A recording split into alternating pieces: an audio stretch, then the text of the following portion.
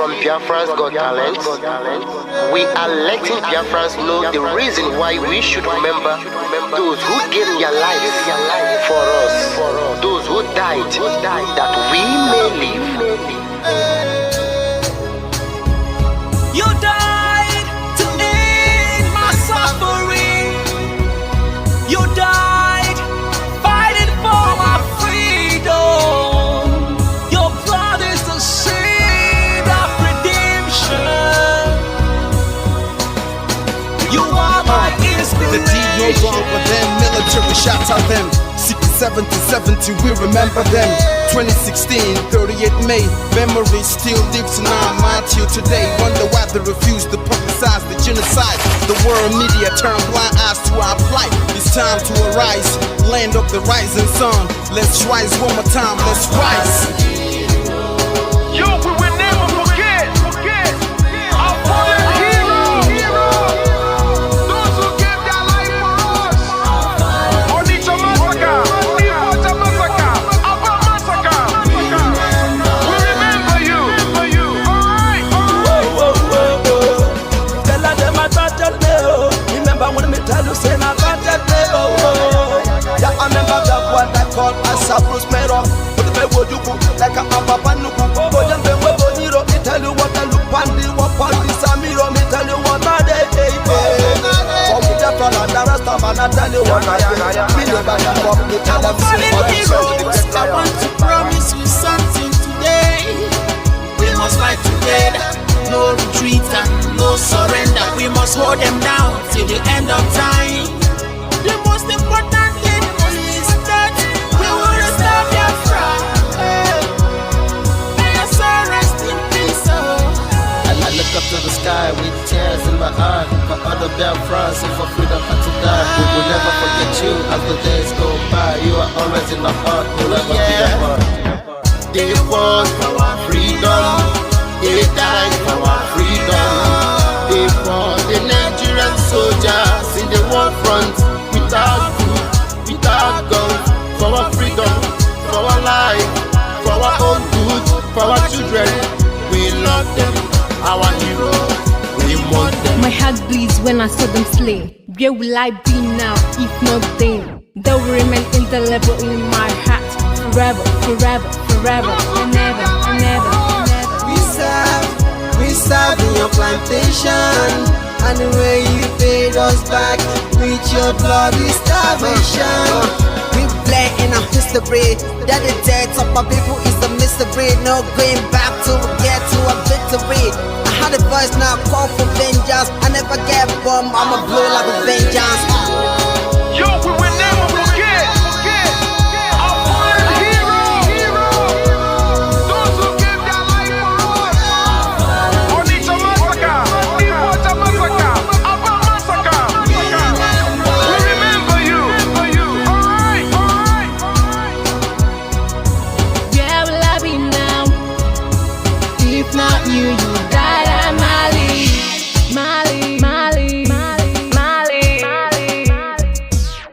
They were starved to death because of our freedom, and they paid the debt for our freedom. Flag high for those that died in the genocide, fighting for you and I.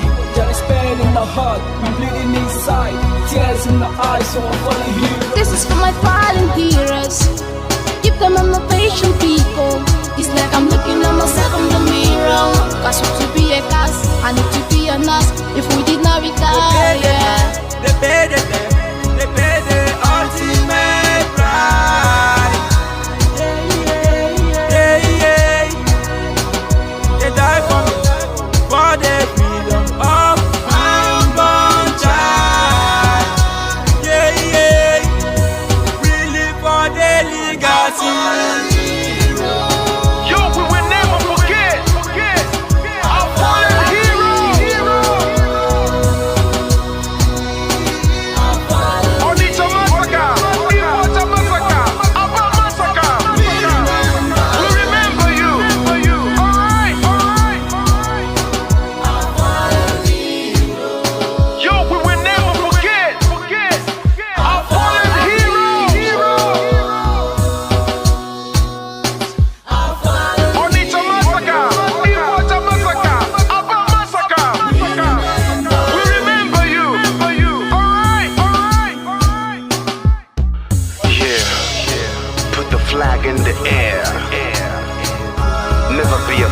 we are free. March on, cause we are more than conquerors. Yeah, you know what it is. We must revenge, and we must stand to represent who we are.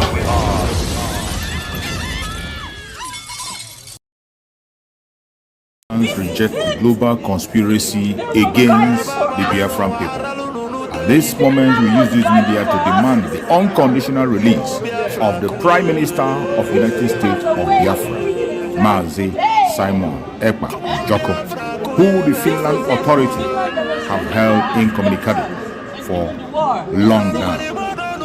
They say they are investigating, and it's been months up till now. No charge has been brought against the Prime Minister of the United States of Biafra. We hereby demand the immediate release, unconditional release of our Prime Minister, Mazi Simon Ekpa. The global conspiracy against the Biafrans is unacceptable. We will never, ever accept it. It doesn't matter how they try to paint it, the whole world is watching. And it is sad that the world is silent, watching the atrocities committed against the Biafran people. Mazi Simon Ekpa is only asking for the freedom of his own people. He's only defending his own people, trying to save the innocent lives that are being wasted away. Free Mazi Simon Ekpa now.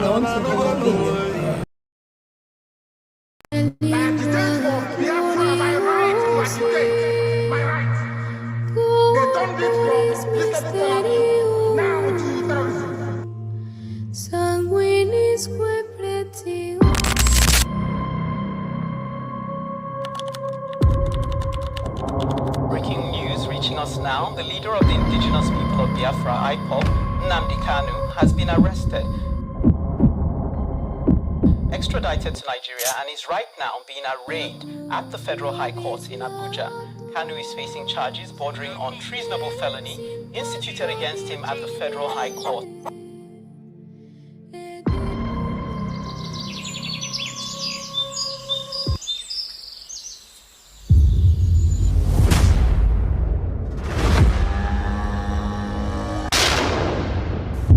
It was an unjust war.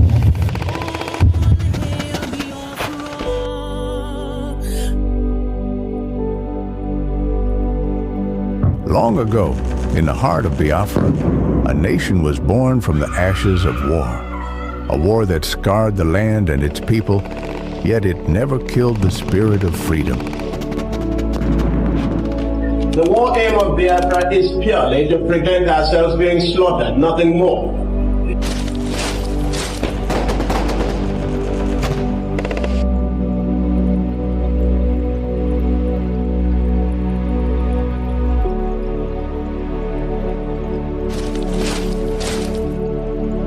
It was in this land, scarred by conflict, that Nnamdi Kanu was born, a son destined to revive the dream of independence for Biafra. And if anybody is going to judge our success and failure in this war, it will have to depend on how much we have prevented the enemy from killing us.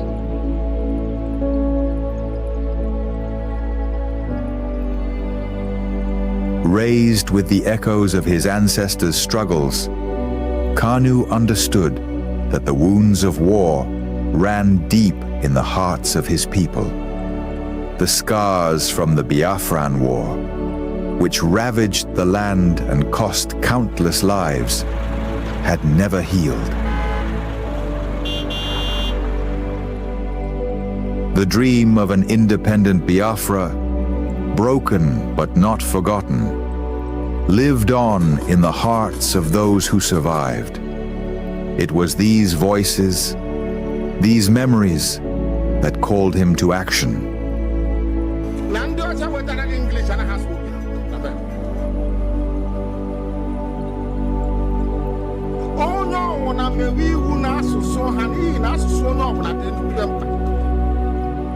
As Nnamdi Kanu grew, so did his voice.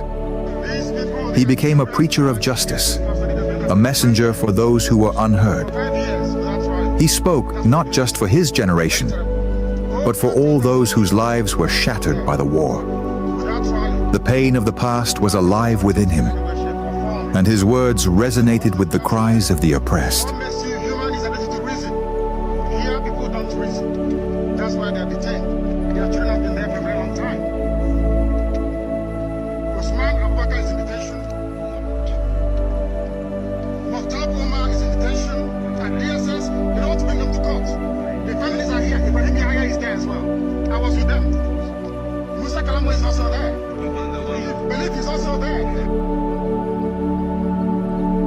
But as Kanu's message spread, so did the fear of the establishment.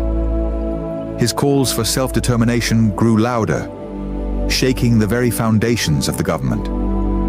They feared the revival of a Biafran spirit, one that could awaken the wounds of the past and ignite a new conflict. And so, they moved against him.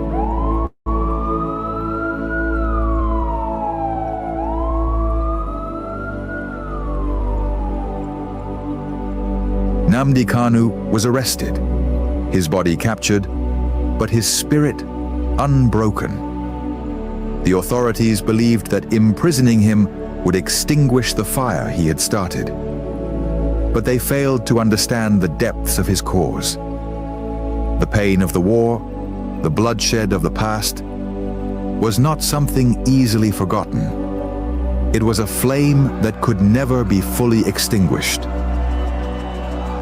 His arrest became a symbol of the struggle that began in the blood-soaked fields of the Biafran War. The demand for freedom was still alive. The fight for justice continued, not just for Nnamdi Kanu, but for all the lives lost, for all the children born into a world of scars.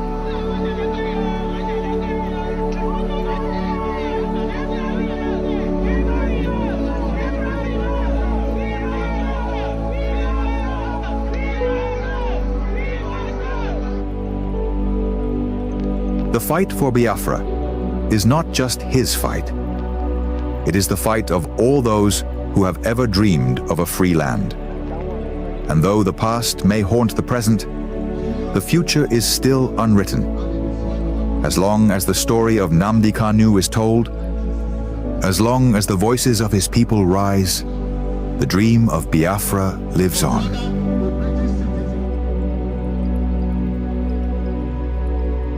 Arrested again, again, again, again,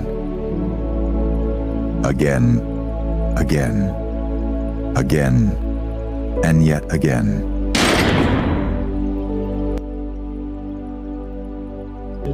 I agitate for Biafra. I agitate for Biafra, my right to agitate, my right.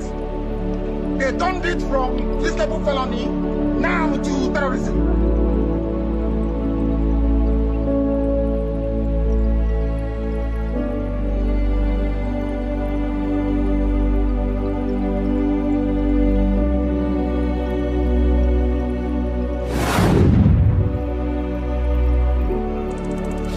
This is Nnamdi Kanu speaking. Biafra land, listen. They thought they could silence me, but they didn't just cage me. They caged your spirit. They made you forget that our land still bleeds, that our people still suffer, that nothing has changed. 5 years in chains. But what about you? Are you not free? Or have they bound your voice with fear? The struggle was never about me, it was about you, your children, your land, your future. So I ask you, where is the fire that once burned in your heart? Where is the voice that once roared for freedom? Wake up! Rise again. Speak. Act. Remember who you are. This is Nnamdi Kanu. Language of heaven, the very oldest language on the face of this very earth. Chukwu okike abịa mapụrụ m ihe niile, Chineke na onye ndị nsọ na-efe wee na-akpụ isi ala nye onye anyị na-agọzi aha nsọ ya mgbe niile, onye anyị na-aja mma wee na-eto anyị enweghị iche ọzọ ewezuga gị. Anyị anaghị efe arụsị, ọ bụ naanị gị bụ onye kere ihe niile kere eke mana onweghị onye kere ya. ọ bụ ya mere ndị Igbo ji wee na-etu gị ebighị ebi. Ndị nsọ na-agba oche eze gị okirikiri ha na-akpụ isi ala nye gị, ọbụladị ndị okenye oru 2 na 4 bụ ndị na-atụ mkpọ ọla edo na ana ha niile so na-ede nsọ Chineke nna nke igwe. N'ụtụtụ a, ehihie, abalị, n'ụwa niile bụ ebe ụmụ gị gbasasịrị ka ụkpaka nna nke ebere dị ngọzi ka anyị na-akpọkọta ha eze ebube onye ime eluigwe wee na-arịọ gị ma mma gị na ebere gị amara gị na ọmịiko gị ebe ndị gị nọ. Anyị wee na-arịọ ka iru gị wee chaa n'ebe anyị nọ. Anyị wee na-arịọ gị ezi ebube dị ngọzi ka igwe tinye ọgbaghara n'etiti ndị iro ka ha rabụ ndị kụziri ka ha wee megide anyị onye nwe m na Chineke nna dị nsọ ka aka nsị ndị dị etu a wee baa ha ọnụ ije obodo ekwensu bụ zuu wee laa ya n'iyi. Anyị wee na-arịọ gị onye na-adịgide ma ruo mgbe ebighị ebi, biko nụ ka iwe mee ka Biafra wee bịa ọsọ ọsọ nna nke ebere na ụmụ gị atakwala n'ahụhụ. Anyị wee na-arịọ gị ka iwe na anyị ezi echiche na amamihe mmekọrịta nwanne na nwanne ịdị n'otu ọganiru ịhụnanya nke pụrụ iche onye nwe m na Chineke nna ka iwe tinye ụmụ gị ezi mmụọ nke eziokwu ma wezụga anyị aka ajọ ihe n'ime ndụ anyị nna nke ebere dị ngọzi ka ọ ga-abụ na ikpeta maazị na Biafra ga-abịa anyị ga-aja gị mma wee too gị wee gọzie aha nsọ gị kpụ isi ala nye gị bulie aha nsọ gị elu site n'ebighị ebi ma ruo n'ebighị ebi ka a na-arịọ gị ise ise ise.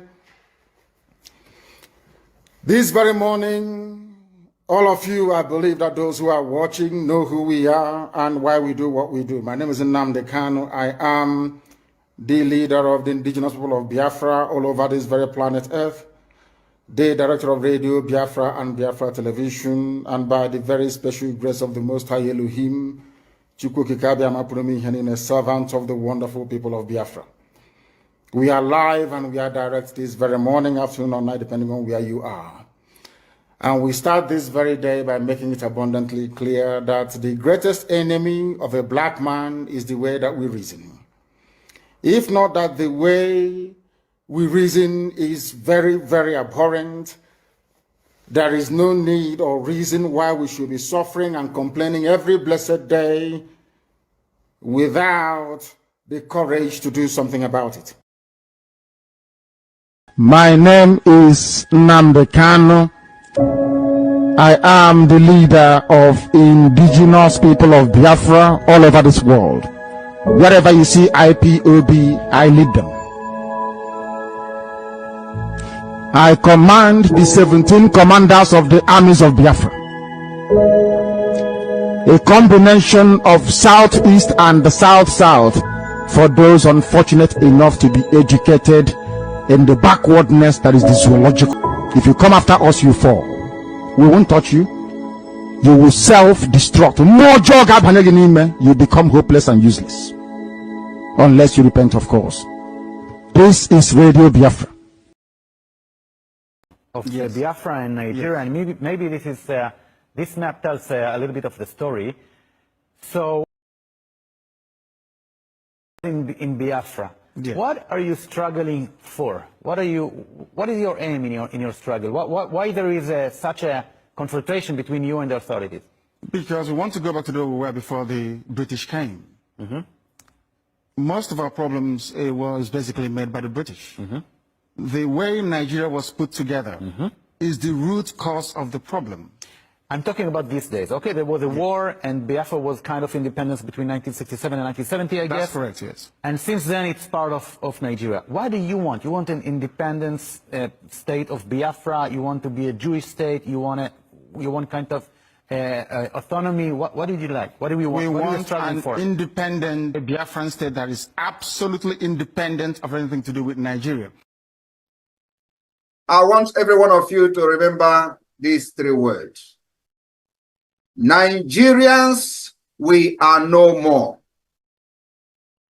Southeasterners and South-Southerners, we cannot become. And Biafrans, we must be. I want you people to understand that the liberation of Biafra has entered the highest stage in the history of Biafra. Not even during the war.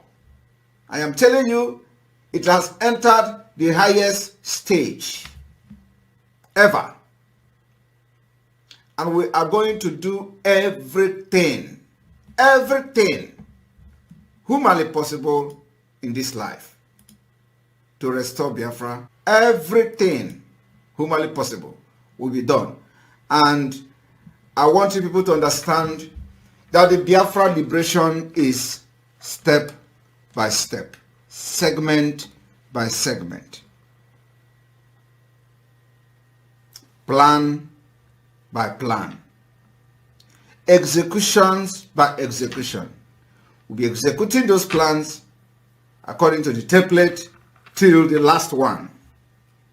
And Biafra. Let us go talk about the objective of your struggle and how do you intend to achieve it in practical terms? In practical terms, it is civil disobedience. The same way that Reverend Dr. Martin Luther King Jr. accomplished civil rights in America, the same way that Mahatma Gandhi led India to independence out of British colonial rule, the same principles we are applying, and might I add, very successfully too. We will do everything possible to unravel and unshackle the zoo called Nigeria. Everything humanly possible. No stone will be left unturned. We will sacrifice everything sacrificable. Material, life, blood will throw into. And we will do everything humanly possible to see the Biafra exit.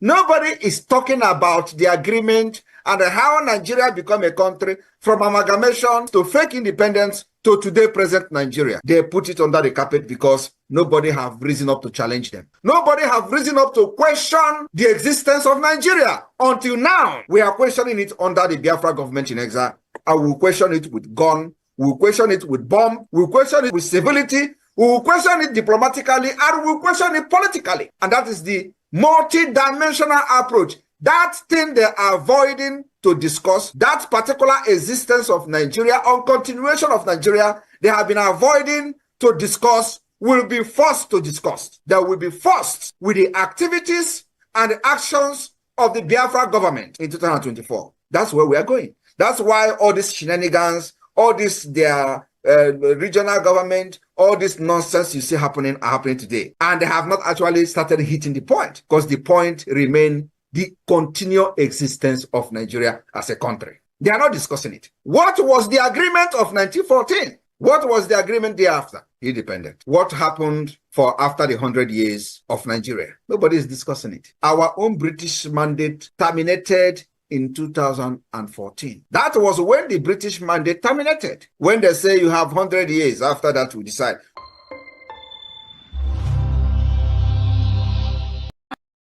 Only one, under his leadership, His Excellency Simon Ekpa. Anybody that is confusing anyone or telling you there is another, no, there is nothing. There's just one, recognized by His Excellency Simon Ekpa. And we can pray. Once he has that communication, Biafrans, we understand that Obato Obie does not take no crap from nobody. No matter who you are, you must respect that authority. That authority is the only thing that can protect all of us. But we thank God, somebody said this is a transition period. If these things does not happen, Biafrans will not know who is following our prime minister, who wants him to fail, who wants him to be out. So this moment is ordained to happen so that Biafrans will know who is who.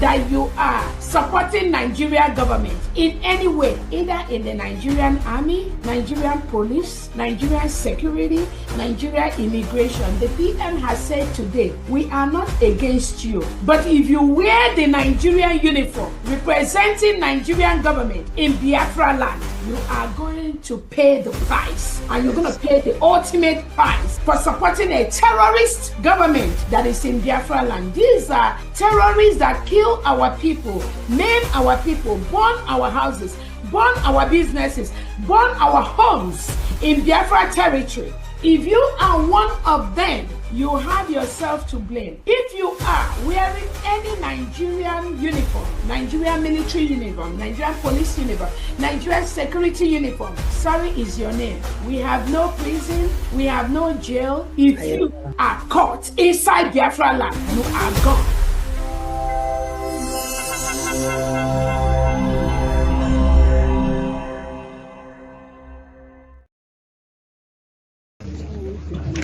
This is the laws of Nigeria. The prosecution and this court doesn't know the law. That is the fact. Yes. Poor knowledge of the law is killing Nigeria. Poor knowledge of the law, they don't know the law. This is a federal gazetted law of Nigeria that says here that the chief judge of Nigeria cannot tell Binta Nyoko what to do. It's here. It's your law. Just obey it. That is why I do what I do. I agitate for Biafra. I agitate for Biafra by right to agitate. My right. They turned it from treasonable felony now to terrorism. Stop talking when I'm talking.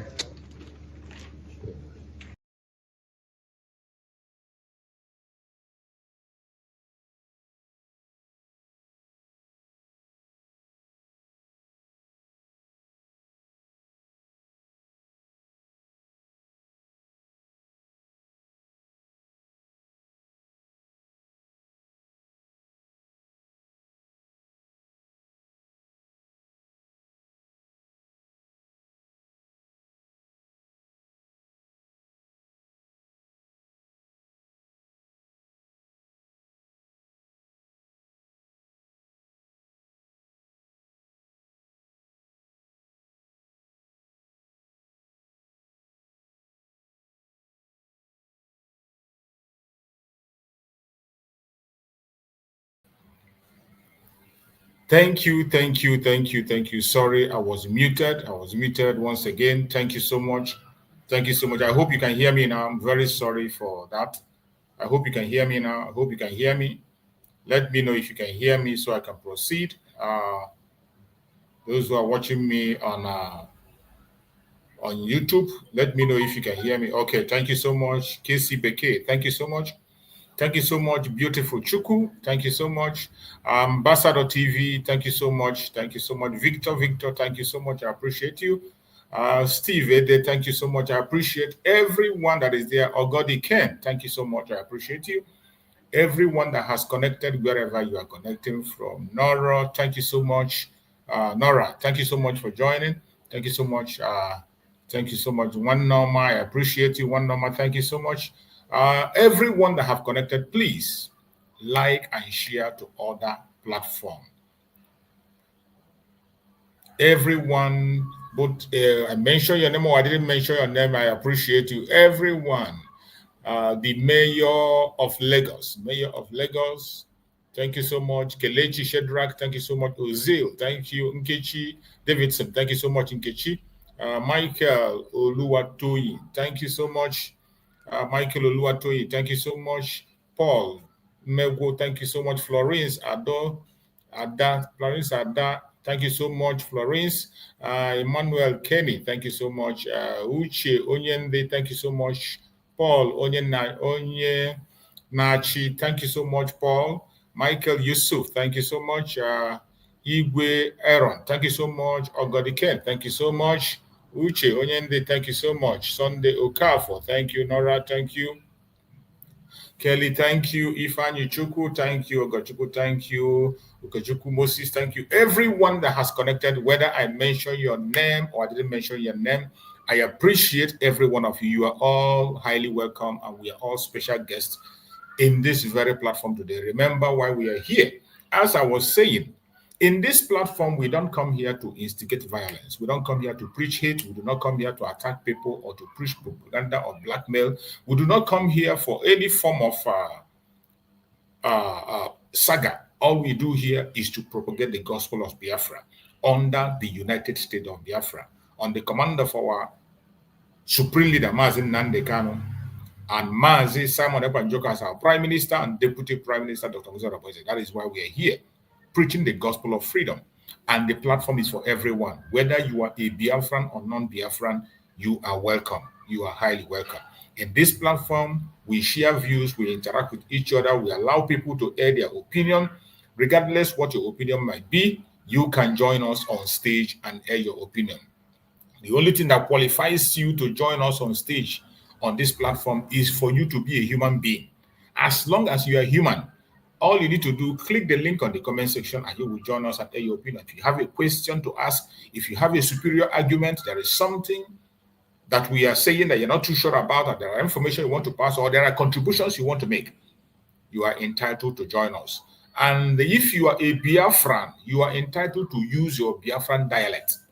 Any Biafran dialect is allowed on this platform. You can speak in your own dialect so that your own audience can hear you. You can speak in your own dialect or can use broken English and speak. We are not English. We are not white. So we communicate in the way that our people can understand us. We'll try as much as possible to push out that communication. So the only thing that qualifies you to join, whether you believe in Biafra or not, whether you are standing on the same line with us, or whether you have a different ideology or different orientation, it is your business.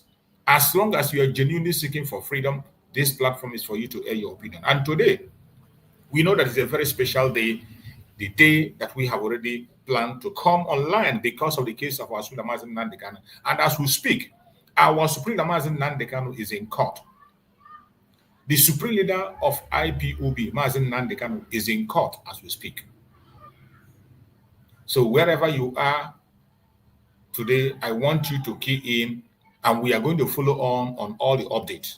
And I can bet you that the Mazi Nnamdi Kanu already have arrived in the court. So we are going to share the video that we have gotten from the court, what is happening in the court. We're going to share, and we will also give you the update as we have always done in every case whenever we come on this very platform. So today the court is sitting as they promised, and as we speak, the court has already kicked off, and we will follow up accordingly, and at the same time bring you all the updates that are going to be coming our way. We will make sure you are informed. We make sure you follow up to know what is happening. So they promise us that our Supreme Mazi Nnamdi Kanu is going to come to court today, being 28, to continue the cross-examination of the witness. It continues today. And remember, on that very last court, the judge told the prosecution counsel that they should try as much as possible to bring all their witnesses within 6 days. They were given only 6 days to bring their witnesses. If they refuse to bring all their witnesses within the 6 days, that their case will be thrown out. That was what the judge said in the last case.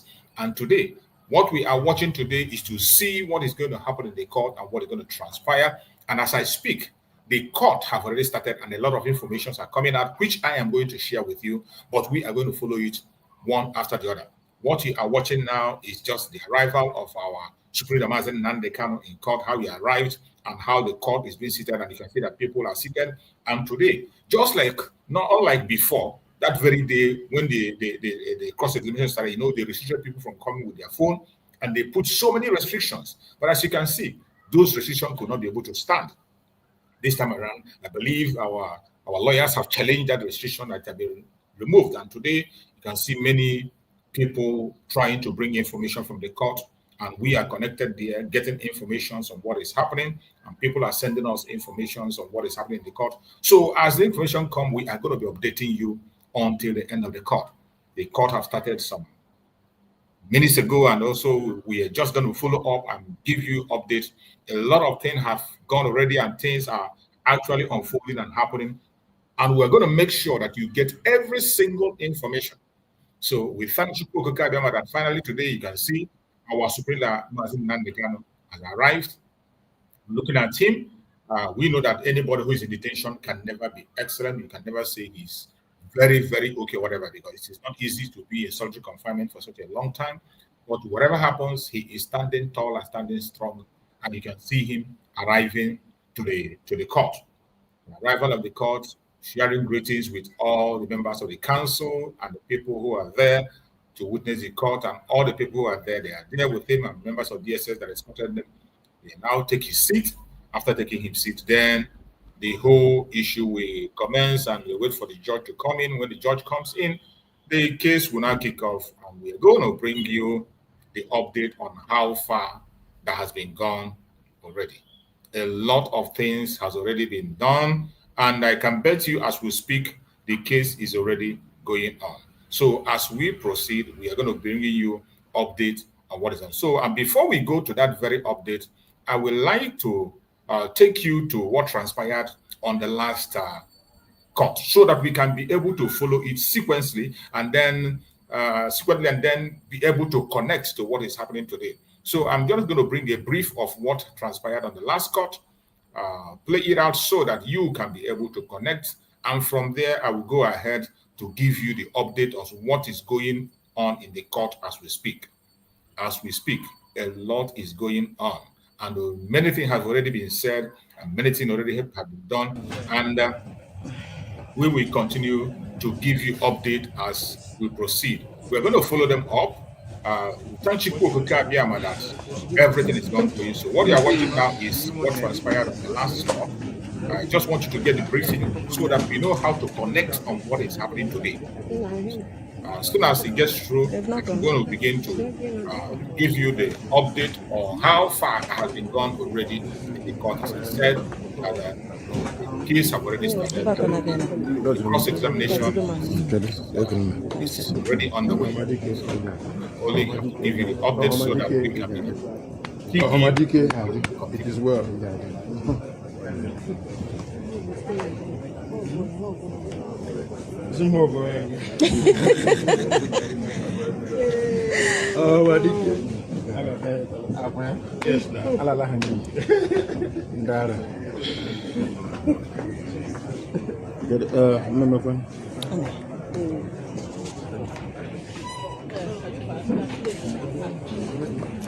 I'm no priest.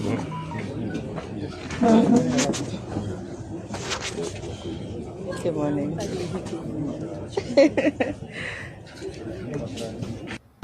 Sending this very condensed message to my dear brother, Bidene Silk, because Onyechi on the loss of the daughter. Because I'm praying for God to sustain and keep this very family. They are very important, not just to me as a person, but to the entire Igbo race and to the second daughter. The second daughter being lost in 2 years. So we are praying to Chukwukabia that all these things will stop, that the grace of God will find this very family. Because Onyechi Ukazu is a very good man, he's a man of the law, he's a very good man, and he deserves our commendation and our blessing at this point. Please, may the grace of God be upon the family. Amen. So. Nice meeting you. Yes, we have been expecting you. Well done. To join us. Nice meeting you, members of the media. I greet you all. Austin. You gave active.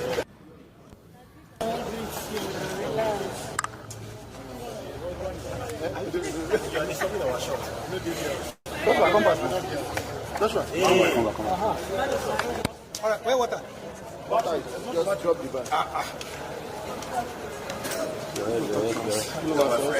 What is that?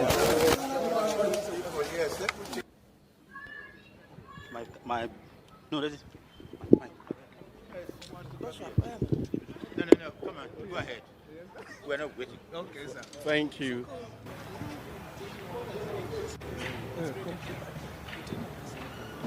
Yet the cross-examination of the second prosecution witness was concluded today. The court has adjourned the matter for 6 days. We're back on the 28th of May, the 29th of May, 6 June, 16 June, 18 June, and 19 June for the prosecution to continue to present their case. And that's good. With the pace that the government is going, are you satisfied? No, we have said enough. Your name, sir? Uche Nanjoka. Uche now what? If anybody tells you that IPOB is the one killing people in Oluzon, it is not correct. Wicked politicians are sponsoring the killings in Olu Last week in Oweruru, the APC World Chairman was killed in his house. The APC Secretary was killed in his house. APC Woman Leader was killed in his house. I have cross-checked since the inception of this banditry. Not one PDP man has died. These are not neutral. Look at what? They collude. They collude. They collude with the armed bandits. They kill people, kill Nigerians. They facilitate their movements. They cover them. If you are depending on the armed forces to stop the killing. So this was exactly what transpired on the last meeting. You see, these are some of the videos that was played, and remember, a lot of videos we have played. These two videos we have played with one other video that was made by the DSS was played in the court, and then the defense counsel started their cross-examination, and it ended the way it ended, not finishing, and other things went on, and it was adjourned to today being 28. So today being 28, as we speak, the court is sitting. As we are speaking here, as we are here now watching, the court is already sitting.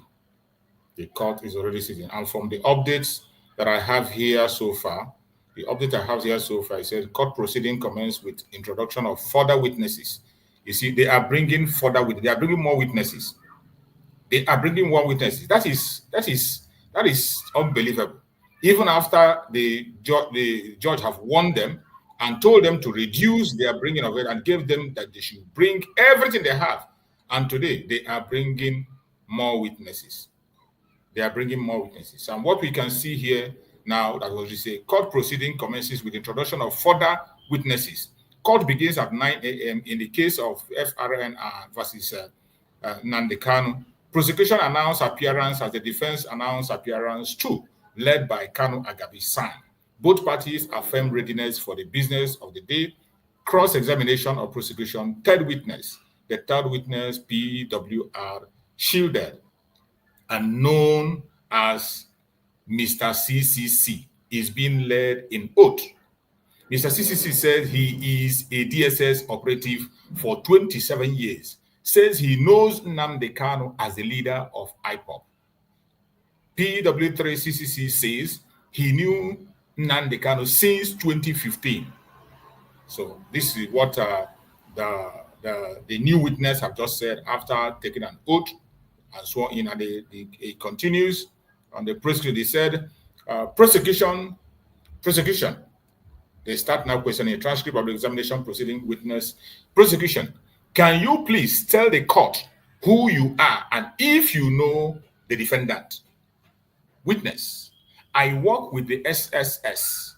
I've worked for 27 years. I know the defendant. He is the leader and founder of IPOB, a terrorist organization. He founded Radio Biafra. He used to invite violence to the public.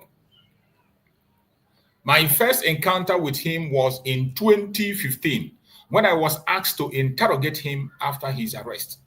I invited him with 3 other officers for interview. I told him his interview was going to be recorded, and he agreed. He agreed to be recorded and also wrote down a statement himself. The interview was conducted on October 21st, and written interview was on 23rd October, both in 2015. The prosecution presents the video interview and written statement of the defendant to the witness for identification. The witness has confirmed both. So they presented whatever they wrote to witness, and the witness confirmed that was exactly what was presented. Then they continue. You also told the court the defendant made written statement, right? Witness, yes, my lord. Prosecution takes permission to show the defendant the written statement obtained in 2015. Written statement is shown to the defendant, Nnamdi Kanu. Defense counsel interjects. My client says the said written statement under duress. So the statement he wrote that and was under duress. The defense counsel interject. My client says the said written statement under duress. Judge to defense, you mean the 3 statements were made under duress? Judge, can you prove it? Otherwise, I'm going to order trial within trials. You have to prove it in specific that your client made the statements involuntarily under duress. Subsequently, the judge has asked the defendant to give element of his involuntariness to the written statement. Asked that the defendant be given a sheet of paper to write them down. They stay tuned. So this is how far they have gone, and we are still waiting to get more updates. And we are going to update you as soon as update comes on. We will read it out for you and tell you exactly what is happening in the court. So from all indication now, they are still now bringing more witness. It is not even yet on cross-examination. They are bringing more witness. The third witness is who is on board today now, and they are asking the third witness questions, and the third witness is answering and also making whatever claim they have and presenting their video of interrogation and statement he claimed that Mazi Nnamdi Kanu wrote. And Mazi Nnamdi Kanu also now have been given the opportunity to clear if that statement was written by him or not. Judge, this witness shall be called PW1 TAA. Prosecution, Mr. TAA. How do you know the defendant, TAA? He is the leader of IPOB. Prosecution, do you know Mr. Brown? Witness, I'm not sure. I interviewed the defendant with my 2 colleagues, namely James, Ibrahim, and Collins. There was no Mr. Brown with us. Prosecution, did the defendant at any time make any request to you before his statement was taken? Witness, he did not make any request. He only said he wanted to rest. Prosecution, did he make any request for his lawyers? I'm not aware, but he didn't ask me for his lawyers. Prosecution, he said he was put in solitary confinement. Witness, I'm not aware of that. If you watch the video, you will see a table water was even placed before him, not sachet water. So I'm surprised he is saying this. Prosecution, did he tell you about his ill health? Witness, I'm not a medical doctor, so I do not know if he was sick, but he didn't mention he was sick to me. Prosecution, he said you put words in his mouth. Witness, it's not true. He said everything voluntarily and happily. Prosecution, he said you told him some things to write about President Jonathan. Witness, it's not true, my lord. We can play the video. Prosecution, my lord, may we play the video? Judge, no, we have not reached that stage. This is a trial within trial. Stay tuned. So we are still waiting. So they are now trying to check the authenticity of the claims of the interrogation they say they got from Mazi Nnamdi Kanu and all that. That is where we are, and we are still waiting for more updates to come up. As soon as more update comes up, I will read it out for you so that everybody will follow up and we will be carried along to know exactly what the situation is. So, my fellow Biafrans, everyone that is joining on this platform, you can equally make your contribution while we wait for update to come. The court is going on. As the court is ongoing, we can continue to deliberate and speak about issues that have to do with this very case. So if you want to join us on stage, the link is there. Click the link and come on stage and join us to make a contribution. But one thing you must have in mind is that every Biafran and every genuine person in this planet Earth, everyone that supports human rights in this planet, that knows that Mazi Nnamdi Kanu is innocent. the supreme leader of IPOB, Mazi Nnamdi Kanu, is innocent. And I want you to remember that this very case has passed through this court before. This case has been tried in this same Zoological Republic, and Mazi Nnamdi Kanu won the case. All the charges they are bringing, all the things they are presenting have been presented before, and they were all quashed and thrown out. Mazi Nnamdi Kanu is innocent. An organization of the United Nations have also said that Nigeria should release Mazi Nnamdi Kanu, and they gave Nigeria 6 months to release Mazi Nnamdi Kanu. That 6 months expired, and Nigeria did not release Mazi Nnamdi Kanu. A court in Nigeria has also told Nigerian government to pay Mazi Nnamdi Kanu compensation for abusing of his rights, for the attack in his home. One of the courts in Nigeria has also said that no court in Nigeria has the right to try Mazi Nnamdi Kanu case until they explain the situation surrounding his kidnap from Kenya. Up to this moment, they have not told us how Mazi Nnamdi Kanu was brought to Nigeria. Don't forget that. All the stories we are hearing is that the DSS came on the last court. The DSS came out and they said they are not involved in the kidnapping of Mazi Nnamdi. They don't know how he came to Nigeria. They are now denying. They don't know how. But remember, initially, when Mazi Nnamdi Kanu was brought to Nigeria, Malami then spoke in Hausa to address his Hausa people, and he told them about the kidnapping of Mazi Nnamdi Kanu, and they celebrated. And during that his speech, he made mention of Interpol. He said that they brought Mazi Nnamdi Kanu into the zoo with the help of Interpol. But just in the last case, they came on and they now tell us that they are not aware, that they don't know how it happened. The DSS is now denying. They are denying not to know what transpired. It is. These are information you have to have at the back of your mind while we are waiting for updates to come. And when you look at what they are doing and how they are doing what they are doing and what they are saying, you will now understand that this is just an intentional persecution against Mazi Nnamdi Kanu. Intentional persecution. And when you look at the lines of questions and the evidence they are bringing, this is why we said that Mazi Nnamdi Kanu must not even stand in a trial, because you cannot get justice in the court of your enemy. You can't get justice in the court of your enemy. They will always try as much as possible to push forward their false information to prosecute you. They are going to try everything they can. The more they are presenting all this evidence, they're presenting all this SB this and SB that, and they continue to look for a loophole where they are going to use to hold you down in a case that is not supposed to be held at the first place.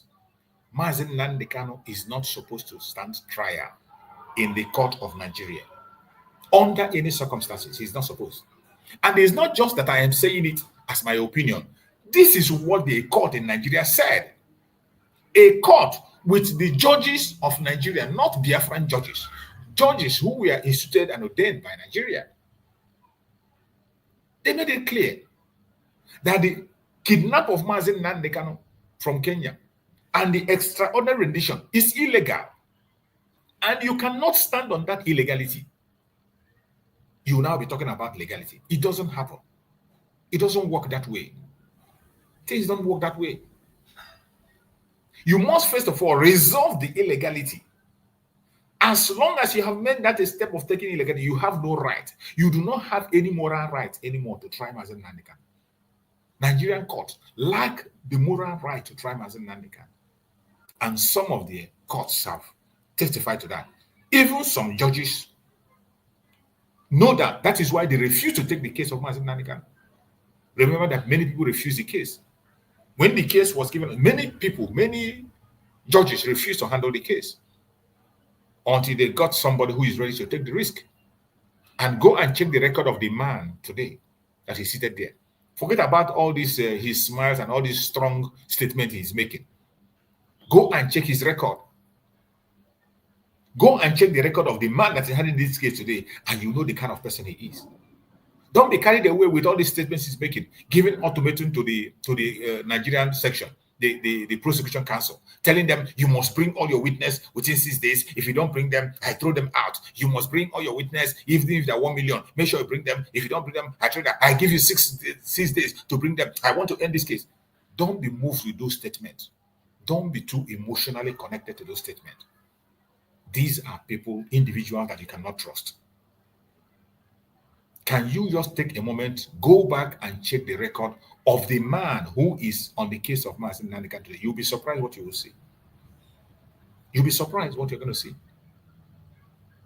So when you are watching what is happening today in the court, do not get carried away. Do not get carried away. You must be focused.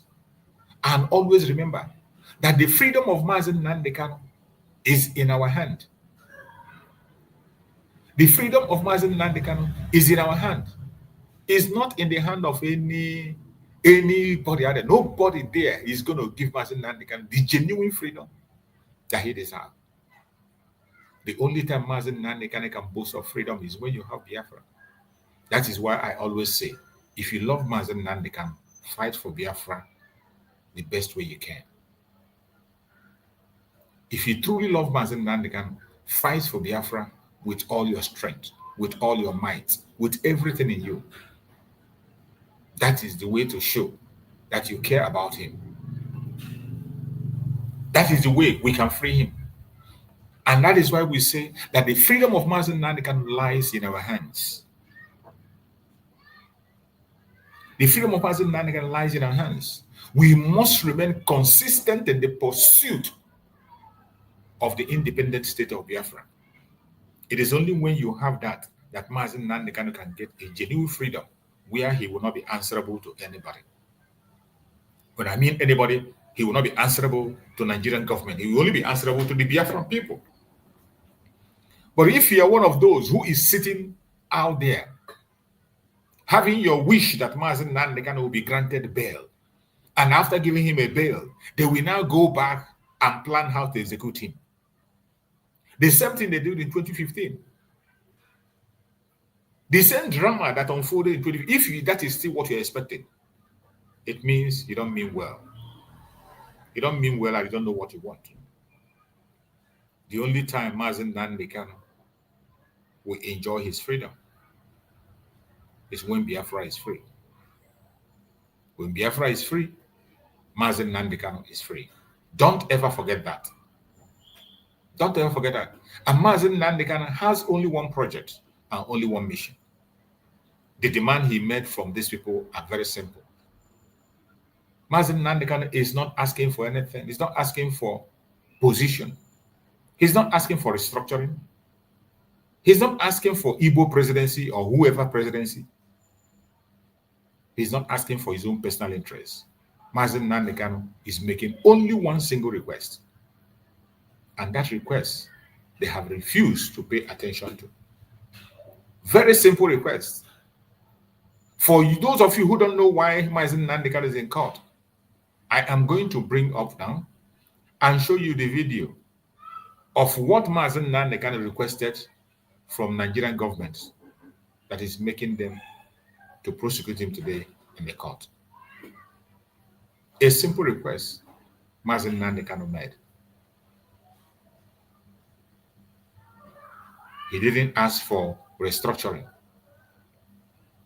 Mazi Nnamdi did not even ask them for a breakup. All he was asking is allow the people to conduct a referendum and choose who is going to be there.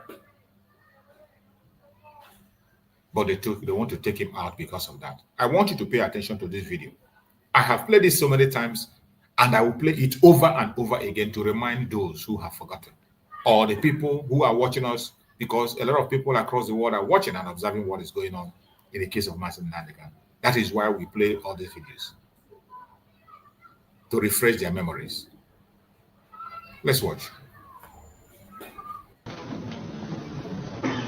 And I said before I speak to them, I also give my conditions, which I know they couldn't meet. It's not possible for them to meet it. And I did it deliberately, because I didn't want to speak to them. They sent Joseph Okaro to come to me. First to my parents. My father said no. My mother said no. That where I stand is where they stand, in life or in death. And they came to prison. I was even from DSS dungeon. The promises came. The vice president, anything you want. You have a very beautiful wife, you better go and enjoy her than being in prison. Wow. Anything you want. And I said no. That what I want is a referendum to determine if you good people want to be part of the zoo or part of Nigeria, or part of Biafra. Choose one, zoo or Biafra. They said no. And Isibajo tried to make contact. When I came out, I don't know if I've told this story before actually, and Ohaneze hijacked it. I went to see Mia Wode in his house. We sat down, had lunch together, and I told him what my conditions were to lift the boycott in Anambra State, which they couldn't meet. And I said to Wode very simply, go to Abuja and tell these people that these are what our people are asking for.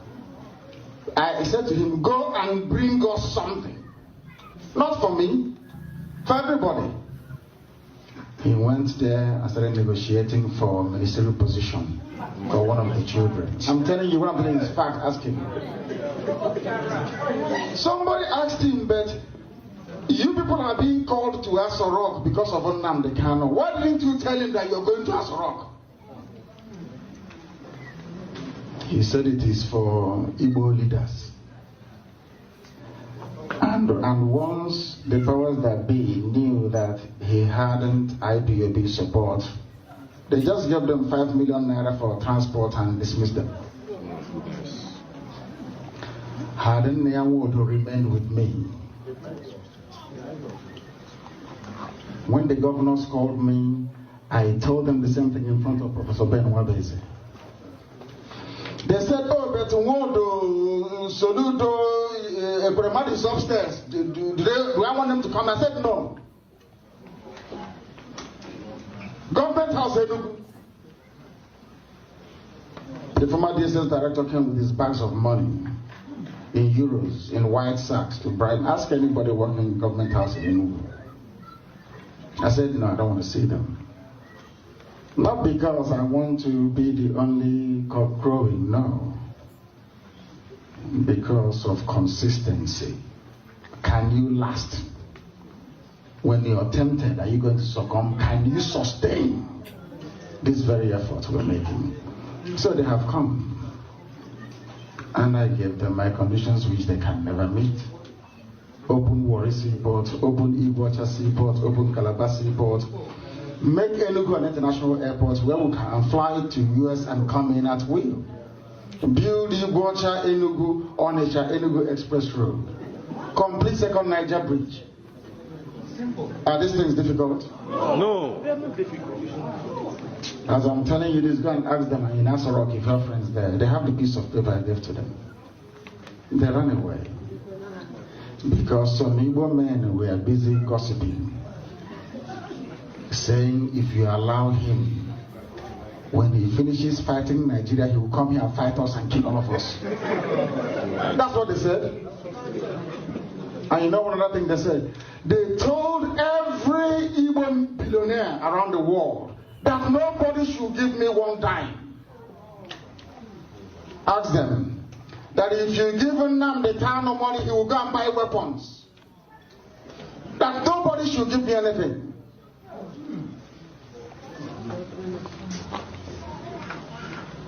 I'm going to hear Gabiga, you won't believe it. That we are here by the grace of Elohim, not by any of our strength, to be honest with you. Any day we are serious, the world will know. How do you want Canada to regard the Biafra referendum or even USA? The people that the ambassador knows are the governors, or maybe Hanese. Did you people not hear that British government went to Biafra land when I was in prison? Oh my goodness. The British High Commissioner was touring everywhere. When they wanted to kill me, went to a of Onitsha and asked him, what do we do to Nnamdi Kanu? That one said you can kill him if you want. They went to Abuja told them you can never touch him. If you touch him, this person will burn.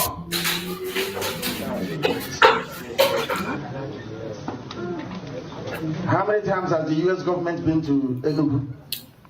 They go to Ohaneze.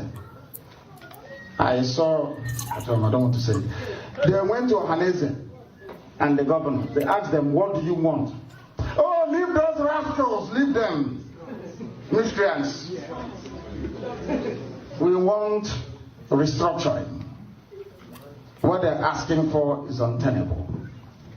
But the same man said if there is no restructuring, they'll join IPOB to do Biafra, isn't it? Did he complete what he said? No. Is he doing what he said he's going to do? And you want me to work with these people? He's not going to work. I say, and I'm should come know him. Everything I do, I say it in the open. Not gossip. And those that spoke to Uche, I am going to Chicago to broadcast live to the whole world and tell them they're in trouble. I've told them every time they contributed to IPOB will be announced for the world to hear. Tell them there'll be no hiding place for gossipers, even as much as I'm concerned, because I know what I have committed to this very movement. Not that I'll become Biafra president. No. So that I can take Nnamdi and Nnamdi back to the land of his ancestors. To that same land that Chukwu Kabiyama said, you people must be here. And then I'm fighting for Biafra that we may be free. Thank you. That is a direct message from Mazi Nnamdi Kanu. You can see the simple request he made. Very, very simple request. And they refused. They couldn't be able to meet up to it. All he's asking for ahead is a referendum. Is it too much to ask? Give a referendum to the Biafran people. Is it too much to ask? And you see what he has mentioned about the politicians. These politicians are the major problem, as you all know. That even when people outside are coming to ask questions, they are going to ask these politicians, and when they ask them, what do they say? The politicians and what do they say? They are the ones that are pushing the wrong narrative, destroying all the effort we are making every morning to come and speak. But I bet you, in this month we are, remember we are in a very serious month, the month of May. 30th May, our Heroes Day is coming on. And that 30th May marks another new beginning by opening our embassy in Washington, D.C. The opening of that embassy is another strong thing that everybody must be. It's a new face. And the whole world will be shocked after that. Biafra now is no longer on social media or under the cupboard or no. We are on top of the game everywhere. In Nigeria, we are on top. Speaking about Biafra, you can put it on that. Internationally, our Prime Minister Mazi is out there. And very soon he's going to appear. And when he appears, he will be defending Biafra international ground. Diplomatically, we'll be on the highest level of diplomats. Washington, D.C., where everything's are happening, where decision makers meet. It is going to happen. Starting from the 30th. Let's hear this. No fear for our land. We go stand together. Fight for freedom now. No surrender. This day is more than just an opening. It is a call for peace and reconciliation.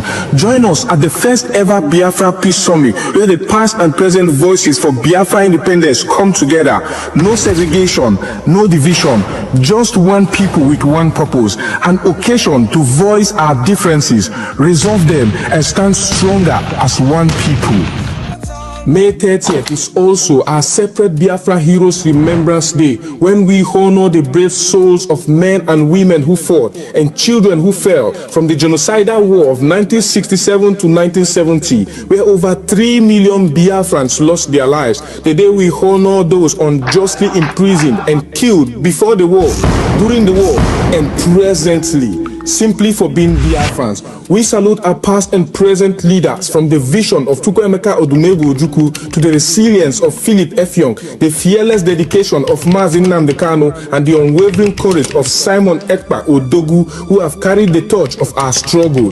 Their sacrifices and leadership lights our paths forward. As we all know, for far too long, we've endured suffering at the hands of our enemies and division from within. This summit is power-packed to heal those wounds, to uproot seeds of discord planted among us, and to unite Biafrans across tribes, regions, religions, and political views. Together, we are unstoppable. Be part of history. Join us on May 30th, 2025 at the United States of Biafra headquarters in Washington, D.C. A day of unity, remembrance, and renewal. Biafra rises as one strong nation, bolder together. Venue, 11726 Connecticut Avenue, Northwest Washington, D.C. Time, 3 p.m. Biafra time and 10 a.m. Washington time. 30th of May 2025, a united Biafra. Our time is now. This message is proudly sponsored by the Office of the United States of Biafra Deputy Prime Minister, Her Excellency Dr. Ngozi Orabweze, and the Biafra Information, Telecommunication and Postal Service. My name is Marvelous Chukwubikem Arinze.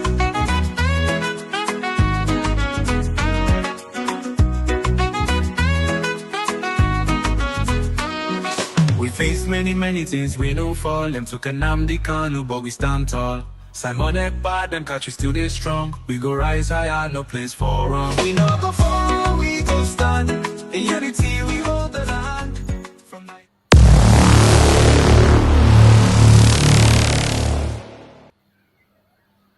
USB, peace, unity, progress, and equity. Ndewo no ụmụ Igbo, ndewo no ụmụ Biafra, ndewo no ndị be anyị na mpaghara ụwa niile.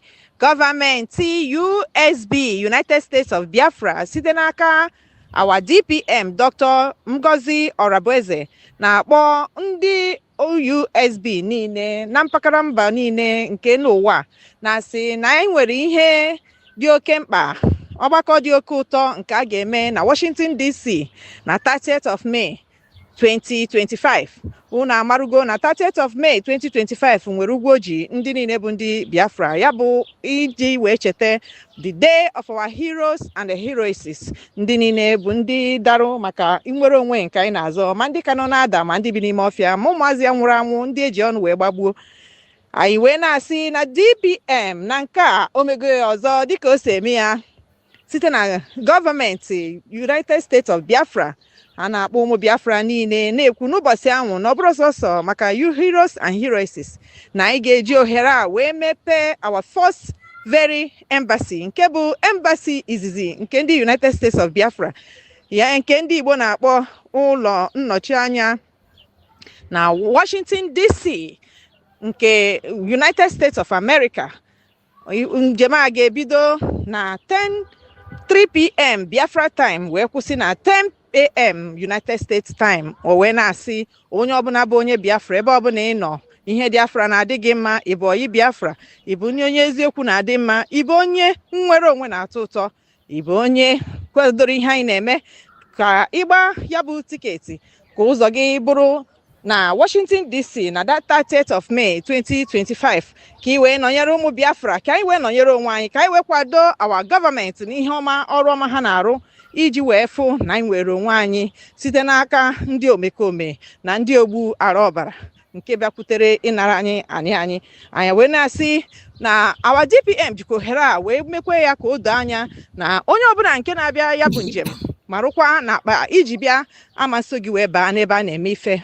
Ihe o ji wee dị otu a bụ na ndị omekome akarịala. Ihe o ji wee dịkwa otu a bụ na your security is in your hands. ebe ọbụla ịrarụrụ ụgbọ ọbụla iji were bịa ebe ahụ ka akpa gị ga-anọ, maka na ndị sekuriti bụ ndị nchekwa ga-eji igwe wee neche gị arụ, wee marụ na ihe ị bịara bụ ihe ị bịara, wee marụ na o nwere ihe ọbụla itinyere n'ahụ gị. Ya mere sọsọ ihe ga-eso gị wee baa na ebe a na-eme ihe bụ onwe gị na mobail fonu gị, ya bụ ekwentị nke ndị Igbo kpọrọ ekwentị. Ya mere ụmụnne m, ka ihe anyị na-eche onye ọbụla gbakọwa akpa gị ka anyị wee jee wee kwado onwe anyị, wee kwado ọwa gọọmenti, wee jụọ ajụjụ ọbụla nke na-agbagwoju anya ma kwukwe ma tụkwa aro nke ga-abara anyị uru, wetakwe nke bụ ego, maka na ihe anyị nọkịta bụ iji ego. Ụmụnne m ndị Biafra, ndị na-eme ihe siri ike, ka anyị jeenụ ka anyị kwado onwe anyị, ka anyị jeenụ ka anyị kwado gọọmenti anyị, ka anyị jeenụ ka anyị tụọrụ Chukwu okike ọbịa ma mma maka o weze anyị ekpere. USB, peace, unity, progress and equity. Ana mmadụ iya mmekọ ma fure mpara wantito na boy pankano wankane den to boy pa mfure fure wu iko mboke mbene tai to bidandandi idakan sokondide ke banga mbo mbi upeme irongo yit eko to security ki kombo wipu boke this ufoko jide jide bopo de nation United States of Biafra ke jidi nyeke filante mpo eko to filante nduon te ibara ke this kingdom, this United States of Biafra filante ibara wo nye fu kute na claim we mo de filante mboku ke ne ke den nino. The only security mbi upemi rongo jidi nyeke ko to security ade BDF ade ko to kikomba kara Biafra Defense Force mboki baka structure government Biafra de to yoki kibake IPOB kibake IPOB ama yidi waido autopilot, from autopilot ayidi waido brigi, from brigi idanga yidi bake United States of Biafra ayidi the government yidi go to United States of Biafra adeke USBG fukute wukege kute bo proof kina mo de bridge mbok faga tong pongto wuri kede ngino ayokon todi fenyen kano kondang tang bangano ko de akure dige miedu usene fyong edip yedup ke fyong itioni yi don ke fyong mi aji nyempa kute ki kom makara peace summit ke Washington DC ke USA mbok doko yinu kandibu nka itie na musoro ke United States ke awi kamake pat o kamake e parobok o kamake mpo beneket u senere de tao sene yidi kemeke kemitie u fo ade total eseme ki komaka total shutdown tie ku fogofu dia senye tutu sene de fro e to bi fene no gode mpo ko to ki komaka constitution ko mboke ngwere de yede America ti ko irungo yinwedi bet eye de mengwedi bere do senede e biginam this usoro ke Washington DC eye de mengwede then eye de me that able solve to go copy e no ngo bi se dikare mbok kama ko wofu sebo ndama fonam mbok so ka so da nya fon ka so support government me yagirinya government fen apart from government yiremi dada yagida ket I bobo bi mana yire ami yawa mi ebene wodi wo ata peture mbok se mi nke kamandi mbok yagi sugi ba ke me mi ba TikTok eri ya no boko te ibia na tebega ya idia no bok I bobo bi yire mi ami mi ntangi ko mi bia inge mi de ni ami nden di kam pogoro etup kita yana mbok se songo kempa koton abasina na menyongi nyangi song adio ngofurewu aso ko continue aso ka ka isi diong ni ne ndete pera odon ise songo. Thank you so much for your patience and listening to this very important informations. They are very, very important, and as you all know, we will continue to bring all these informations to your doorstep for you to be carried along, and you will know what is going on. All this has to do with our upcoming Heroes Day celebration that is going to take place on the 30th. And as we are doing, remember today we are here to bring you update on the case of Mazi Nnamdi Kanu. live from the court. From the courtroom, we are bringing you information in the case of Mazi Nnamdi Kanu, and the case is ongoing. As we speak, they are in recess now. The court is in recess. So we are going to wait for the court to reconvene again, and then we'll begin to bring you updates. They are in recess. And before they come back from their recess, let us go through what have transpired in the court so far now. Then before they come back from their recess, what have transpired in the court so far now, I'm going to read that for you so that you can be able to be carried along, because that is why we are here. Nnamdi Kanu trial drama in court as judge orders trial within trial over statement made in DSS custody. That is where they are now. This is the drama that is unfolding. So I want you to get the update before the court reconvene again. They are in recess now. So what is happening now, what just transpired is that Nnamdi Kanu's trial, drama in court as judge orders trial within trial over statements made in DSS custody, 28th May 2025. And the statement says, it was a calm Wednesday morning in Abuja as Mazi Nnamdi Kanu arrived at the Federal High Court around 9 a.m. for the continuation of his trial instituted by the federal government of Nigeria. The courtroom came alive shortly after the registrar announced the case, Federal Republic of Nigeria versus Nnamdi Kanu.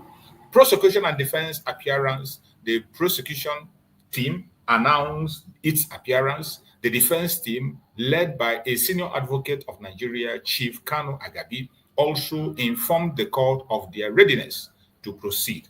Both sides agreed to continue with the day's business, cross-examination of the prosecution third witness. Witness PW3, Shields as Mr. CCC, takes the stand led into the witness box behind a screen for protection. The third prosecution witness, Mr. CCC, swore an oath and began his testimony. Now let's go to his testimony. I work with the DSS, he told the court. I have served for 27 years. I know the defendant, Nnamdi Kanu. He is the founder and leader of IPOB, which is classified as a terrorist organization. He also founded Radio Biafra, through which he often incited violence. Mr. CCC narrated that he first encountered Kanu in 2015 after his arrest. I was assigned to interrogate him. I did so in the presence of 3 other officers. I informed him that his interview would be recorded, and he agreed to both audio, visual, and written statement. The video interview took place on October 21st, 2015, where the written statement was obtained on October 23, 2015. The prosecution then presented both the video recording and the written statements to the witness for identification. He confirmed them as authentic. Defense raises objection. Claim statement was made under duress. At this point, the defense interjected. Chief Kanu Agabi team claimed that the statement presented by the prosecution was obtained under duress. Defense, my lord, our client said he was coerced. He made that statement under pressure. Judge, are you suggesting that all 3 statements were made involuntarily? Can you prove it? Otherwise, this court will have to conduct a trial within trial to determine the voluntariness of these statements. So the trial within trial is what is actually going on now. They went on recess. So the judge then directed that the defendant write down the specific reasons why he considered the statement involuntary. A sheet of paper was handed to Kanu, and after a short moment, Paul Irokoro San read the note aloud. Defendant's written note. So what I'm going to read now is what Mazi Nnamdi Kanu wrote down. I requested for my lawyer, and the DSS refused. The man in the dock was not the one who interviewed me. It was a certain Mr. Brown. I was kept in a dungeon within only 1 hour of airtime. Mr. Brown told me if I didn't write what they wanted, I would lose that hour. I was bleeding from the nose I wrote some things under pressure. Prosecution response. He was never beaten. The prosecution refuted the claim. Prosecution. He was not beaten or threatened. He gave those statements willingly. To establish this, the court reclassified the same witness, Mr. CCC, as PW1 TAA for the purpose of the trial within trial. Cross-examination during the trial within trial, the prosecution proceeded to examine PW1 TAA. Prosecution. Do you know the defendant, PW1 TAA? Yes, he is the leader of IPOP. Prosecution. Do you know anyone named Mr. Brown? PW1 TAA. I don't recall that name. I conducted the interview with two other colleagues, James, Ibrahim, and Collins. Prosecution. Did the defendant request a lawyer during the interrogation? PW1 TAA. He didn't ask me for one. He only said he needed to rest. Prosecution. Was he in solitary confinement? PW1 TAA. I am not aware of that.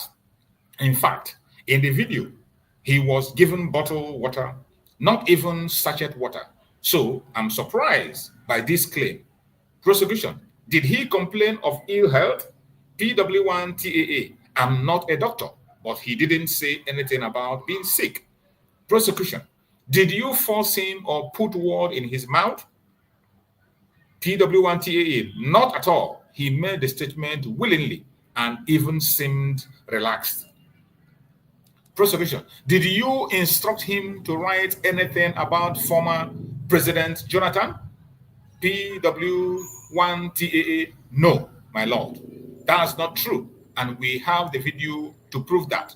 Prosecution. May we play the video, my lord? Judge. Not yet. This is still trial within trial. Let us stay within process. Stay tuned. So this is how far they have gone.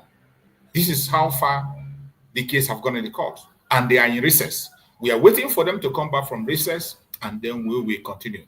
Now you can see the conspiracy. You see why we were saying that he shouldn't be ever be tried. You can imagine the DSS denying every single thing they have done against Mazi Nnamdi Kanu, including saying that they gave him a VIP treatment. They gave him a bottle of water. He was not beaten. Can you imagine DSS getting you and never to beat you? Can you imagine that? The DSS of Nigeria arresting somebody without beating the person, without torturing the person. Can you imagine that? Every one of us saw the condition they brought Mazi Nnamdi Kanu from Kenya. We saw the picture. Every one of us saw the picture, and Biafrans were sharing tears. You saw Mazi Nnamdi Kanu, how they chained him, and he could barely open his eyes. Mazi Nnamdi Kanu, who was hooded all the way from Kenya to Nigeria. And you see the funny thing, they have not even started mentioning about the case of Kenya. They are focusing on 2015. The arrest of Mazi Nnamdi Kanu in Lagos on 2015. That is where their focus is. That is what they are still threatening. Now you understand how this case is going to go and the possibility of ending this case today or tomorrow. They are still in 2015. And you see, the very person they brought now that they covered his head, a hooded man, who is a member of DSS, who claimed to have served at 27 years, that is testifying. Mazi Nnamdi Kanu said it categorically that this is not the man that interviewed him. That the person that interrogated him that day was Mr. Brown. And Mazi Nnamdi Kanu is sane and sound, very, very sane and sound. He's not confused. He's not confused. He knows the person that interviewed him. And on that very place, Mazi Nnamdi Kanu is a very smart man. He's a very smart man. Even if you don't call your name, you don't mention them, in the process of interrogation, they will be calling you. You might be there. Somebody will call your attention. And when that name is called, he will pick that name. And Mazi Nnamdi Kanu, when they gave him a paper to write, to show that the statement he made in 2015 was under duress, which is something that is, the possibility is 100%. He demanded for his lawyer. They refused him. And they are claiming that he never asked for a lawyer. Can you imagine Mazi Nnamdi Kanu making a statement in DSS in a case of this manner without remanding for his lawyer? Can you imagine that? Can you ever imagine that? That Mazi Nnamdi Kanu could go ahead without his own lawyer? Mazi Nnamdi Kanu is too educated to go to that direction.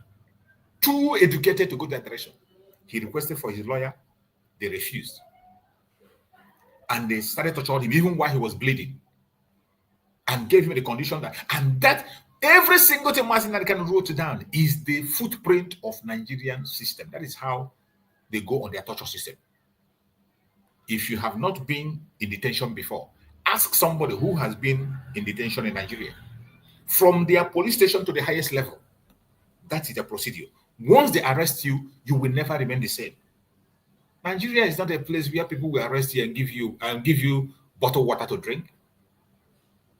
Nigeria is not a place where they arrest you and give you bottle. They might do that. You know, Nigeria is fraudulent. If ever you capture such a thing in a video, it is a play, it's a drama that they intentionally organize.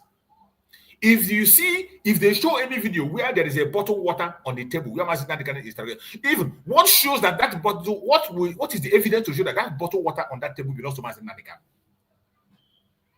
What is the evidence that a member of the SS that interrogating Mazi Nnamdi Kanu can come in with his own bottle of water, keep it on the table while they are talking? The bottle of water might not be made for Mazi Nnamdi Kanu. That the video they showed in the court captured the bottle of water does not mean that it belongs to Mazi Nnamdi Kanu. Because from what that guy is saying is that in that video that they can even see a bottle of water on the table. Seeing a bottle of water on the table does not change the fact that Mazi Nnamdi Kanu was maltreated and does not show that Mazi Nnamdi Kanu owns the bottle of water.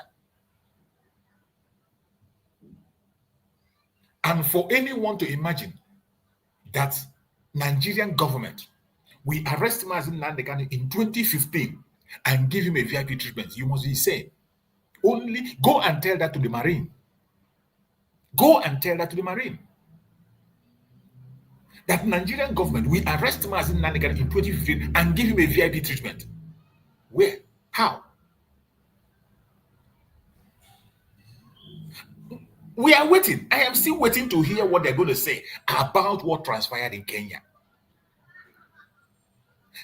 And you see, they never mentioned, they are not yet want to talk about the issue of Kenya. The kidnap of Mazi Nnamdi Kanu in Kenya, how he brought that has not been mentioned. They are dwelling on 2015. On 2015, that is where they are dwelling. They are dwelling on 2015. And remember, a court in Nigeria said you cannot stand on illegality and you begin to talk about legality. That they must explain. The first explanation is supposed to be, the very first thing to be treated is supposed to be, how did you bring this man to Nigeria to come and stand this trial you are trying to try him now? The issue of Kenya is supposed to come first before this trial of 2015. That is how it's supposed to be. The case of Kenya is supposed to come first before you talk about 2015. This is what it's supposed to. That is how it's supposed to, and that is what the court said in Nigeria. That no law court have the right to stand on that case until they explain the situation surrounding the kidnap of Mazi Nnamdi Kanu. That kidnap was against international law. The rendition against international law. Nigeria committed a crime. And remember the very first time Nigeria committed a crime of kidnap in UK. The very first time they committed a move, they made a move under the same late Muhammad Buhari to kidnap Omar Rico. They were sanctioned. The plane that was used for that very thing was impounded. Every single officer, including the pilots, people who were involved in that very attempt. It was an attempt to kidnap Muhammad Rico from the UK. They were all punished. Every single person, the plane was impounded. But now, a successful kidnap of a British citizen from Kenya and extraordinary rendition to Nigeria, and they still have the boldness to come to their court and try him. You can imagine. They still bring to the court, and nobody is mentioning about the Kenya issue yet. Well, as we always say, I don't know the agreement the senior advocate have reached. I don't know what the senior advocate know that we do not know. But I'm not in tune with whatever decision they are making. I do not agree with it. And one thing is certain, I do not expect any justice from Nigeria Zoological Republic. Nigeria is a shrine of injustice. That is what Mazi Nnamdi Kanu called them. What they have in Nigeria is a shrine of injustice. They say the court is the judiciary is the last hope of ordinary man. In Nigeria, it is a shrine of injustice. If you find yourself in a Nigerian court, you are gone. Only God will save you. Only Chukwu Okike Abiyama will save you. If you find yourself in a Nigerian court, only Chukwu Okike Abiyama will save you. That is why when they commit their crime, they will tell you to go to court. They will commit a crime that they know is a crime. They tell you to go to court. Somebody will go against the constitution, go against the law, and will tell you to go to court. You see what their politicians are doing? They rig election, play all their games, push all their wrong figures, and they will tell you to go to court. And you go to court, you lose the case. Today we have governors who the court made governors, even though they did not participate in the election. It is in Nigeria you see a governor that did not participate in election become a governor. In Imo State, Hope Uzodinma did not participate in election, and yet he was made a governor by the court. How can you take fourth position and you claim to participate? You are not part of the election. Anybody that comes fourth, they left the first person, second person, third person, and they went and picked fourth. The court picked the fourth person. If you come fourth, you didn't participate in election. But the court made him who he is today. A shrine of injustice. That is what we have in Nigeria. A court that will see the writing and they will tell you that this is wrong. A court of Nigeria depends on who you know or how much you have. Who you know and how much you have will decide your case. That's in the system. So if any one of you here is clapping hand and folding hand or jumping up because of some rhetoric you hear from the judges sometimes, don't pay attention to that. Do not be emotionally carried away. When the judge say, "Oh, bring all your witness within 6 days. If you don't bring it, I'll throw out your case." You should make sure you limit your witness to a certain number. Don't bring more witness. And you think he's on your favor. No. Oh, Mazi Nnamdi Kanu have been in detention for so long. You cannot go for holiday and leave somebody in the detention. It is a wrong thing to do. Don't be moved with that. Do not be moved with those statements and those comments. As I said before, go and check the record of the man. That man who is sitting, go and check his record. I don't expect anything good coming from them. I don't expect anything good. So, my fellow Biafrans, we must continue. If you want Mazi Nnamdi Kanu to be free, there is only one way. The only one way for Mazi Nnamdi Kanu freedom is Biafra, the United States of Biafra. It is the United States of Biafra, that dream that he has, that desire that he has. Hold on to that dream and desire. Give it to him. And you see Mazi Nnamdi Kanu emerge very strong. He emerged very strong. So we are waiting for more update. Their recess have ended. They have finished the recess. They have just finished the recess, and the court have now reconvened again. They resume. And the same video of the DSS is what they are now playing. And with same video from the DSS interview. So they are still deliberating on that very video. As you know, it is trial, they call it trial against trial inside trial. That is what they call it. That is what is ongoing now. And they have come back from their recess, playing the video that was played before. So now we are going to be waiting to hear what is going to come out from there. And I believe that the defense team is going to cross-examine every single thing that they've been thrown at them. And we will keep on following and watching to see what is going to transpire. But my fellow Biafrans, please, if you care about Mazi Nnamdi Kanu's life, if you care about Mazi Simon Ekpa, the time is now. We must have to rise up. We must rise up to the occasion. United States of Biafra, under the command of our Prime Minister Mazi Simon Ekpa and on the supreme command of Mazi Nnamdi Kanu, today, under the leadership of the Deputy Prime Minister Dr. Ngozi Orebeze, is the wise way to go. Support it with all your strength. Support it with all your might. If Biafra is free, Mazi Nnamdi Kanu will be free. Remember what Cho Ayoba said. When Cho Ayoba was interviewed by the Department of Saboteurs, when they called him in their program, there was a statement he made that made them to run away from him. When the Department of Saboteurs invited Cho Ayoba, the leader of the Ambazonia people, when they were asking him, when he was telling them, do not have faith in the court of your enemy. Nothing good is going to come out from the court of your enemy. Why are you expecting your enemy to give you justice? That is what Cho Ayoba asked them in their own platform when the Department of Saboteurs invited Cho Ayoba in their radio Biafra.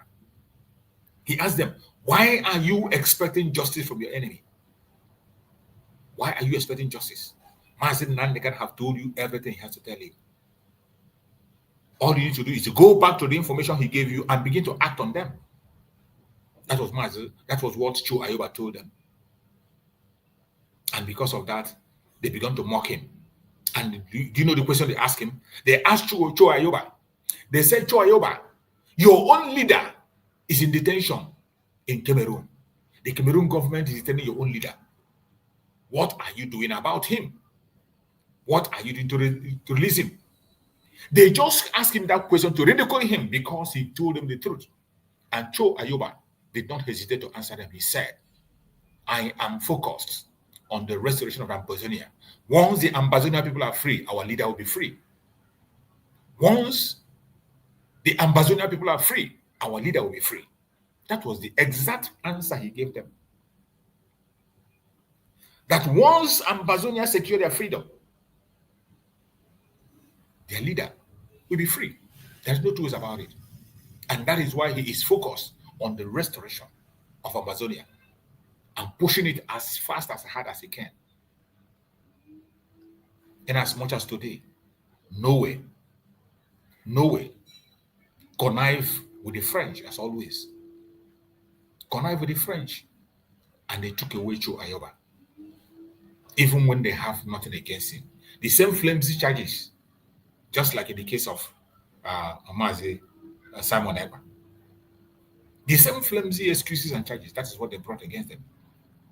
And I thank God that some people that matters are talking. Some people that matters are talking. I saw a post that was made on the Biafran platform, on our United States of Biafra platform. I'm going to try to bring that up post and read it out, because Dr. Mazanga is also making a very great point. Dr. Mazanga is speaking loud and making sure that our voice is heard. He's doing a very, very great job. I love what Dr. Mazanga is doing. And I'm going to bring out what Dr. Mazanga have said. I think I saw it in our platform, United States of Biafra platform, so that we can be able to go through that also while we wait for the update that is coming. So every one of us should know that the freedom of Mazi Nnamdi Kanu can only be guaranteed. It can only be guaranteed with what we do.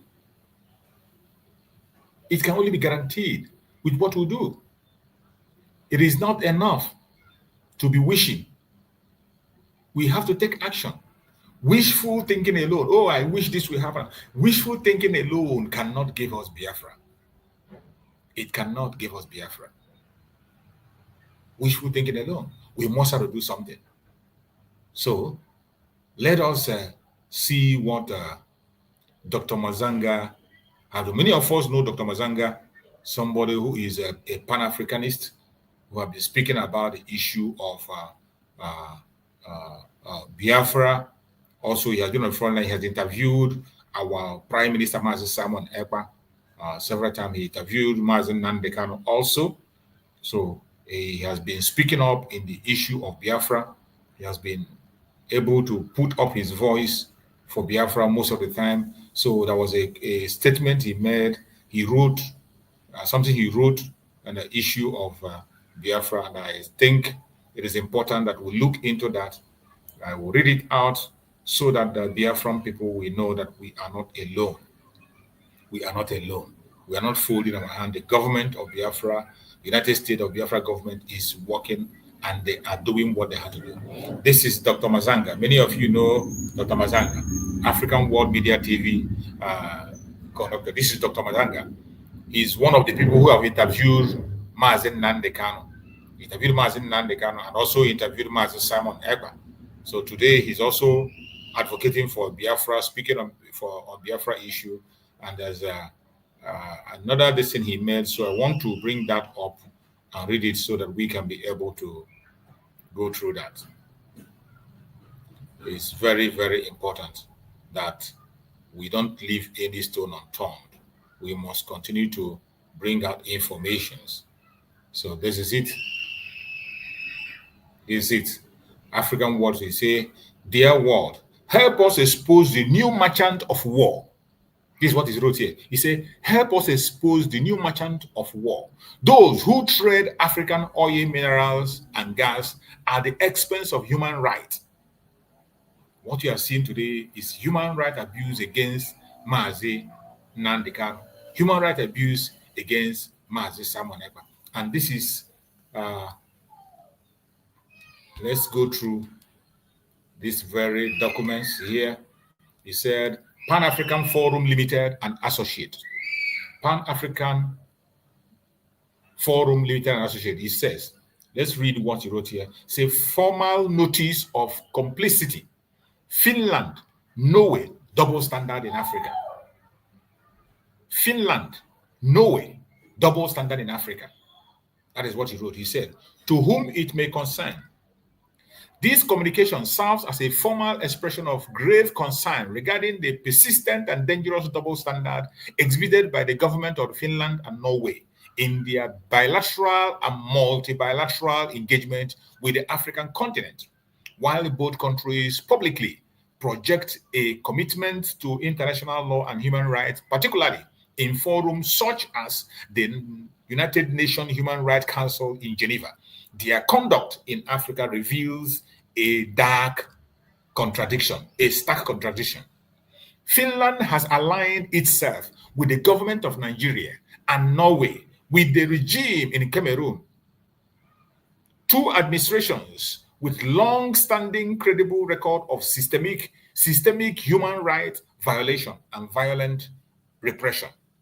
These Scandinavian nations have effectively carved out informal zone of influence in Africa, where they pursue strategic mineral interests, oil concessions, and geopolitical foothold under a veil of diplomatic silence. In doing so, they have consistently failed to acknowledge or denounce the atrocities committed by the respective allies. This deliberate silence cannot be construed as neutrality. It is complicity. That is what it is. It is complicity. Finland and Norway are complicit in what is happening to the Amazonians and what is happening to the Biafrans. We have formally submitted complaints under the European Convention on Human Rights, holding Finland and Norway accountable for their failure to uphold the principle of convention, particularly the obligation to prevent, report, and condemn gross human rights violation in territories where their foreign policies interests are active and evident. The recent example underscores this complicity. The government of Nigeria, despite its international obligation, permitted the transfer of 40 armored personnel carriers, APCs, to the Boko Haram terrorist organization with no apparent resistance or accountability. Exactly, that is what it is. They handed over their APC armor tank to the terrorists, which transpired recently. They joked some and said they took billions. No resistance, even up to today. They're not making any efforts to go and recover those things. Nothing. Boko Haram is designated as a terrorist group by the United Nations and numerous national jurisdictions, including the EU. Such an incident is not an aberration, but a manifestation of a deeper structural alignment between external benefactors and local regime that sacrifice human rights for geopolitical gains, which is what they're doing. This is not simply a Nigerian or Cameroon crisis. It is a global indictment. It demands urgent international scrutiny of European actors who enable authoritarian regime in Africa in exchange for economic advantage. The case of France obstructing ICC proceedings against Cameroon. President Paul Biya further illustrates this troubling pattern. That one is very, very open and clean. A man who is almost dead, cannot do anything, cannot even walk on his own, who is mentally dead, his brain dead completely. France continued to remove him, to use him to manage, to steal from Cameroon. We therefore call upon all relevant international institutions, including the United Nations, the African Union, the European Union, and the Council of Europe, to urgently examine and address the role of foreign states in reinforcing repression on the African continent. That is what Finland and Norway is doing today. Justice must not be selective. Yes, justice must not be selective. Silence in the face of atrocity is not diplomacy. It is endorsement. That is what it is. That's what it is. Yours faithful, Dr. David Nyekora Mazanga, founder and chairman, Pan-African Forum Limited and Associate. This is a letter that was written to the EU, the United Nations, to African Union. It's left for them to pay attention, but as you all know, they will never pay attention. They will never pay attention. And that is why we have taken our faith in our hand. While we continue to push all these things out, we will continue to follow them bomber to bomber, and we will continue to deal with them and also respond to their lies and propaganda. We must not allow this evil to continue.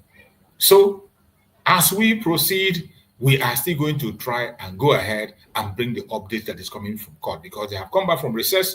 I will still go back and bring the update, and from then we will continue to go further to put information out there for Biafrans to know what's actually going on. My beloved sister Ojugo, you are welcome. Thank you for joining us, my sister Ojugo. Please unmute yourself if you are there and speak to us. Let's hear you. Good morning, Bro Jokes. You're welcome, my sister. The Biafrans, including those who have dedicated themselves to be a saboteur, and we'll pray for your repentance. Yeah, I haven't joined when the first summary of Nnamdi Kanu's court. Like we all know, we're just hoping for the worst. As I don't think anybody in Biafra land, anybody in the world is expecting justice from Nigeria. We're just watching. That's all I'm gonna say. That we're just watching. But I had an opportunity to come in when you were reading the letter of this doctor. You know. Yeah, I had that opportunity to come in. So I'm happy that, Africans are up. Yeah, up to liberate themselves. And the letter the man wrote is a very strong one. These two foreign countries,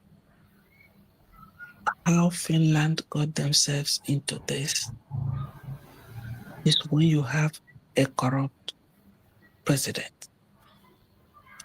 I said it before, that current prime minister of Finland need to be investigated. Serious one. For him to align with Shettima, for him to align with Nigeria, the most number six worst country in the world, and number one deadliest place for a Christian to live is Nigeria. And that is where Finland tangled themselves, following the footsteps of France. France is the papa of Finland and Norway. But they started late, very, very late. They've gotten a contract from Nigeria, and that's what they're looking for. No problem. And the current Prime Minister of Finland forgot, because of contract, life of Simon Ekpa does not matter. Life of Biafrans does not matter. Just to get economic contract. This is to benefit their people. And we are not human beings. To grow their own country. And we are not human beings.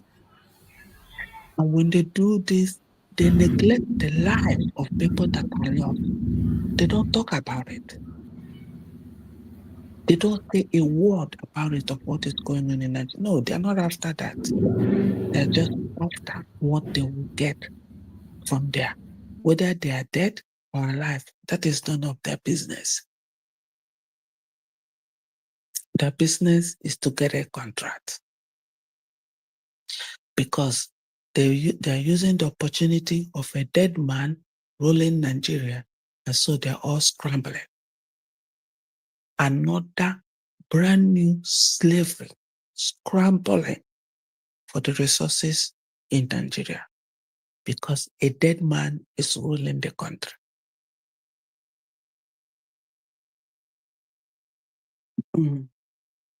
It's so sad. It's so sad that these two countries, foreign countries, are involving themselves. But I'm happy that, Africans are coming up. They've determined this time that enough is enough. Enough is enough of this their rubbish. You have UN. That's why you see all these things they form. UN, EU, you. They just a way they modernize things. Not to them. Modernize themselves, regroup themselves, just to continue their slavery.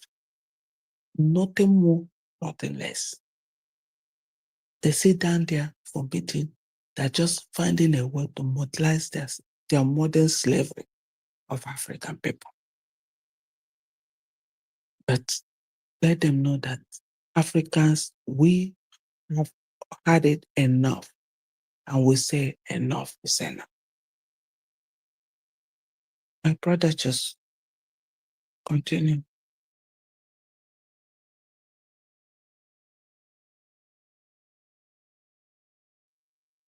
Juice, I think you're muted. Yeah, thank you so much, my sister. Thank you so much. I appreciate you. We must continue to bring update that is coming from the court. And we have a new update from the court. As for those who were not around all this while, like my sister said, she's not joining.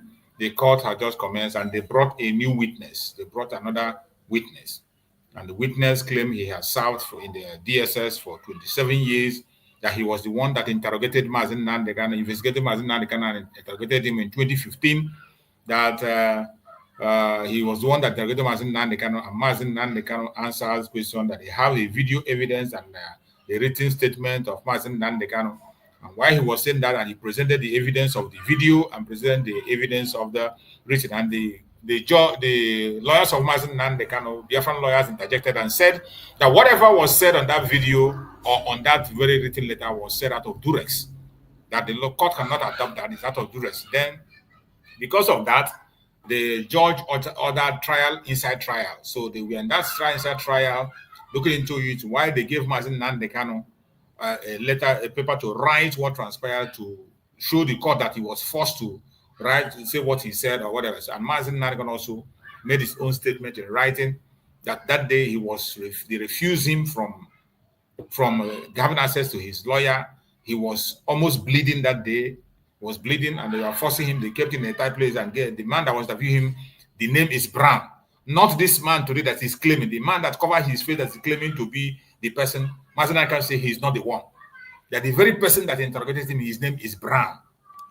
That's the name of the person. And they asked the man, "Are you Brown?" The man said he's not Brown. That he don't know anybody that is called Brown. So they began on that trial inside trial. They were there arguing and all that, and they said that Mazi Nnamdi Kanu was not forced to write his statement.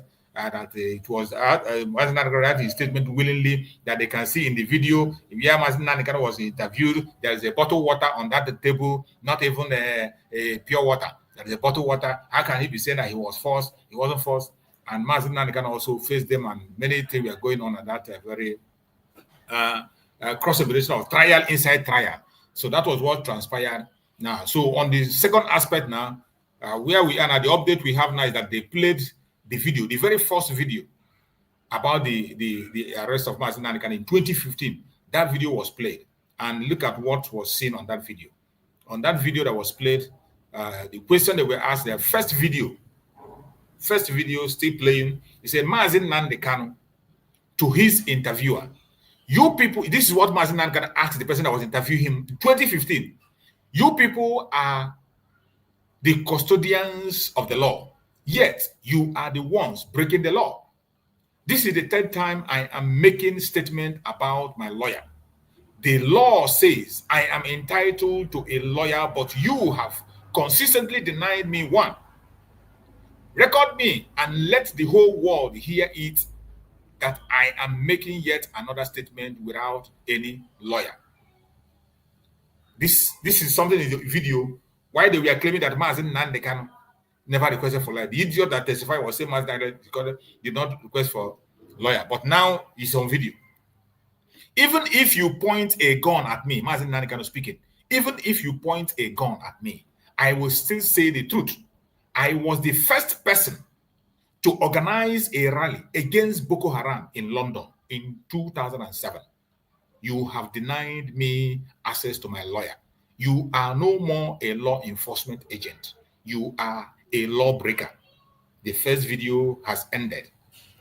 This is what transpired in the first video that was played. And this one is an evidence to show that Mazi Nnamdi Kanu actually requested for lawyer. And that idiot was saying that he didn't request for lawyer. He didn't hear. That if he asked for lawyer, he did not hear such a thing. But now on video, the testimony is there on video. Then the second video, they are playing the second video. And in the second video, these are the information that are in the second video. Interviewer, how are you? Mazi Nnamdi Kanu, I'm not fine. Remember, he said that he didn't know whether his Mazi Nnamdi Kanu is well or not. That his Mazi Nnamdi Kanu didn't tell him if he's sick or he's not. But look at it in the video. How are you? Mazi Nnamdi Kanu answered, I'm not fine. Interviewer, what's IPOP? Mazi Nnamdi Kanu answers. Told him the meaning of IPOP. Interviewer, what's the duty of IPOP? Mazi Nnamdi Kanu answered, mentioning the Biafran territory, the states involved, and mentioned that no state is under compulsion to join IPOP.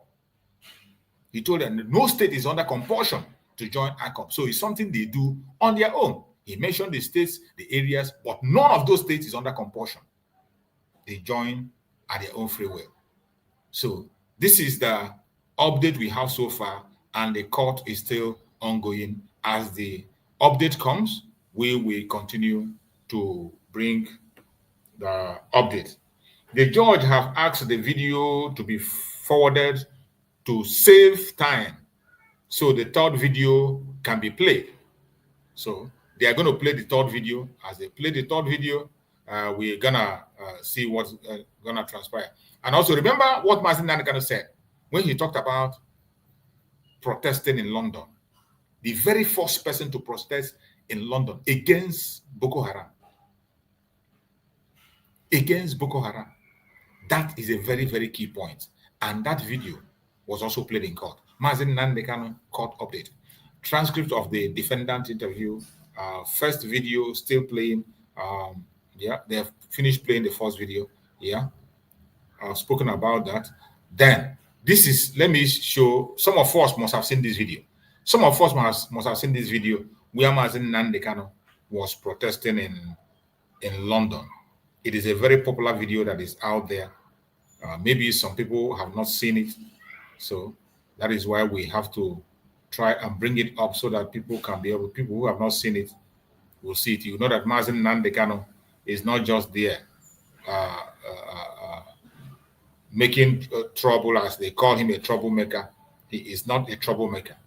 He's only trying to bring information and say things that need to be said. That's all he's doing. And this is the video. Many of us must have seen this video. This is a video where Mazi Nnamdi in 2007 in London, that's the Nigerian embassy there, Mazi Nnamdi hosted a protest calling Nigerian government to go and deal with the issue of Boko Haram in the northern part of Nigeria. He was fighting for the northerners. He was fighting for the northerners. In this video, he was fighting for the northerners. Calling on Nigerian government, go and take care of your terrorists, Boko Haram. That if you don't take care of them, they are going to take over the country if care is not taken. It is going to spill out. It's going to go round to every state. 2007, that's when Mazi Nnamdi held this protest. The very first person to hold protest against Boko Haram. This is the man they are trying in their court. This is the man they call a terrorist. This is the man. Now you see the genesis of why they want Mazi Nnamdi out. Because the Boko Haram itself is a machine for the caliphate. Is a machine sponsored by the British themselves and the French. And the issue of sponsorship of French is always, I'm not the one that said it. There has been so many videos made by international investigations that said that there is a hand of the French government in the sponsorship of the Boko Haram. That the French government is involved. Their hand is in it. It is not a problem. It is a fact. Their hand is in it. You cannot beat it. It is a fact. They can't deny it. But today, look at the man who was calling the attention. Is the person they are now trying in their court.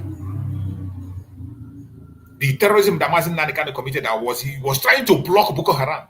He was making sure that his people are protected. He was making sure that this thing he has seen that is going to overtake the country does not take the country. Because he was fighting against terrorism. Today, they brand him a terrorist. You can imagine. And the world is watching and silent.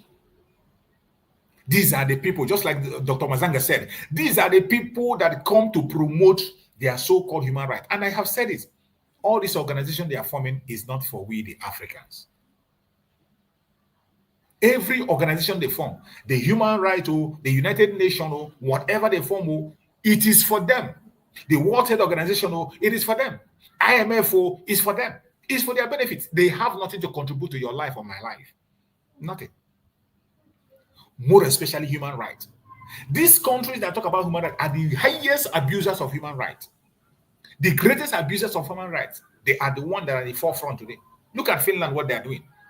Finland that is rated so high. They rate Finland so high that their human rights status is number one. Number one in human rights status. And today, they are holding an innocent man. Innocent man. For past 6 months and stay counted. For committing no crime. After so many months, they brought a charge and they say that they are charging him for incitement. This is incitement. This is what Mazi Nnamdi can do here is incitement. Mazi Nnamdi Kanu here now calling the government to go against Boko Haram in 2007. Is this an incitement? They didn't listen. And he went ahead to tell his people to get prepared. Mazi Simon came on board to continue that program to make sure that the land is defended against these same people that they've been warned about. And Finland today is holding Mazi Simon ever. Finland today is holding Mazi Simon. The same thing with Cho Ayoba. Norway is holding Cho Ayoba. You see what the French are doing in the Amazonia group. You see what the French people are doing to the Amazonians. The loss of life for the people of Amazonia. There is no livelihood in Amazonia anymore. No livelihood. These are people who wrote an agreement to march together with the Francophone side. And the Francophone side decided to take them and consume them completely, and they don't want them to exist anymore. And they said, since we reached the agreement has been violated, it's no longer working. We want to be on our own, the same way we were before. Go back to your Francophone section, let us be in an Anglophone section. And the Francophone side said no. Today, the dead man walking, who they call their president in France, is living in France and ruling the Cameroonians. A man who cannot walk on his own. A man who his brain is dead. His brain is dead. He can't even make a speech. And the French people are French government is supporting him. And these are the people that will come and preach human rights to you. The abusers of human rights. They'll be the one to preach human rights to you. Look at the British. They will be in the forefront. The British are there. Their own citizen, Mazi Nnamdi Kanu, was kidnapped from Kenya against international law. Extraordinary rendition is against international law. The British kept quiet. Their own citizen. Not even a sanction to Nigeria. No sanction. It's been 5 years counting. There is no sanction against Nigeria. Not even a reprimanding. Instead, they are busy strengthening their bilateral relationship with Nigeria. You see Finland strengthening their bilateral relationship with a terrorist government. A terrorist government in Africa because of economic interests. They don't care. No more humanity. These are the same people that will come and preach humanity to you. They come and preach humanity to you, preach human rights, this and that. The double standard is so clear. And the earlier we begin to rise up and do what we have to do, the better for us. The only way forward for us is Biafra. It is either Biafra or nothing. And until you wake up and know that there is no hope for you except in Biafra, you will continue to wallow in confusion until when it becomes too late that there is nothing you can do anymore. Thank you so much for joining us. I can see my beloved brother Christian is there and Greg is there. You're welcome. Thank you so much for joining. My brother Christian, go on and take the mic and speak to Biafran people. You're welcome. Yeah, Mazi, go. Mazi, choose. Yeah, Mazi, choose. Thank you so much. I hope my voice should be... I'm not man until Saturday, so I just hope I can contribute a little bit. Yeah, so network but if my voice is coming out, then we can just manage it. Well, yeah, we can hear you loud and clear. You're very clear. How can I? Hello? Okay, so they are still in the proceedings is still ongoing. I mean, yes, and yeah, okay. So I'm not going background noise. I'm on my phone. Hello? Okay, go on. Let me mute Greg. Okay. Because I think it's better now. Okay, go on. Yeah, so obviously that Dr. Masinga is amazing piece he wrote. Amazing. And I hope he gets to the Finnish authority because it's important that they realize, they come to know that we know whom they are. They can pretend all they want because they've obviously they made themselves enemy of Africans, more or less. So there's no point hiding it, no point trying to be hypocritical about it. You come out to play some kind of hide and seek game to make us think that you believe in human rights, that you believe in democracy, you believe it's all bull crap. There's nothing like that. So it's good. I really like that piece because I came in when you were reading it. He wrote marvelously, so it's very good. And as for the zoo itself, Nigeria, well, let them continue whatever they intend to do. How we'll be following, we'll be watching, and we see. For all I know is that the case is between Biafra and the Nigeria. So that is what is going on, and the whole world, they are exposing themselves. They are being exposed. The whole world know that Nigeria is a terrorist country. If you think it's difficult to that word, or that statement is hard for you to pronounce, wait and see what's going on the ground. Saudi Arabia, a few years ago, maybe 2-3 years ago, gave them a list of people that are sponsoring and coordinating terrorism in Nigeria. Exactly. Nigerian government, they took the list and they shove it. They shove it to the ground. They did nothing about it. So, and because Saudi Arabia, more or less, they are trying to reform. They are embarking on a serious reform, moving away from this Islamic jihadist tendency of retrogression where women, because even in Saudi Arabia, women are doing a lot. Now they can drive, they walk and stuff like that. So they are trying to reform their system of Islamic belief system, not like the Wahhabis, So, but obviously, they are not happy with Nigeria because they gave them this list in order to help them curb terrorism. But because was it Saudi Nigeria, Arabia or Dubai?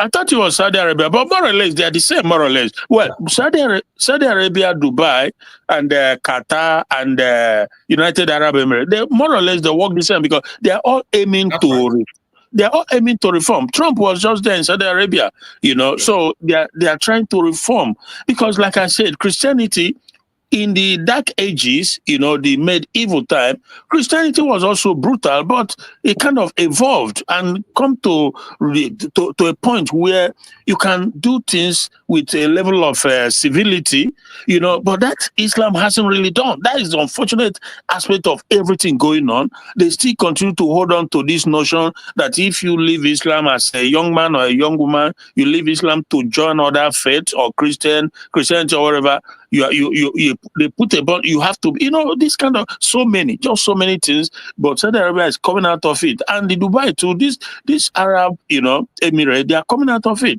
Now, so the main thing was that they gave Nigeria this list so as to help them move ahead. Can you imagine that more than half of the northern territories in the north of Nigeria is occupied, is controlled, is under the control and influence of the terrorists, and the Nigerian government did nothing. Now, Saudi Arabia, they could have, when Gumi applied for visa to go to Saudi Arabia, they could have just rejected it outright. And me and you, the world, nobody will know that something was going on. But it was a deliberate act to put not only him to shame, but the country too, the country that has choose to align with terrorism.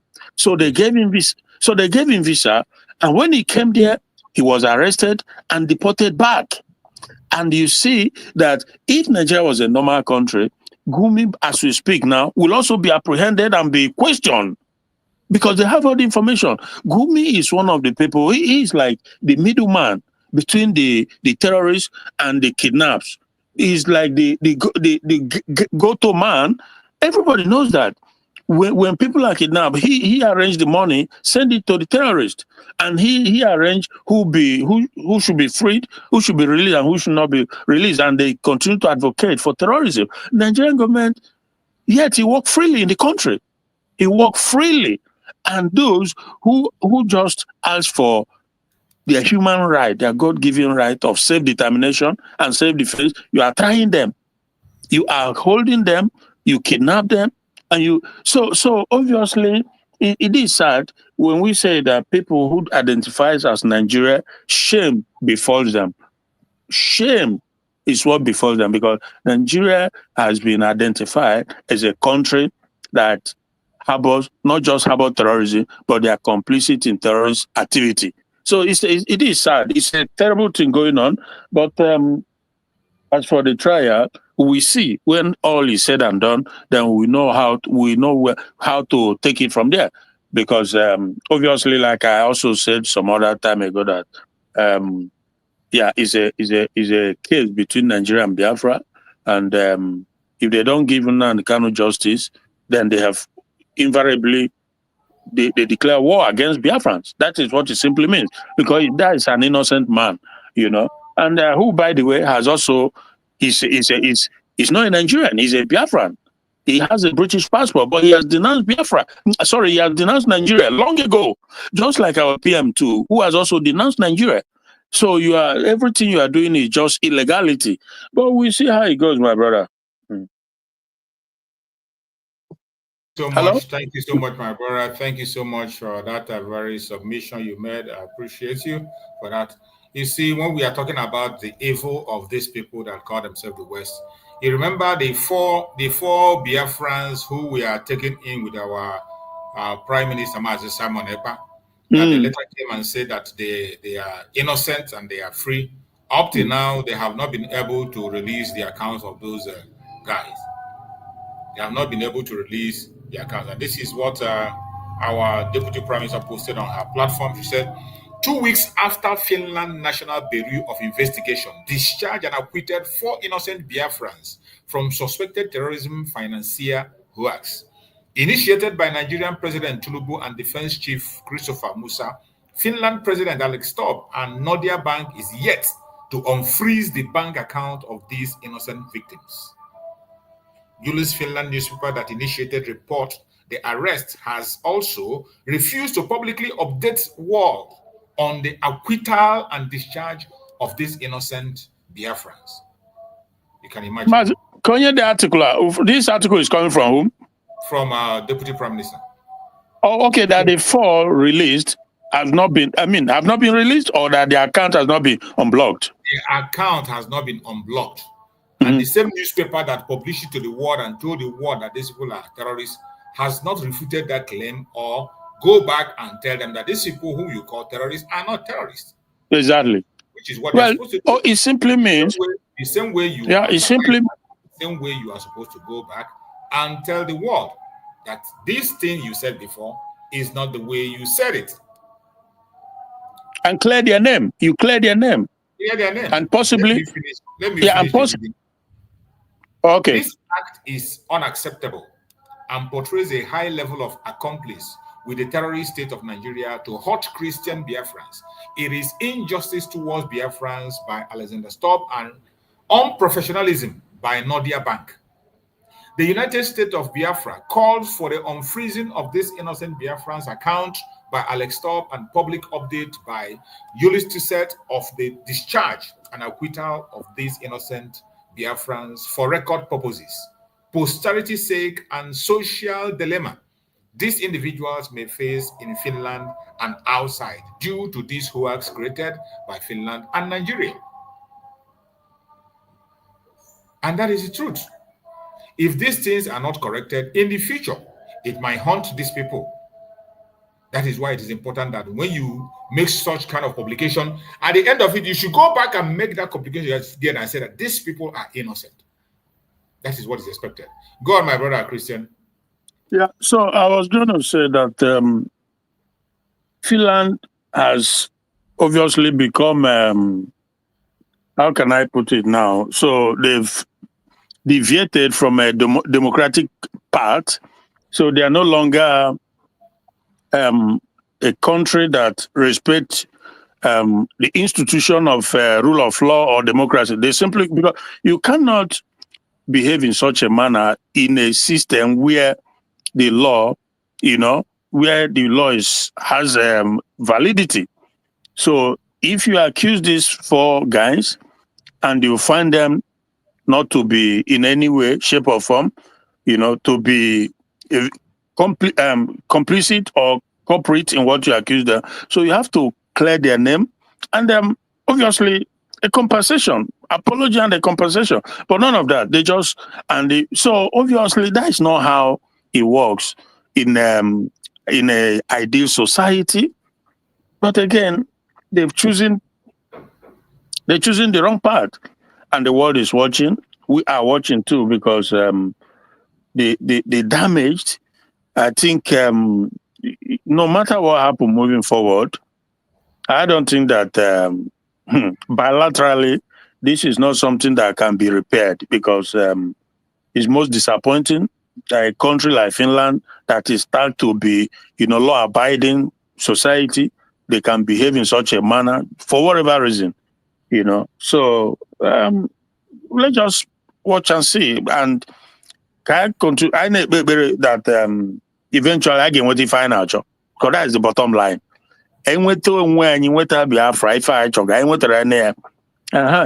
So I might go now. No, can we go there? Because there's still mountains to climb, until when we have there, Mazi and cable, because a lot has really gone on.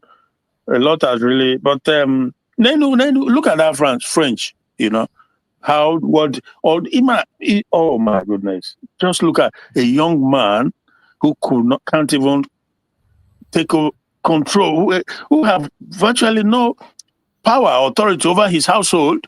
On a plane now, my country, it's viral all over the world. He is the same one that is holding entire, more or less, African countries in servitude, telling them that we cannot let Africa go now, that they are still in a developmental stage, that they've not reached the stage where they can. Jesus Christ.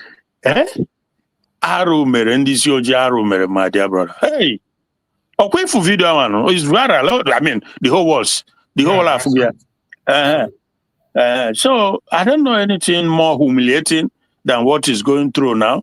And it's been going on. This is not the first time. Quite the other day too, half a anime train, something like white powder. Okay, they denied it. They said that it's tissue paper.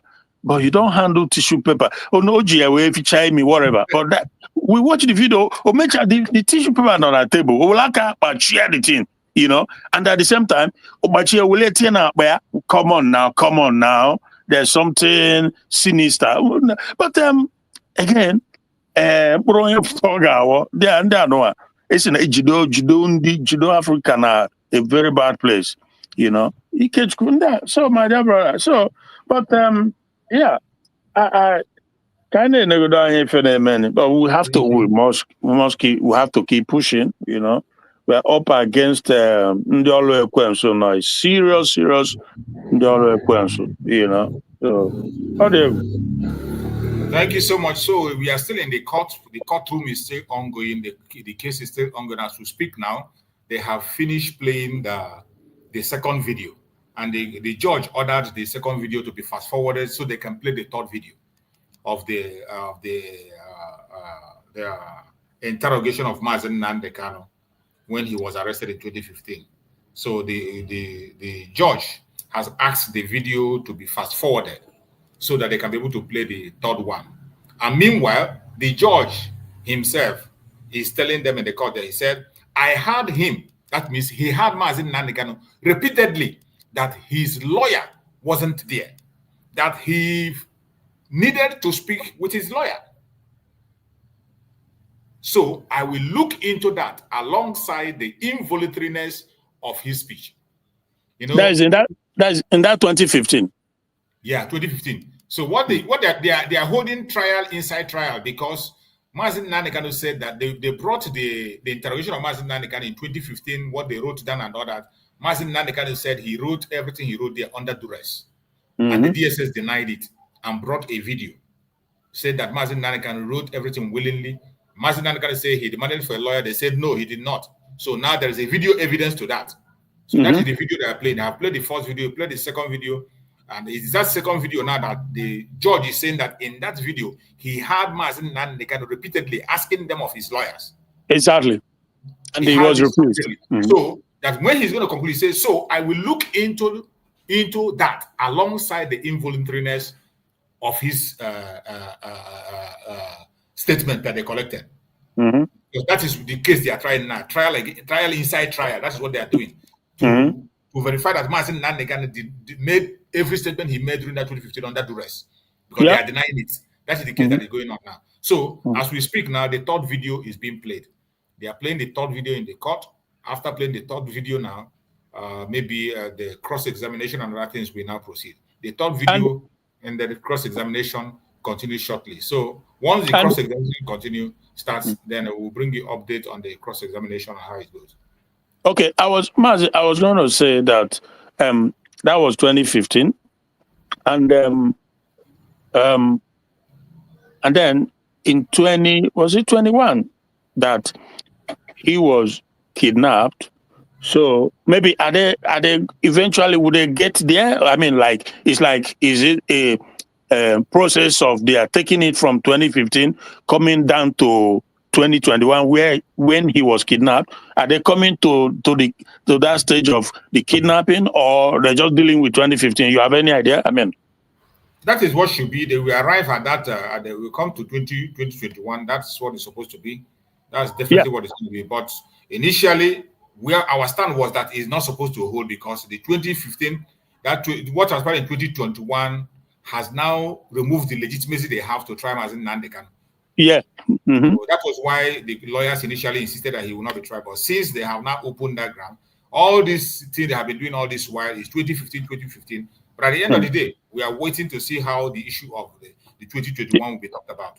Exactly. That's my point, because that's my point, because they cannot just be dealing with 2015, forgetting what exactly transpired that brought us to where we are today. And even at that, even the 2015 was also a situation that was very clear, very obvious that they contravened. The federal government contravened, because you went in, and you carried out the Operation Python dance with a concrete evidence of the crime against him, and a lot of people were by in the process, and he manages to escape. So anybody saying that he jumped bail, that he just lied from the pit of hell. You came and you did what he did. He survived, and he manages to, So and I'm sure there are video evidences to that effect. So when we get there, then leading up to the 2021, so the kidnapping, which on its own is illegality of the highest order. So they basically have no ground. They have no case against Nnamdi Kanu, because he hasn't done. Nnamdi Kanu has never been afraid to express himself. He said this thing right in front of you. He said it behind. So he has never been a man that means his word. He told them what he wanted from get go. He told them, you have to give us that opportunity to decide our fate. If my people say that they want to remain in Nigeria, fine and well, so be it. But you cannot continue to hold us in bondage, in servitude. It's a kidnap. It's a clear court case of kidnap. That is what goes on in Nigeria, because we're never given the opportunity in the form of referendum to decide. The amalgamation was forceful. It was never consented. Everybody knows that. From that time to this very day as we speak, they never say, okay, you people, what do you want? As it's done in most places in the world. So we'll see how it goes. We'll see how it goes, my brother. Thank you for everything. Thank you. Bro Greg, take the mic. Bro Greg, let's hear you. Bro Greg, are you there? Unmute yourself. Greg? Unmute yourself, Greg. Greg is always having a network challenge these days. Germany. Great. Bro Greg, go Germany, go now. Germany. He's having a network challenge. Europe now. That is it. It depends on the area. My sister Odibo, you're back. Do you want to speak now or later? Yeah, I'm back. Getting calls from back home, where we don't have good hospitals and clinics. So, I made the arrangements for my family to go to. The call is still coming. made arrangement to go to one Catholic hospital because you're, looking for a good place to take your family to be treated. Otherwise, they will all die. It's what the federal government is supposed to provide for people. But here we are. Here we are. If we don't take care of them, they will all die. And you will have no family. So that's what I've been battling since I got up in the morning. Trying to make call to send them to a good hospital. So that's why I left, to answer that call. And they're still calling me back. But let me just hold on right now and before I speak. Thank you. Thank you, my sister. Thank you so much. Bro Greg, are you there? You're back now. Let's see if you can unmute now. Yes, Mazi, choose. Good afternoon. What do you call the happen for your this time around? I don't know. The network. Network. I'm on the way since today. So when I drive through the flyover, some areas I will not get network. So it will just go out. And come on, yes, my brother. Yeah. Where can you hear them? Well, thank God so much again this afternoon that we are still alive and continue in our battlefield, because we are in the battlefield spiritually, mentally, physically, and otherwise. We are in the battlefield. So that is number one message to every Biafran. Every true Biafran must know that he is in the battlefield. Nnamdi Kanu is on the battlefield this afternoon, fighting for the freedom of Biafrans. Definitely not for the freedom of Nnamdi Kanu. Nothing is holding Nnamdi Kanu there except the Biafrans are holding him there, that he will continue the battle. And we pray for him that God will strengthen him, give him more courage. You see? And scatter his enemies and Biafra enemy. You see? So, my brother, as we are preparing for the Biafra embassy in Washington, we continue praying that God will take over.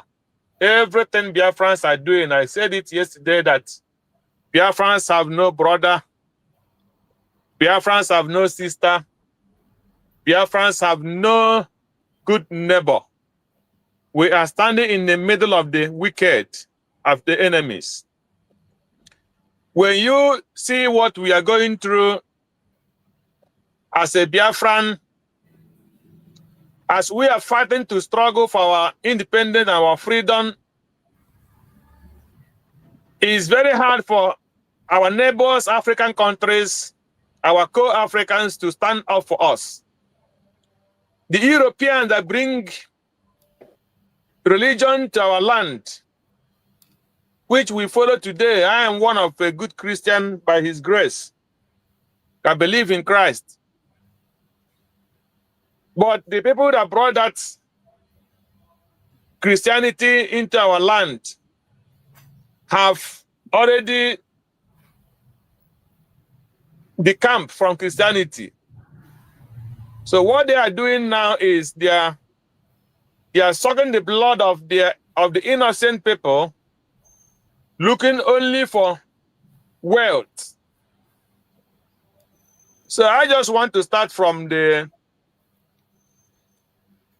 Finland authority, because some people, some I don't know what to call them, who say that any person that is talking about Finland is not helping Biafra. That I tell that person that he is a total fool.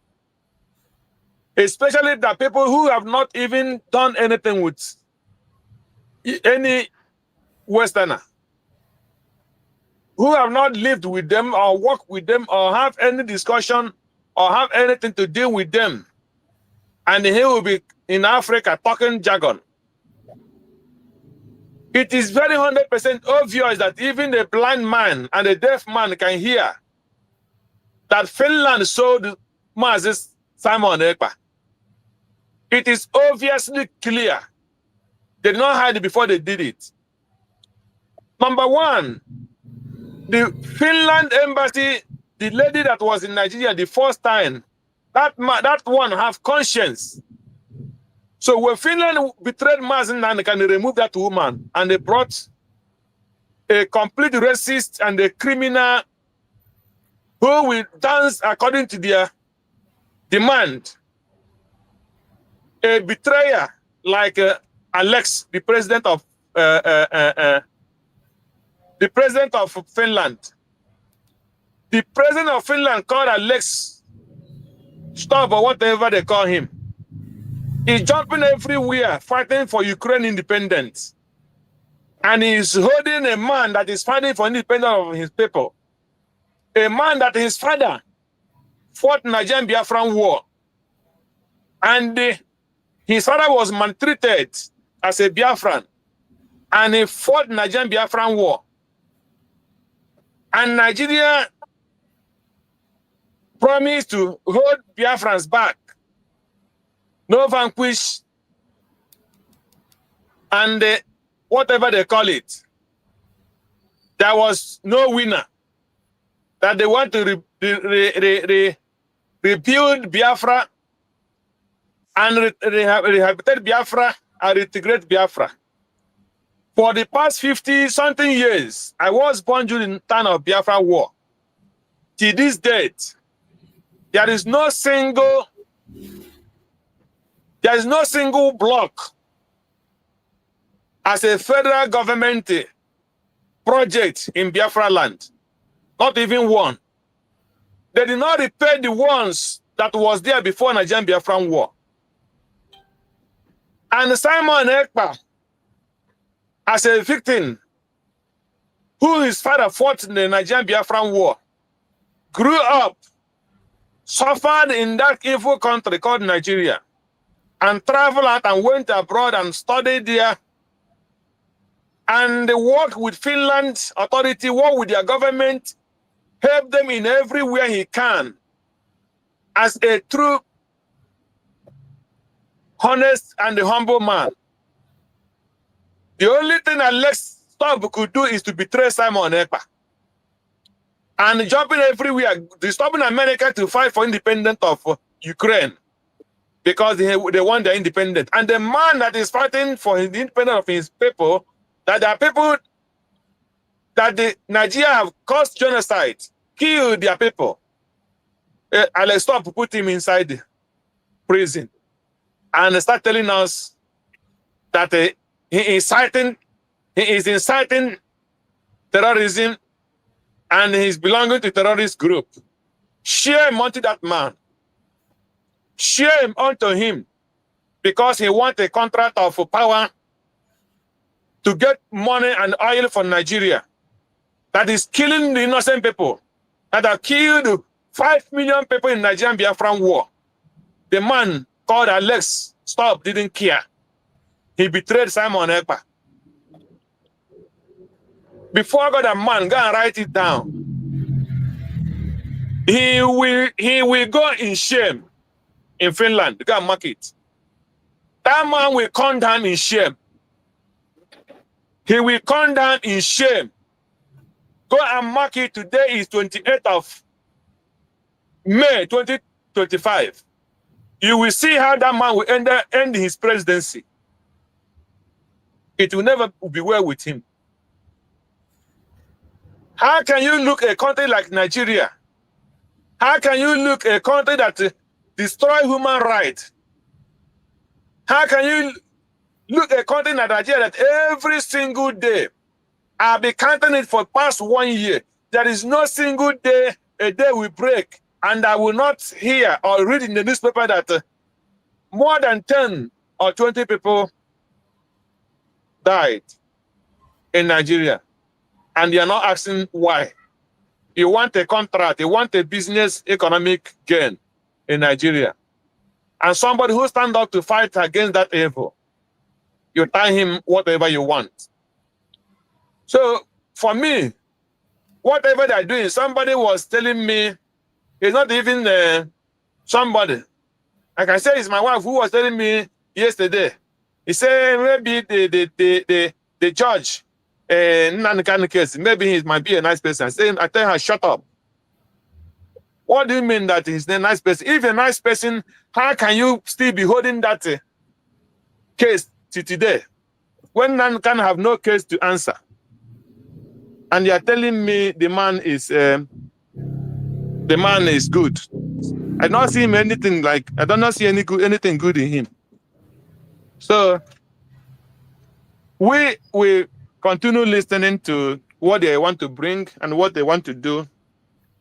And yeah, we'll see how it goes. So I will be on the side because with the little time I have now, I just use it to say, let me contribute. Because I have a lot to say, but my time is not permitting me. I will still join in the next few minutes before you go. Thank you. Thank you so much, my brother Greg. I appreciate you. Thank you so much. You have spoken well. Thank you as always. And I just saw a comment that my beloved sister Stella Uzoka was writing. My beloved sister Stella was asking, where is that Karo White lawyer?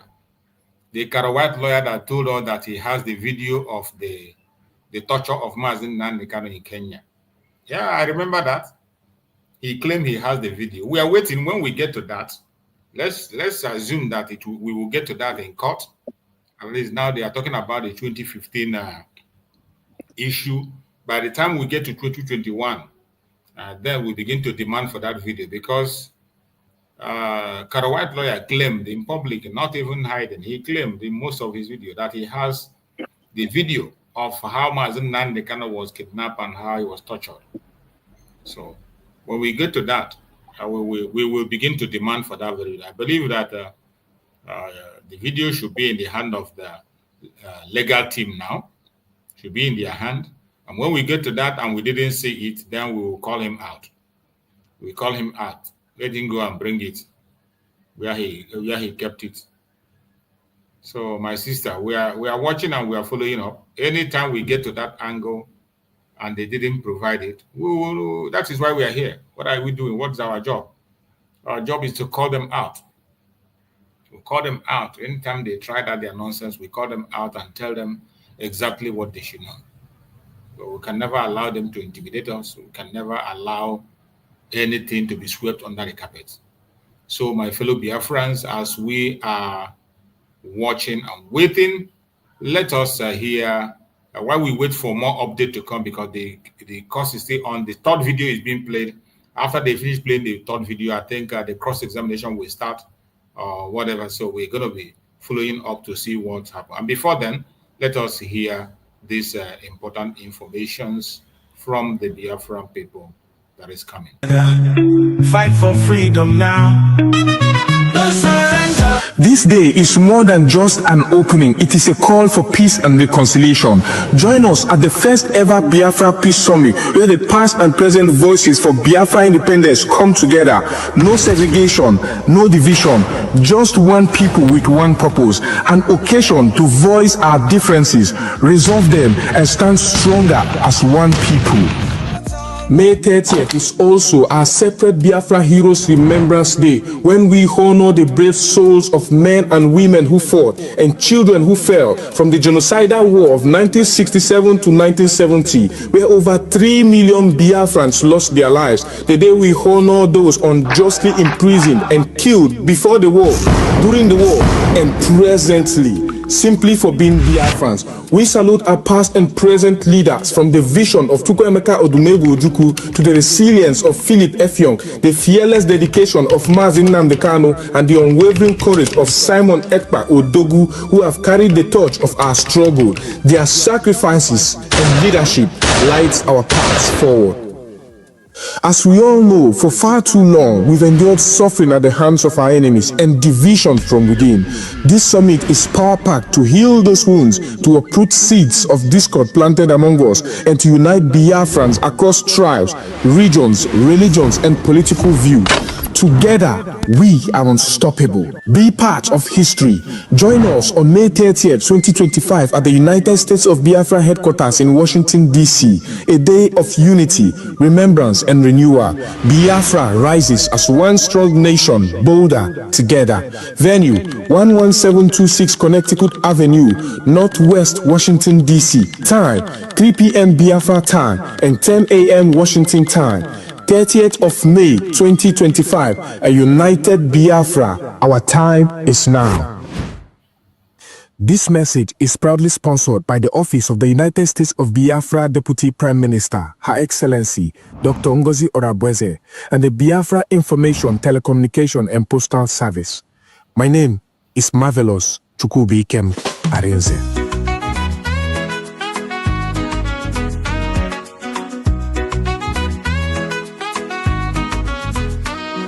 We face many things, we don't fall. Them took a Nnamdi Kanu, but we stand tall. Simon Ekpa, them catch we still they strong. We go rise higher, no place for wrong. We no go fall, we go stand. In unity, we hold the land. From night.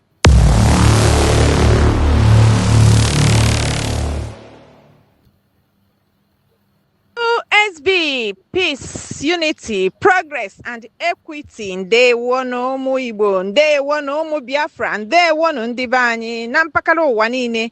Gọọmenti USB, United States of Biafra, site n'aka our DPM, Dr. Ngozi Orabweze, na-akpọ ndị USB niile na mpaghara mba niile nke n'ụwa na-asị na anyị nwere ihe dị oke mkpa.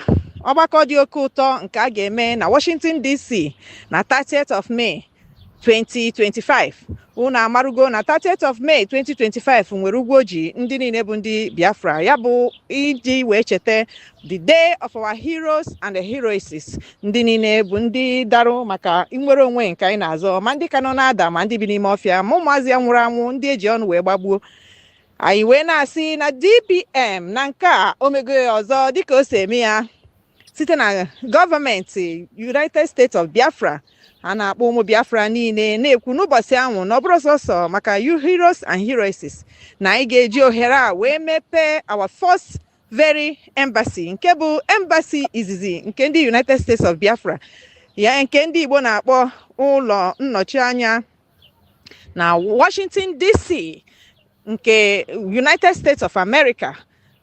Njem a ga-ebido na 3 p.m. Biafra time wee kwụsị na 10 a.m. United States time. O wee na-asị onye ọbụla bụ onye Biafra ebe ọbụla ị nọ, ihe Biafra na-adị gị mma, ịbụ oyi Biafra, ịbụ onye eziokwu na-adị mma, ịbụ onye nnwere onwe na-atọ ụtọ, ịbụ onye kwadoro ihe anyị na-eme, ka ịgba ya bụ tiketi ka ụzọ gị bụrụ na Washington DC na that 30th of May 2025, ka ị wee nọnyere ụmụ Biafra, ka anyị wee nọnyere onwe anyị, ka anyị wee kwado our gọọmenti n'ihe ọma, ọrụ ọma ha na-arụ iji wee fụ na anyị nwere onwe anyị site n'aka ndị omekome na ndị ogbu ara ọbara nke bịakwutere ịnara anyị wee na-asị na our DPM jikwa ohere a wee mekwe ya ka o doo anya na onye ọbụla nke na-abịa ya bụ njem marụkwa na akpa iji bịa amasị gị wee baa n'ebe a na-eme ife.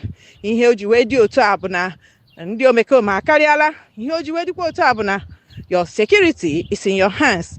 Ebe ọbụla ị rarụrụ ụgbọ ọbụla iji wee bịa ebe ahụ ka akpa gị ga-anọ, maka na ndị sekuriti bụ ndị nchekwa ga-eji igwe wee na-eche gị arụ, wee marụ na ihe ị bịara bụ ihe ị bịara, wee marụ na o nwere ihe ọbụla itinyere n'ahụ gị. Ya mere sọsọ ihe ga-eso gị wee baa na ebe a na-eme ihe bụ onwe gị na mobile phone gị, ya bụ ekwentị nke ndị Igbo kpọrọ ekwentị. Ya mere ụmụnne m, ka ihe anyị na-eche onye ọbụla gbakọwa akpa gị ka anyị wee jee wee kwado onwe anyị, wee kwado ọwa gọọmenti, wee jụọ ajụjụ ọbụla nke na-agbagwoju anyị anya, ma kwukwe ma tụkwa aro nke ga-abara anyị uru, wetakwe nke bụ ego, maka na ihe anyị nọ kịta bụ iji ego. Ụmụnne m ndị Biafra ndị na-eme ihe siri ike, ka anyị jeenụ ka anyị kwado onwe anyị, ka anyị jeenụ ka anyị kwado gọọmenti anyị, ka anyị jeenụ ka anyị tụọrụ Chukwu okike ọbịa ma mma maka o weze anyị ekpere. USB, peace, unity, progress, and equity. Ana mamadu iya mi komo fure fun para wanti to na boy pankano wan kanide denk to boy pa mfure fure wu I kombo kembene tai to bi dandi I dagan so kondide ke banga mbo mbi upeme I rongo yit e go to security ki kombo bepo Boke this ufoko jide bopo de nation United States of Biafra ke jiri nye ke filante mpo eko to filante nduo te ibara ke this kingdom this United States of Biafra filante ibara wo nye fu kute na claim we mo de filante mboku ke ne ke den nino the only security mbi upemiro ngo jiri nye ke go to security ade BDF ade ke go to kikom makara Biafra Defense Force mboki bakam structure government Biafra de to yoki kibake IPOB kibake IPOB ama ajiri waido autopilot from autopilot ajiri waido brigi from brigi idanga ajiri bake United States of Biafra ajiri the government ajiri go to United States of Biafra adeke USBG Fukute wukege kute bulletproof kina mo de bridge mbok faga tong pongto wuri kede ngino ayokon todi fenyen kano kondang tang bangano ko de akure digemie du usene fyong edip ye duop ke fyong itioni ji don ke fyong mi aji nyempa kute ki kom makara peace summit ke Washington DC ke USA mbok doko yinu kandibun ka itie na mosoro ke United States ke awi kamake pat o kamake e parobok o kamake mpo beneket u senere de tao sene yidi kemeke kemitie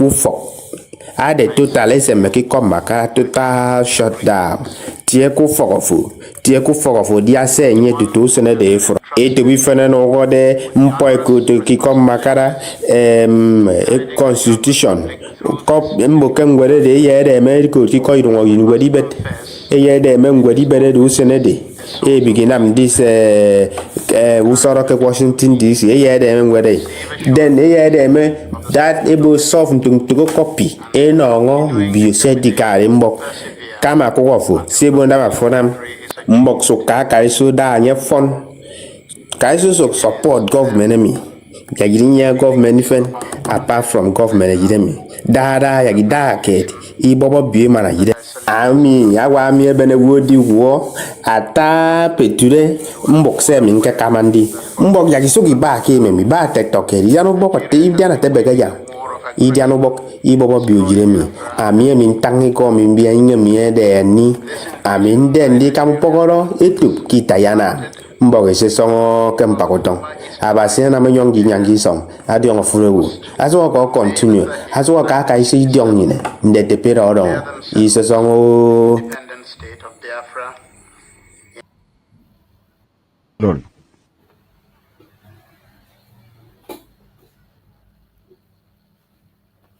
My name is Nnamdi Kanu. I am the leader of indigenous people of Biafra all over this world. Wherever you see IPOB, I lead them. I command the 17 commanders of the armies of Biafra.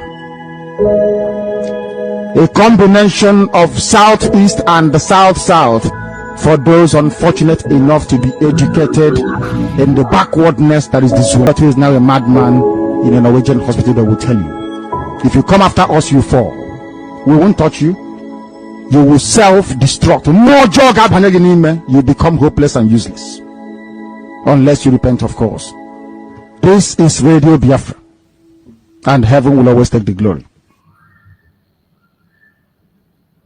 That was our supreme leader, Mazi Nnamdi Kanu. His message are just like a thunderstorm. Each time you hear it, it will awaken you. These informations are very important. You hear him say, any day he wakes up and what he thinks about is not Biafra and Chukwu Okabiama, that let Chukwu Okabiama take his life. You heard him clearly that any day he wakes up, what he thinks about is not God and how to restore Biafra. Let Chukwuka take it. He didn't say if he take bribe or if he check. He said when he wake up and he is not thinking of restoring Biafra and worshiping Chukwuka, let Chukwuka take his life. How many of you can say that? How many of us can say that? How many of us can make that pledge? In this generation, how many of us can make that pledge? We have come to a time where everybody has to wake up. These informations are very important. Remember, this coming Saturday, there will be no fundraising. Coming Saturday is 31st. There will be no fundraising. After the 30th, which is our Heroes Day, people are going to be tired. In Biafra land, so many occasions are going to hold, and it is a sit at home. Remember, coming Friday is a sit at total lockdown in Biafra land. Wherever you are in Biafra land, you must know it is a total lockdown. Many occasions are going to hold. The following day being Saturday, as we always have a Saturday fundraising, there will be no fundraising this week. No fundraising on Saturday until the upper Saturday. Saturday will be a free day for Biafrans to relax after being exhausted from the Remembrance Day celebration. Those who are going to Washington, D.C. will be very busy in Washington, D.C., conducting the triple occasion, the opening of our diplomatic house in Washington, D.C., the Peace Summit, and the Heroes Day also. So it's a double occasion there, and people are going to be exhausted. So there will be no fundraising on Saturday. And another information that is there, this is it says USB Belgium, United States of Biafra, Belgium, Biafra Remembrance Day. So everyone that is in Belgium should know they are having their own gathering over there, May 30th, 2025. In remembrance, Biafrans, we honor the courage of fallen heroes, the resilience of living, and the hope of generation yet to come. May their sacrifice never forgotten, and may justice and freedom prevail. This is presented by the United States of Biafra in Belgium, the Belgium mission. The Belgium mission. This is presented by we shall never forget. Of course, we will never forget. We will never, ever forget. So Biafrans are already preparing on different angles in all our missions across the world. Even if you will not be in Washington, D.C., you must observe that Heroes Day in your own way, in your own territory. You must have to seek for something to do on that day. It is very important. Every one of us must fall in line. It is a very, very important and memorable occasion. The enemies are trying to cage us, they are trying to distract us, but we will not allow them to succeed. No matter how they try, we will not allow them to. This month is a very victorious month, and we will remain victorious no matter what they do, no matter what they say. So we will continue to bring update and go on while we continue to also look towards the update that is coming from the court. I'll go back to court to go and check what is the update in the court. Then I will come back. While I do that, I will allow my beloved brother Maxwell to take the mic and speak to us. Bro Max, you are there. Let's hear from you, Bro Max, while we go for the update. Thank you so much. Thank you so much, Mazi. Chicks, good morning from my side here, the beautiful city of Bologatanga in Upper East Region, Ghana. Good morning to Mazi Nnamdi Kanu, who is having his trial today. Good morning to Simon Ekpa, who is also going through trials in Finland, the evil Finland that I call them. Good morning to Dr. Ngozi Arabeze, the people of the United States of Biafra. Just about 2 days before the all-weather celebration, I say, may Chukwu Kiabiyama give us lives and protection. as we moving towards the celebration of the United States, the Heroes Day of the Biafran people, and the opening of the embassy, the House of Biafra in Washington, D.C., from where our activities and policy making will be deliberated on from. Good morning to each and every one of you. I still remind you are okay. I would like to tell our people to continue to pray. I have nothing to add to the freedom of Mazi Nnamdi Kanu and the freedom of Simon Ekpanjoko, the Prime Minister of the United States of Biafra.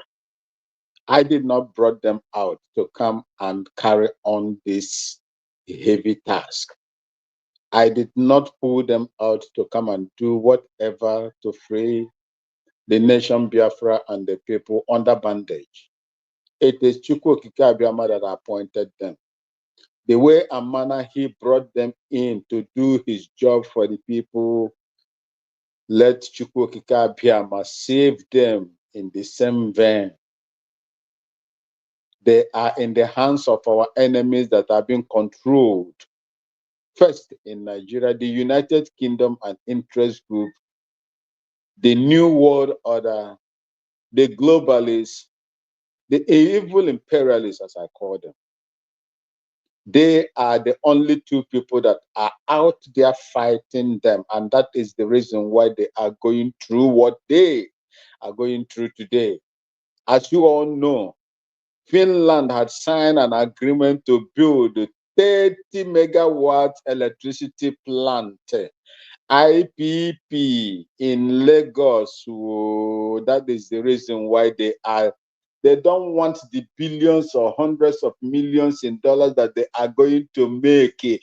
Just 30 megawatts, 30 megawatts. That is the reason why they are trying to scuttle whatever the freedom of the Biafran people.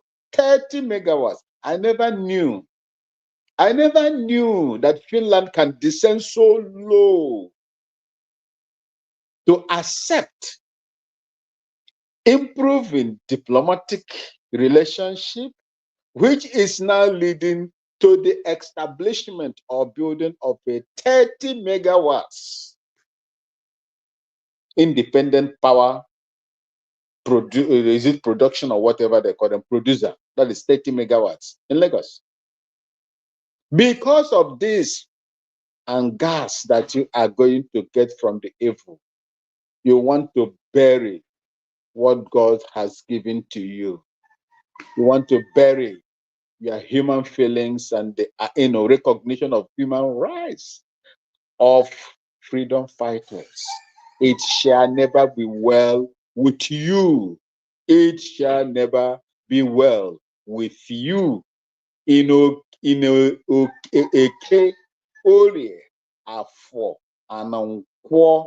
Why didn't you go and sign the IPP agreement when Mazi Simon Ekpa, the Prime Minister of the United States of Biafra, was not fighting for the freedom of his own people from the same entity that you are romanticizing with? Why didn't you go there and do it earlier before this time? That is the benefit that they are going to give to you for caging and trying your own citizen, a politician, a Finnish politician, your own person, your own son. The evil you are gathering today is going to befall you too. The spirits of millions of people that they killed while fighting for their own independence will come after you, Finland, and whosoever that have stood against their actions of freedom. The millions, the spirit of the millions of people that are fighting, that they are caging today, that are crying and gnashing their teeth, showing frustrations on what is being meted out on them, will fight each and every one of you as we are doing the little ones that we ought to do in order to facilitate our freedom. Finland, you will only be free if you never fought for your own freedom from the Russian Republic in the past. You will only be free if you were sitting down there for those you consider your enemies or oppressors as at that time to ride over you. But as long as you fought for your own freedom, and today you are fighting a man that is fighting for his own freedom and the freedom of his own people and the land, you will suffer. God will move away from you. God will turn his back at you for not standing on the path of truth. You will pay the price, just like Mazi Nnamdi Kanu cursed England for what they are doing, for the evil that they are aiding in Nigeria. Same thing will go back to you. Same thing will go back to you. You have sold your conscience for diplomatic relationship and the 30 megawatts IPP industry in Nigeria. Now we've known the reason why you are caging Mazi Simon by the Prime Minister of Biafra, the United States of Biafra. Now we know. It is now that you are gaining your benefits from the zoo. I have nothing to tell you people, but you will pay the price as long as you also fought for what we are fighting today in the past. You will suffer for it. You will pay. Because we are in your places. Because we are using your platforms to fight for freedom. If we have a place that we control, just like the Burkina Faso, Captain Ibrahim Traore, I don't think that you will come and begin to arrest us and pick us one after the other. May Chukwu Okike Abiama continue to guide the Biafran people. May Chukwu Okike Abiama continue to protect each and every one of you. The fight we are fighting is the fight against the war. The globalists and their interest in the zoo, that is what we are fighting. It will never be easy. Anytime you go to your, secret homes or secret rooms, always commit this freedom and whatever that you are doing to make sure that the dignity and the land of the Biafran people is restored in prayers. We are children of God and we believe in spirit things. We believe in the work of Chukwu Okike Abiama and his supremacy and his supreme being. He alone is going to help us and not anybody. Because the people we are fighting are too many, but they are not too many in the eyes of Chukwu Okike Abiama. Thank you, Mazi Chuk, as we wait for the updates that are coming out from the zoo court that I don't have any hope in. I rest my case here.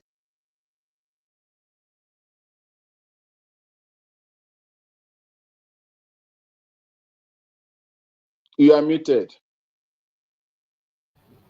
Thank you so much, my brother Max. I appreciate you. Thank you so much for that wonderful contribution that you just made. And we will continue. Now, let's go back to the courtroom. Let's go back to the courtroom. The court is still on. And as we speak now, they have finished playing the script and all that. The cross-examination have now started on the trial within trial. So that is the update we have now. So what have just happened, what just transpired in the court that is still ongoing now is what I'm going to read out to you. Transcription of examination proceedings, witness PW3CCC. So this is what transpired. Defense asked, I observed throughout the video played, more of the interview showed their faces. None of the interviewers showed their faces. That is the video that was played. They watch now. You know, they played the first video, second video, and the third video. So after they play the video, now the defense team is now cross-examining the witness. And these are the questions that they put to the witness as they question the witness. Defense. I observed throughout the video played, none of the interviewers showed their faces. Why? Witness.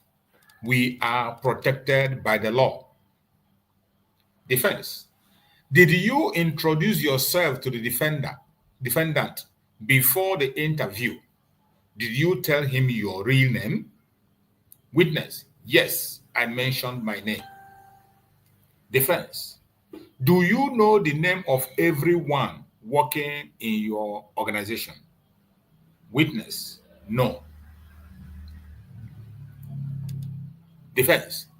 Did you ever enter the cell or where the defendant was confined? Witness. I didn't really get what the question. The question is clear. Why I didn't get it? Did you ever enter the cell or where the defendant was confined? Witness. I didn't really get what the question. Defense. Do you have underground cells in your facility? Witness. I'm not aware of that. Defense. Are you aware that so many people detained in your custody have announced that they were kept in underground cell? Witness. I'm just hearing it. Wow, you're just hearing it, huh? Okay. Defense. Did you hear when Shore said he was detained in an underground cell? Witness. Anybody can say anything to whip up public sympathy. Defense. Are you aware the defendant was held in an underground cell? Witness. I'm not aware. It cannot be true. Defense. Did you notice you people were forcing the defendant on what to write? That's the video they played. Did you notice you people were forcing the defendant on what to write? Witness. Nobody was forcing him. We were just trying to guide him. You are guiding him because he's a baby. He doesn't know how to write again. You're guiding him. Idiots. Defense. Did you observe he wore same shirt every day for the interview? Witness. Yes. Defense. Did you notice how excited he was when he asked for water? Witness. I didn't notice. Paul. Did you know someone called Mr. Brown who threatened him? Did you know someone called Mr. Brown threatened him? Witness. I don't know about that. Cross-examination of trial within trial ended. The judge has given the defense team and the defendants some time to have a tit-for-tat, a little discussion. So while we are waiting for them, the defense team and the prosecution counsel are now having some little chat and discussion before they will conclude on this very trial within trial that is ongoing in the court. Trial within trial. That is where they are. So that is the update we have, and we will continue to follow up what is coming out from the court until we are sure that everything is true. So we will continue to follow up. This is what we have gotten so far. And when you listen to this question that we are asked, they are pointing at one thing. They are proving one particular thing. You know, initially they denied that Mazi Nnamdi never asked for his lawyer. In their own video that was recorded, Mazi Nnamdi was seen there calling for his lawyers. We also had in the video, Mazi Nnamdi also told him about his illness, that he's ill. And they are denying that they don't have underground. You can imagine the DSS doesn't have underground where they keep people. They are denying that they don't have underground where they keep people. Unbelievable. There is nothing Nigeria cannot do. These people are so shameless that they can deny everything. If they can come and deny that they are not aware of the kidnapping of Mazi Nnamdi from Kenya, what else wouldn't they deny? What else will they not deny? You can imagine DSS. They say they are not aware who and how Mazi Nnamdi was brought to Nigeria. You can imagine that. Former Attorney General pushed it to Interpol, and Interpol came out and said that we are not aware. As far as they are concerned, it has nothing to do with them. They are not involved in any form of kidnap. And today they are denying. And you see why sometimes we begin to ask, what is the essence of trying this case? Why are they trying this case with all this illegality? Mazi Nnamdi disappeared and appeared in Nigeria, and he took him to court. No explanation whatsoever have been given to us how Mazi Nnamdi was brought into Nigeria, which is the key question that must be answered before ever you can try him, before ever you can call him into seats before any judge. But they have refused to look into this. And instead, they continue to dance right, left, and center. They continue to push their own lies and propaganda everywhere. My fellow Biafrans, wherever you are, do not be discouraged. Do not be afraid. I bet you, at the end of this case, whatever be the outcome, Chukwu Okike Abịama will take glory. The most important thing is that you must know that the freedom of Mazi Nnamdi Kanu is in your hand, is in my hand. This week that we are in, month of May, is a very, very important month in us. And the spirit of the dead, our dead heroes, will never allow us to be ashamed. While we are fighting in the front line, our heroes are also fighting in front line. Let's hear this message from our Deputy Prime Minister, Dr. Ngozi Oronkwezi.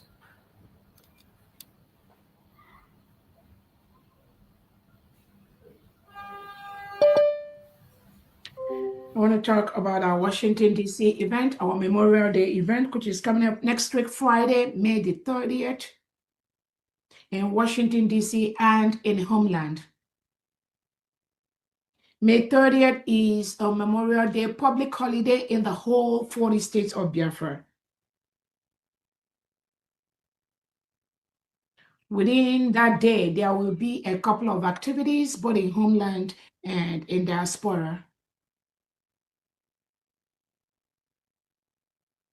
In diaspora, there will be 3 activities in Washington, D.C. on that day, which is first, the launching of our Biafran embassy in Washington, D.C., remembrance of our heroes and heroines that lost their lives to restore Biafra, and a peace summit. This peace summit is going to involve all different Biafrans, different groups, and I thank all those that have registered their presence for this summit. 1. We are one. Do not let the enemies divide us anymore. That peace summit, couple of memorandum of understanding is going to be signed between the United States of Biafra and different organizations that represent Biafra. Thank you so much for all those that have signed up. On the same note, in Homeland, we will have the laying of wreath by the United States of Biafra command militaries at different tombstones of Biafran heroes and heroines that lost their lives. So the commanders in a couple of states that we've chosen for this event, because we don't really have time for all the 40 states, but a couple of states will be participating in this activity to lay wreath on the tombs of our fallen heroes and heroines. I thank you so much, the commanders in Homeland, for what you are doing to make this event a memorable one. They will be so proud of you all. That is his plan, which we must carry out.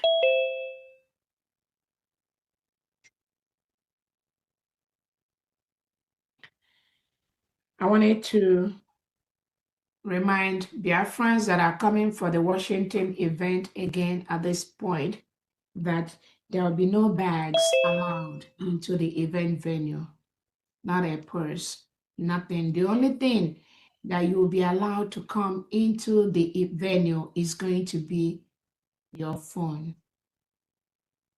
We do not want to hurt anybody's feelings or that your $1,000 or $2,000 Gucci bag goes into the trash.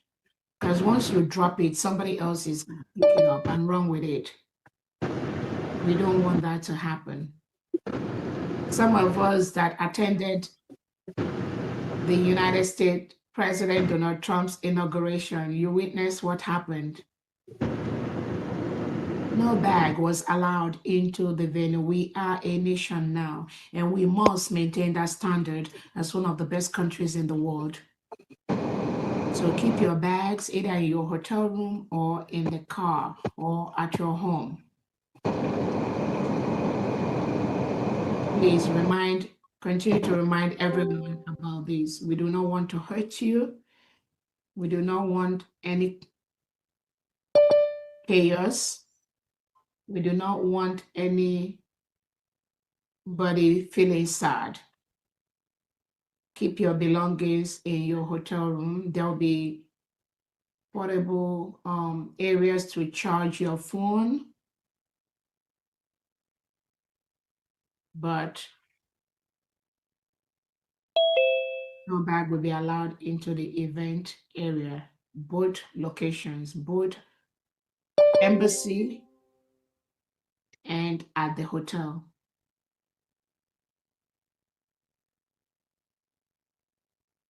On the update of ID card, our ID card, we are still waiting for the company that is printing our ID card. Those of you that are on the second batch, please have a little bit more patience with us. It is not out yet. We are still waiting. So don't freak out or say that it's been a while. Exercise more patience for us. The second batch is ready. Just some final touches internally from the administration, which we are working on.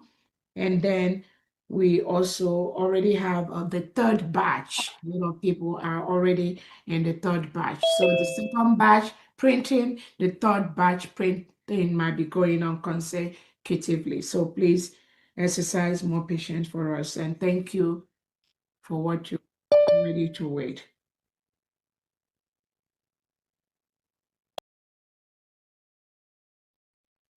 I want every one of you to remember these three words. Nigerians, we are no more. Southeasterners and Southerners, we cannot become. And Biafrans, we must be. 30th is a Memorial Day, public holiday in the whole 40 states of Biafra.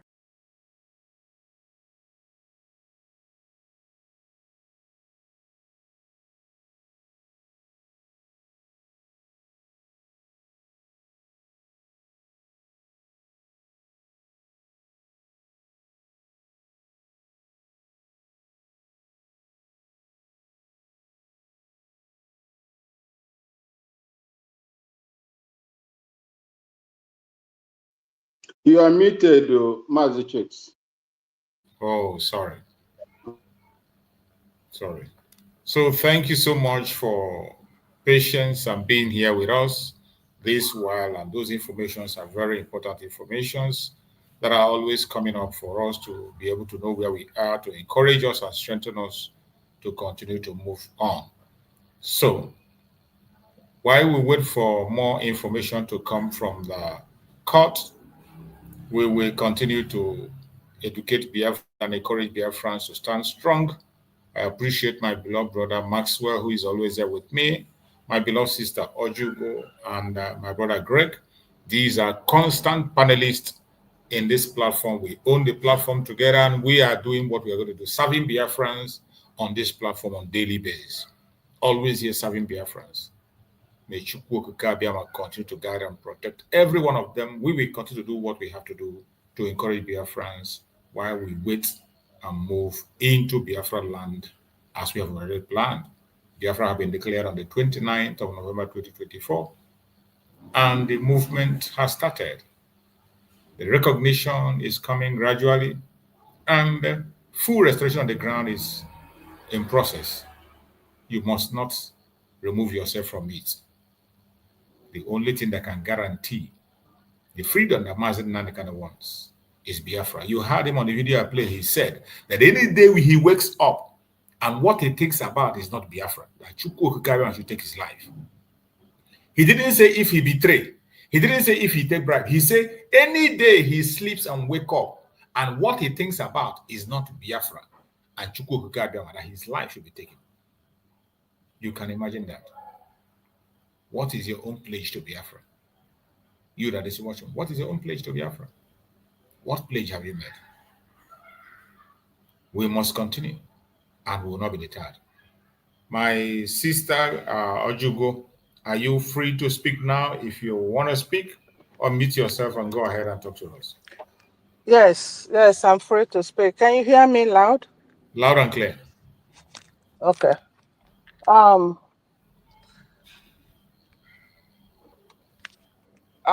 Right now, I think we're just like you said it all. It's we that will liberate Nnamdi Kanu and Simon Ekpa. It's we. We hope in nobody because they are not after our life. They are all after our resources. If Finland could do what they did to somebody who served their land in all ways, different ways, and because of contract with Nigeria, they throw his service in the trash. It's, we can say that they are not after us. They are after what they can gain from us. Either to serve them in their country and give them our resources. That's what they're after. So anybody that is fighting United States of Biafra, you're fighting yourself. Tell yourself that you're fighting yourself. Tell yourself that you like being a slave. Tell yourself you don't like freedom.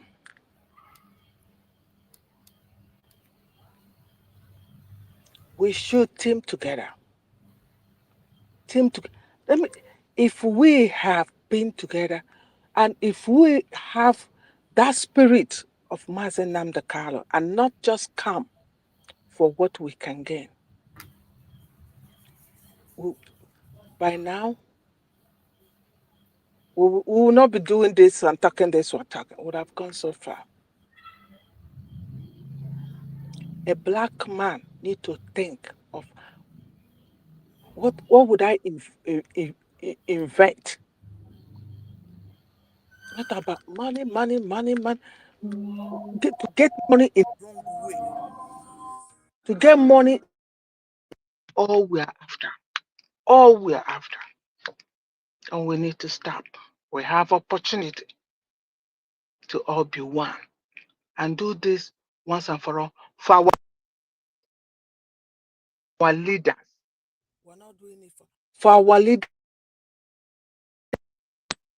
and for our brothers and sisters back home. They're suffering, my dear.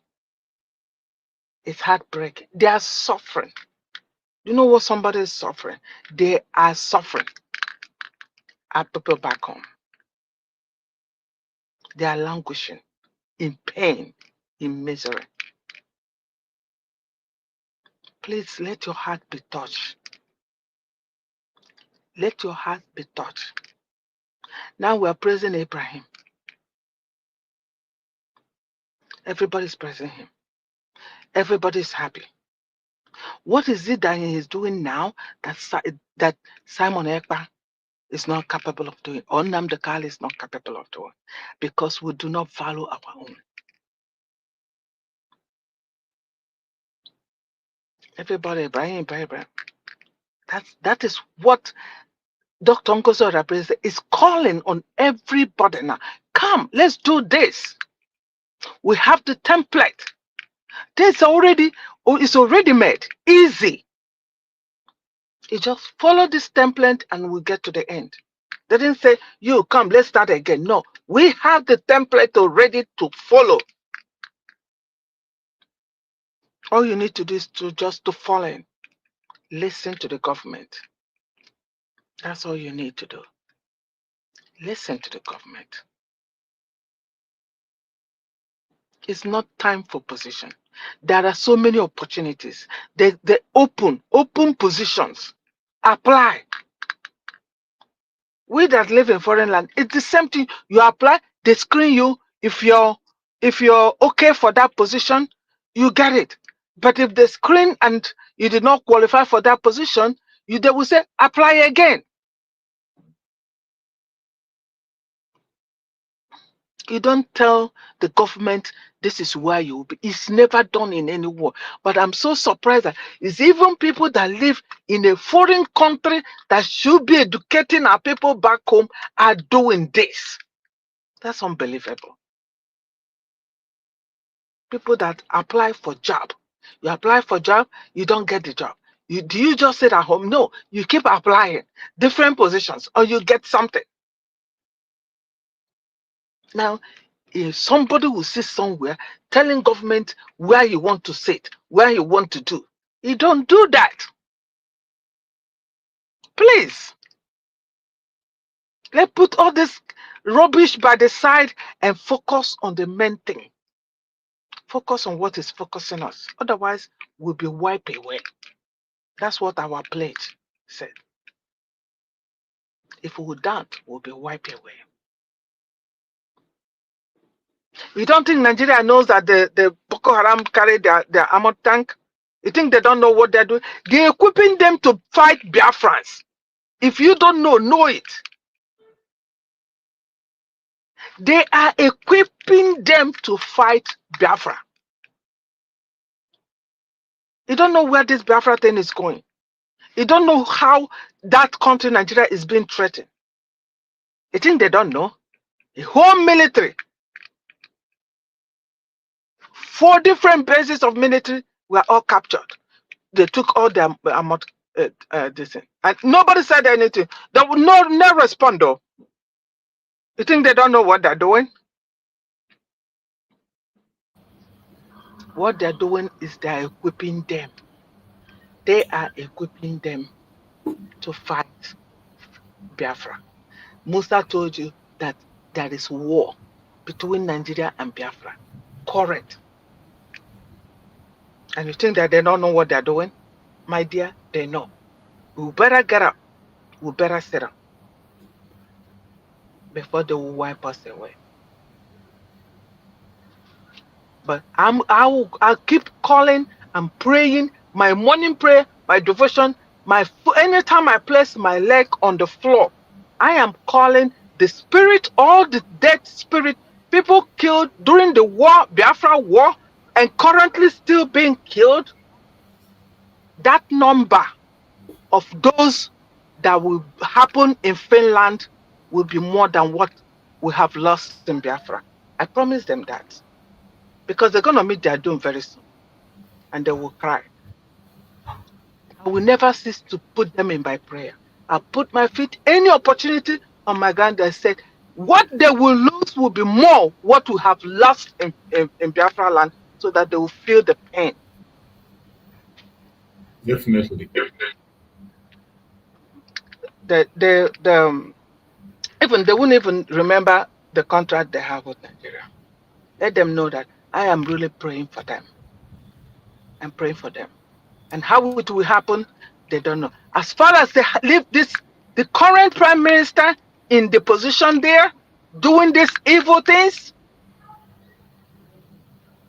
those you will count more than what we have counted dead in Biafra land.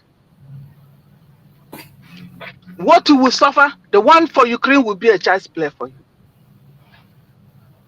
God never failed to answer.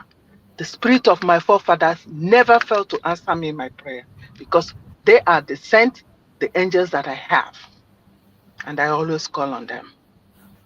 Finland, before thank you, my brother. Thank you so much, my beloved sister.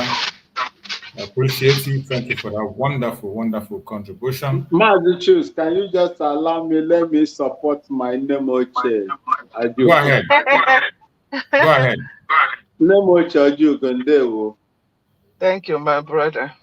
Lepa, there is something I would like to add to what you said. See, let me tell you, these people, you see these globalists, they have the interest of our life. They are after our lives and the resources as well. Nemoche, let me ask you, if you come for my resources and I say, no, I will not give it to you, what will you do to me? Wouldn't you take me? Oh, yeah. Exactly. That is what, that is what they have done.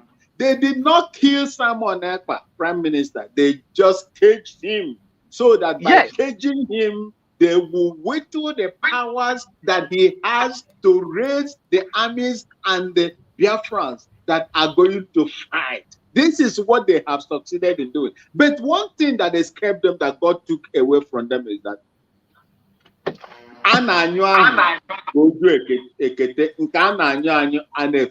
if you twist it, if you turn it the other way around, they are trying to catch other people that have made their mark. Other people, indirectly or directly, they are empowering those that you don't even know or heard about them to continue with the fight. Thank you.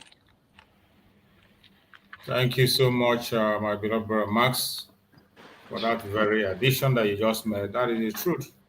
And everyone get alert. We must not get deceived. Everyone must be on their toe and at alert all time. Don't allow anybody to deceive you. And don't be so emotionally attached to anything you hear from a Janjaweed. Any that comes from Nigerian government, don't be emotionally attached with it. Some of us are already getting emotional with the statements of this corrupt judge that is in the court. You're already attaching. In order to avoid heart attack, just take yourself away from whatever they say and focus on the freedom of Mazi Nnamdi, which can only come through the Biafrans. My brother Greg, go ahead. You know what pains me so much about Finland is that this man, Stub or whatever they call him, is fighting that Ukraine will get independence and be free, just as Finland is free. And he sees Simon Ekpa. Just imagine where this president of Finland now went in a particular country and that country sees him. Maybe like as he went to America, America will seize him. America will seize that Ukraine president. What does that mean? It means that let Russia swallow. It means war. Ukraine. War. You see? So, they don't have value for human. The man and his government doesn't have value for human. You know, just for mere contract, he sees Simon Ekpa to fight for freedom of his people.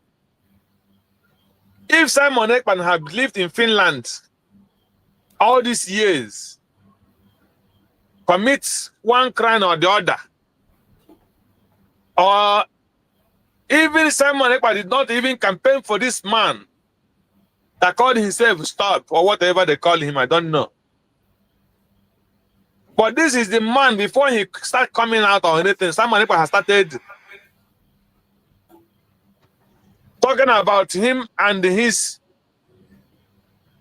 campaign. He started campaigning for that man, just as he started campaigning for Trump.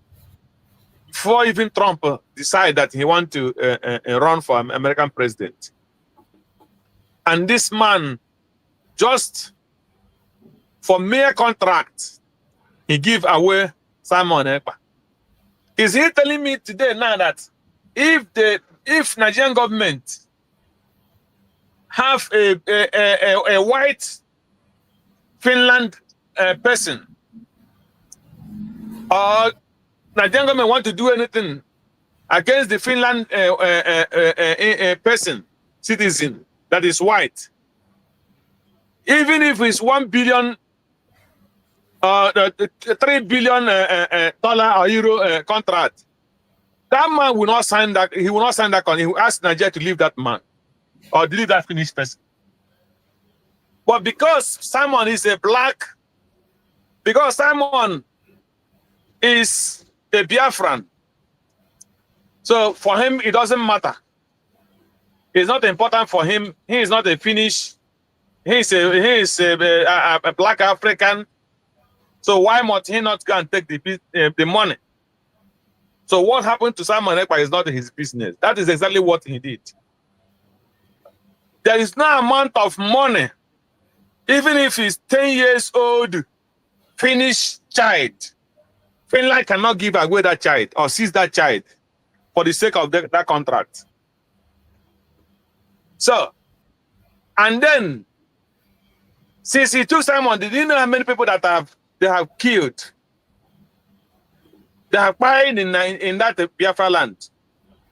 It's not important for that man and his government. So why we make him not to suffer? Why we God not reward him with what he reward the Biafrans? Why will God leave that man and his government free? What makes him think that the children he have will not suffer what the Biafran children is going through today? They must surely experience this injustice. They should watch and wait for their turn. It will be coming. That is my submission this time. So, thank you. Thank you so much, my beloved brother. I appreciate you. And I thank you always for doing the needful and making sure that the message goes where it should go. My fellow Biafrans, we must tighten our belts. Remember, we now have a pledge. This pledge you are seeing that I displayed here, it is time we begin to learn it by heart. Teach it to our children. We must teach our young ones this pledge. Every one of us have to get it down, download it, write it down, if possible, put it in words and play it so that your children can cram it. They can have it by heart. It is very important. The pledge of the United States of Biafra. I pledge loyalty to the United States of Biafra, land, her history, value, and laws. To defend our life, lest we perish. To uphold peace, unity, progress, and equity. One people under God. It is very short and brief. Every one of us should be able to memorize it so that you can recite it. Especially our children. We should make sure we memorize it, teach it to your children so that they can be able to memorize it and have it at heart. It is very important. This is our pledge. Very, very important. I pledge loyalty to the United States of Biafra, land of the rising sun, her history, values, and laws. To defend our lives, lest we perish. To uphold peace, unity, progress, and equity. One people under God. A very beautiful pledge. And we should all try as much as possible to learn it, because a time is going to come when we will be reciting this pledge in our gathering. Sometimes you might be applying some certain things in Biafra, United States of Biafra. you will be told to recite the pledge. There will be a time when you will be demanded to recite the pledge. The same way our national anthem. Many of us know Nigerian national anthem, but you don't know Biafran national anthem. Well, I don't blame you for that. But it is time we begin to re-educate ourselves, and shift from that very contraption and be whom we are. Biafra have been declared the United States of Biafra, and we are now a sovereign state. Every one of us have to begin to reposition our minds, re-educate ourselves, and know whom we are. We are no longer part of the Zoological Republic. They can continue to push propaganda and blackmail. We are not part. Go ahead, my sister. I'm going to tell you my experience, just recent experience. We had a party, it's a Nigerian, like African party, Nigerian community here. Yeah. So they were singing Nigerian, you know how when they're singing it, they stand up, right? Yeah. I don't know how to sing it anyway. But I was sitting down. So everybody was turning, looking at me.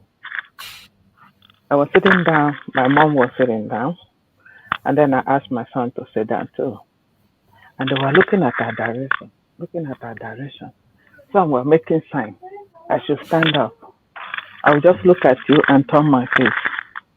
I sat down till the end. And then somebody was like, why are you sitting down? Are you sick? Are you okay? I said, I'm sick. I'm not a Nigerian. I'm just a Biafra. Absolutely. Oh. I said, oh, it's a Biafran thing. I say, yes, definitely it's a Biafran thing. If you sing Biafra national anthem, I will stand up. I just want to let you know I'm not a Nigerian. So don't expect me to stand up when you're singing Nigerian national anthem. I can only stand American that granted me freedom anthem and that of Biafra. In your that anthem now.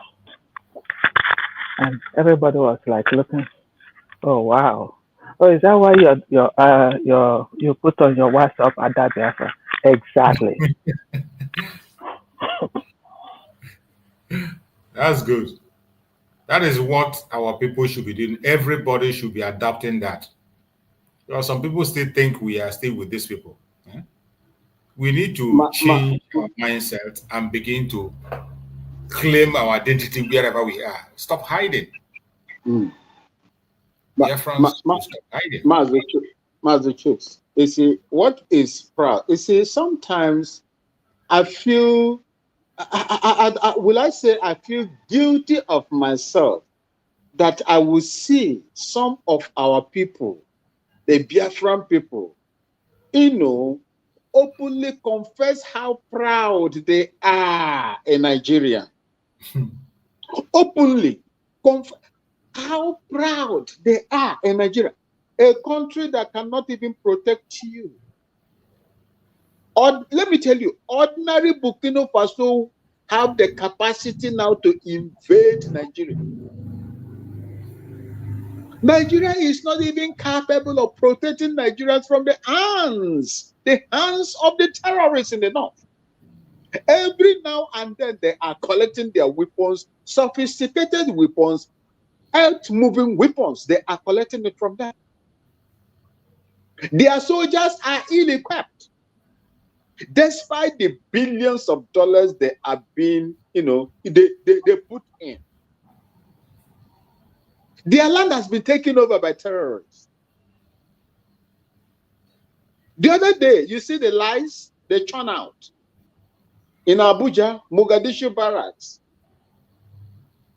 There was an attack there yesterday, but a day before yesterday or thereabout. But have you seen the report that it is a car battery or something like that happened? How can car battery in a barrack? How can? I have lived in the barrack for 18 years. Thank God. So that people who are listening, we know who is talking. Go ahead. I have never heard Mazi choose car batteries explode in the barracks. How? How?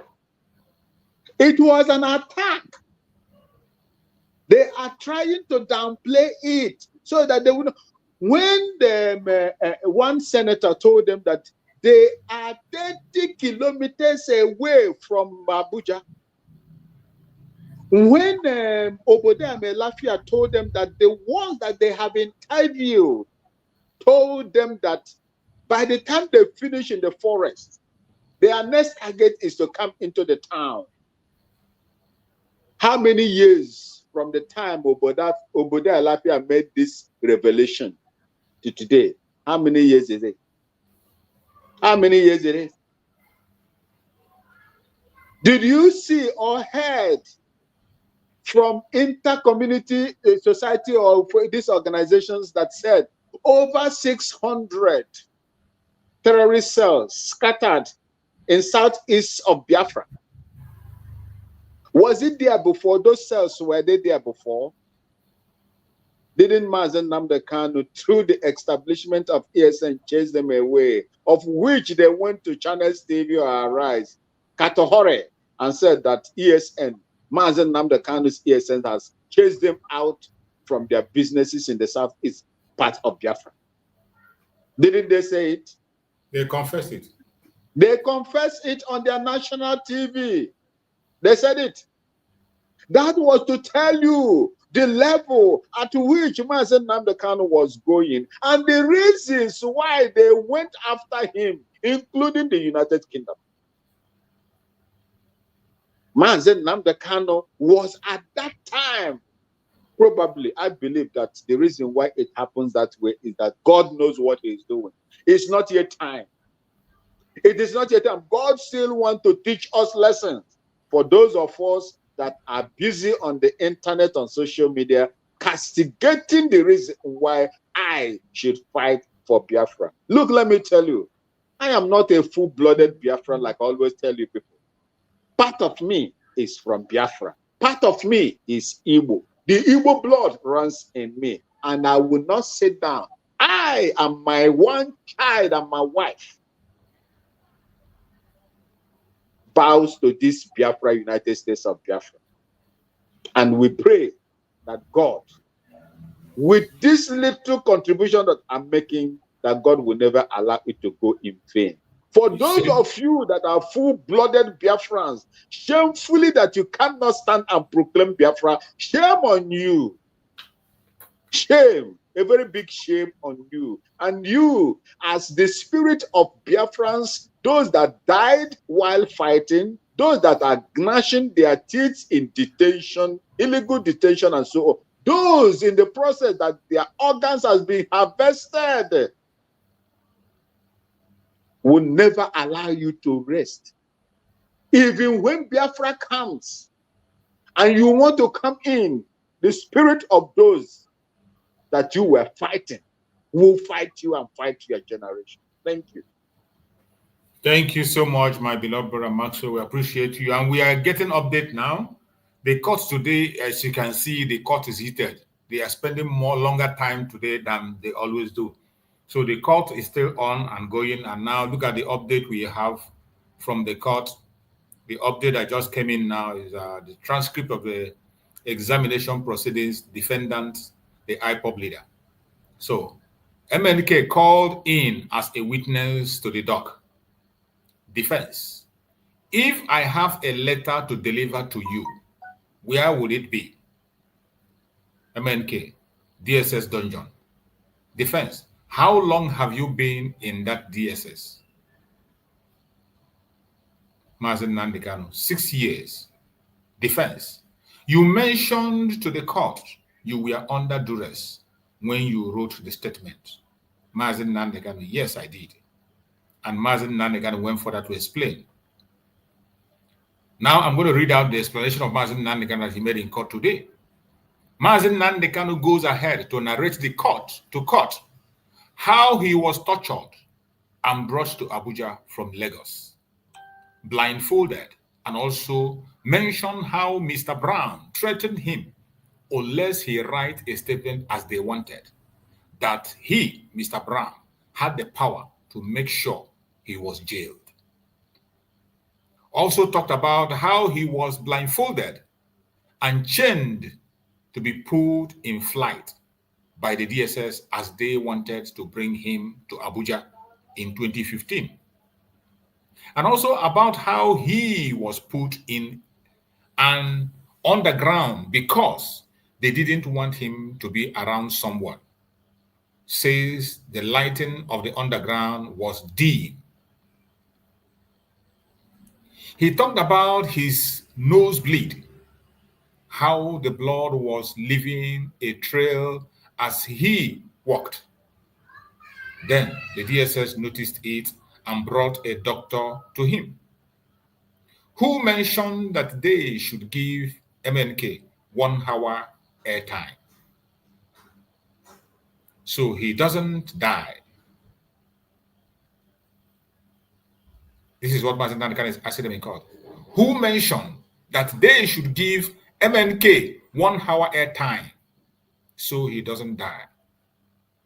Mentioned also that the video played were heavily edited, removing the part where the DSS officers were interviewed, who interviewed him, were threatening him. MNK also mentioned that he was repeatedly denied lawyers, even when he asked repeatedly, and at no point was a lawyer brought to him until he was transferred to Kuje in 2015. Cross-examination of MNK by the proceeding begins. Let us hear the cross-examination, what we have from the cross-examination so far. Let's get that also. Prosecutor, was your detention approved by a court? MNK, no court approved my detention.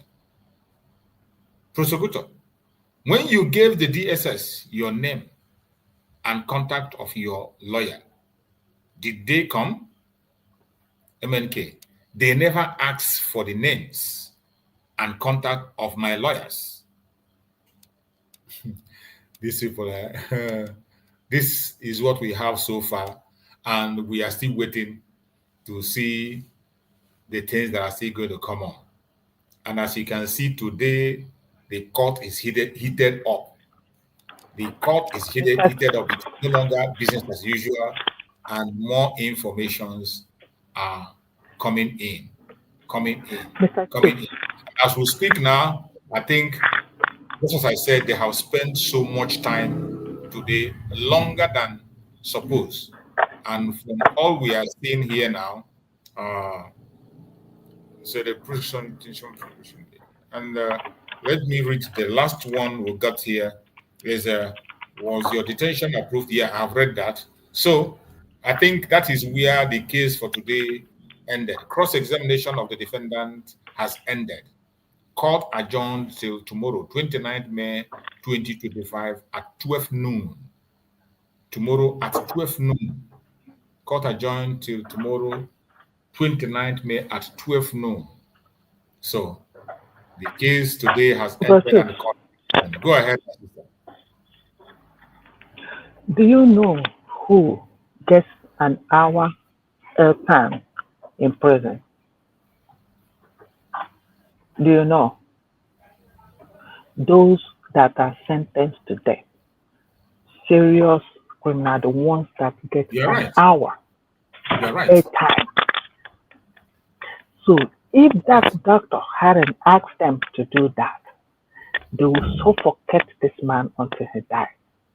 Because they keep you in a dark room, in a very small room that you don't get a sunshine, so that whatever you did,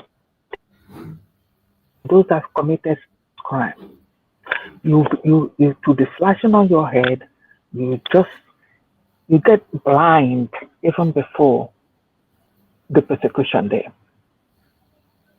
The day they will the day they will do whatever they want to do with the person. You're already dead as a human being. So they give them an hour airtime every day. That's why that doctor said, give him an hour daytime so that he doesn't die. See, then he has already started bleeding through the nose. So if that doctor has not interfered, they will have suffocated Nnamdi in that room. Exactly. See the crime.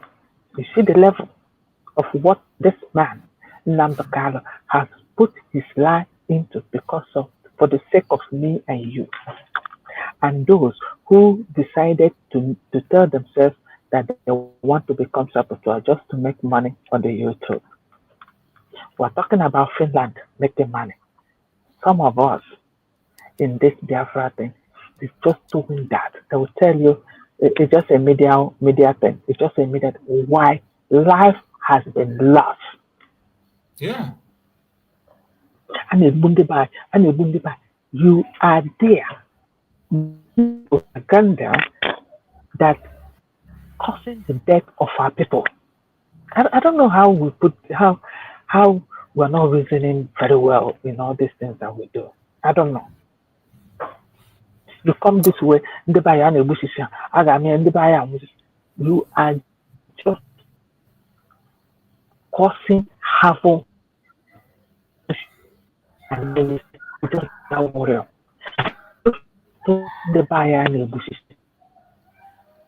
You see how this man his life was, he has gone through torture, serious torture, and still going through torture.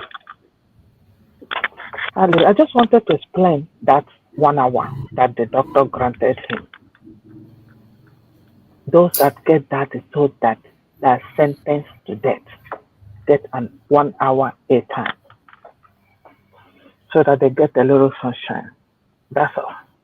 That's what they gave Mazi Nnamdi. That's through the doctor. Because with DSS, they're not educated. They don't even know the implication of what they're doing. Thank you, my brother. Thank you so much, my sister, for that clarification. And what you said is absolute truth. It's very clear. The fact is there. It's just a very plain truth. So when we are talking about the torture of Mazi Nnamdi, some of them are denying it. People don't know what that man went through for Biafra. You don't know. You don't know what he's still going through. The same way today, our Prime Minister, Mazi Simon Ekpa, is going through for us. Every one of us must focus on getting this thing that people have lost their life. This same Mazi Nnamdi lost his two parents because of Biafra. They were buried on the same day and he wasn't able to attend their burial. Remember, Ikonso lost his life in the course of the Biafra. Ikonso was living abroad, doing very well abroad. He left abroad where he was living and came back to Nigeria to fight for Biafra. And he was betrayed and they took his life. Remember the 28 men that lost their life in the home of Mazi Nnamdi. They will never be forgotten. All our heroes who have fought in the past and in the present. Our children, millions of children that lost their life in Biafra. Remember all those who have fought on our behalf. General Effiong, Achuzie, our eternal Dim Odumegwu. Many of them that you can mention, anyone you can remember, continue to pray for their souls. We'll continue to celebrate them. The Heroes Day that is coming on the 30th is a very solemn day. Wherever you are in this planet Earth, as long as you're in Biafra, observe it within your own area. Those in Biafra land, it is a seat at home, and it must be observed. Heroes Day must be observed in all 40 states of Biafra. Those in the United States, you must be in Washington, D.C. If you are not in the United States and you're not able to join the United States, wherever you are in your own mission, you must be there to observe the Heroes Day. Very, very important. We have tried today. The court sitting today took more than 4 hours. And we have been here bringing the updates. And we are going to continue tomorrow. We are going to come back again to continue on the cross-examination. And we will join you live tomorrow. We are going to go to Abuja and bring it the same way we are bringing it. So tomorrow, if you have not yet clicked the notification bell, touch your own notification bell. Subscribe and follow. Touch your notification bell so that when we come online, you will join us immediately. We can start on time. This information will continue to come. So the court will continue tomorrow, and we are going to be here to begin to analyze and bring you information from Abuja. Thank you so much for being part of this program, and I will allow my beloved brother Maxwell to give us a closing remark as we round up. Yeah, thank you so much, Mazi, and I give glory to God for giving me the opportunity to be with you here today, to speak the way I speak. Anybody or any DSS officer that comes out to tell you that they don't have underground cells in DSS office is laughable. That person is a liar, a pathological liar. That person is a liar. We were having collaborations and investigative, operations, interviews, and look, let me tell you, Mazi Nnamdi Kanu, there are different kinds of torture. You have psychological torture.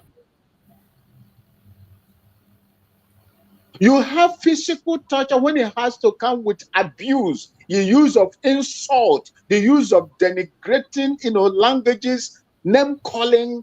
There, it is done there. These are tactics deployed in order to derail and make your spirit low. These are things they do. Starving, giving you food when you don't need it. And when you need food, they will not give you the food. These are torture. At all times of midnight.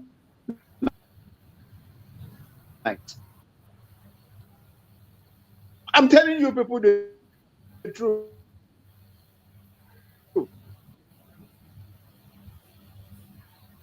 You're breaking up. Or 1 a.m. Your network is breaking up. With code. Oh, okay. With cold water, can you hear me? Yeah, I can hear you. Good. I do not know where you stopped hearing me. Just go ahead. It was Mazi Chicks. Yeah. Oh, okay. Imagine telling someone to come and exercise when you don't feel like exercising. Everything is being dictated for you to do. You are being dictated to do some certain things. There is nothing they will allow you to do at your own free will. When you have your sound mind, you say, "Oh, I want to exercise." No, they will not give it to you. They will force you to do it, and there is what we call, false confessionary statements. That is statements that you confess under duress.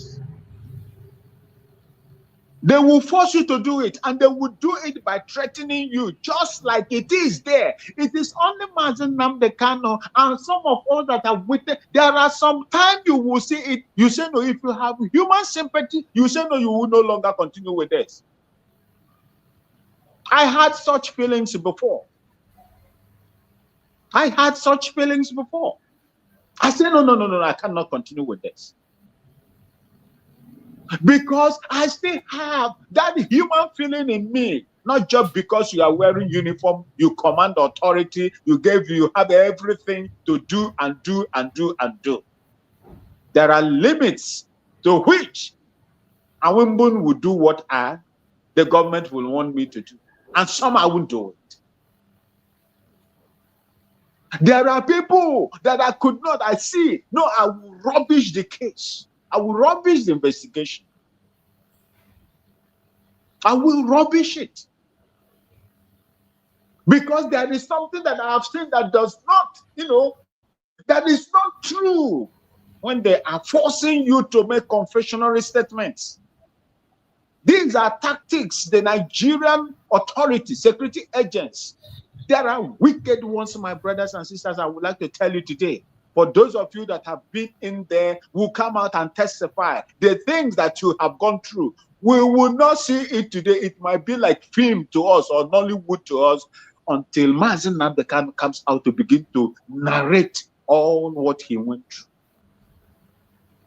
They blindfold you. They gradually try to impair your vision by giving you strong lighting system and giving you, keeping you in darkness as well.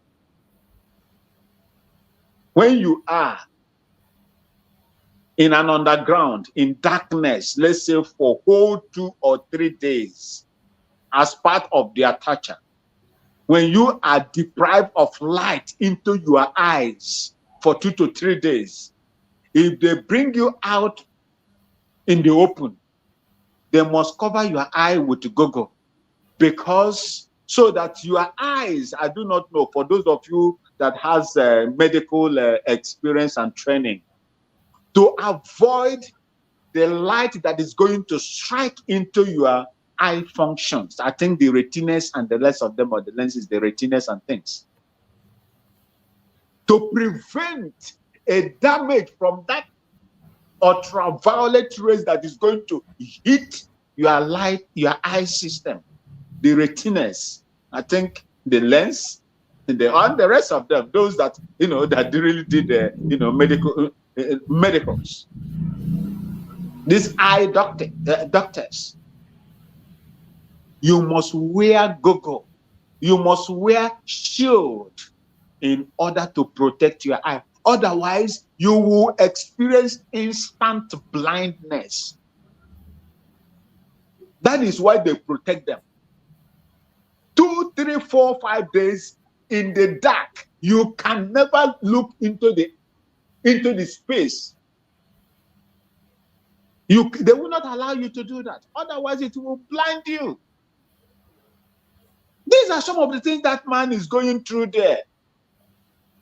While foolish people are here criticizing him, he is going through. By the grace of God, he comes out with Biafra. These idiots will benefit from it. And that is the reason why, if by the grace of God, as I am still alive, all of them that are criticizing this man and the processes and the ideology that he has taken, that is the restoration of Biafra, you will pay the price. You will never reap where you did not sow. You didn't reap where you did not sow. What happens if through your stupid actions and inactions that Biafra refused to come, and all of us are now placed in the same category with the Hausa people in the northern part of Nigeria? What will you do? What will you do? I ask them. Mazi Nnamdi Kanu must be prayed for. And I believe that the that brought him out to stand till this moment will continue to protect him to the end, till Biafra comes, till he has gotten what he came out for. He is so prepared for it. Don't get it twisted. He is so prepared. And Biafra, he said, is bigger than him.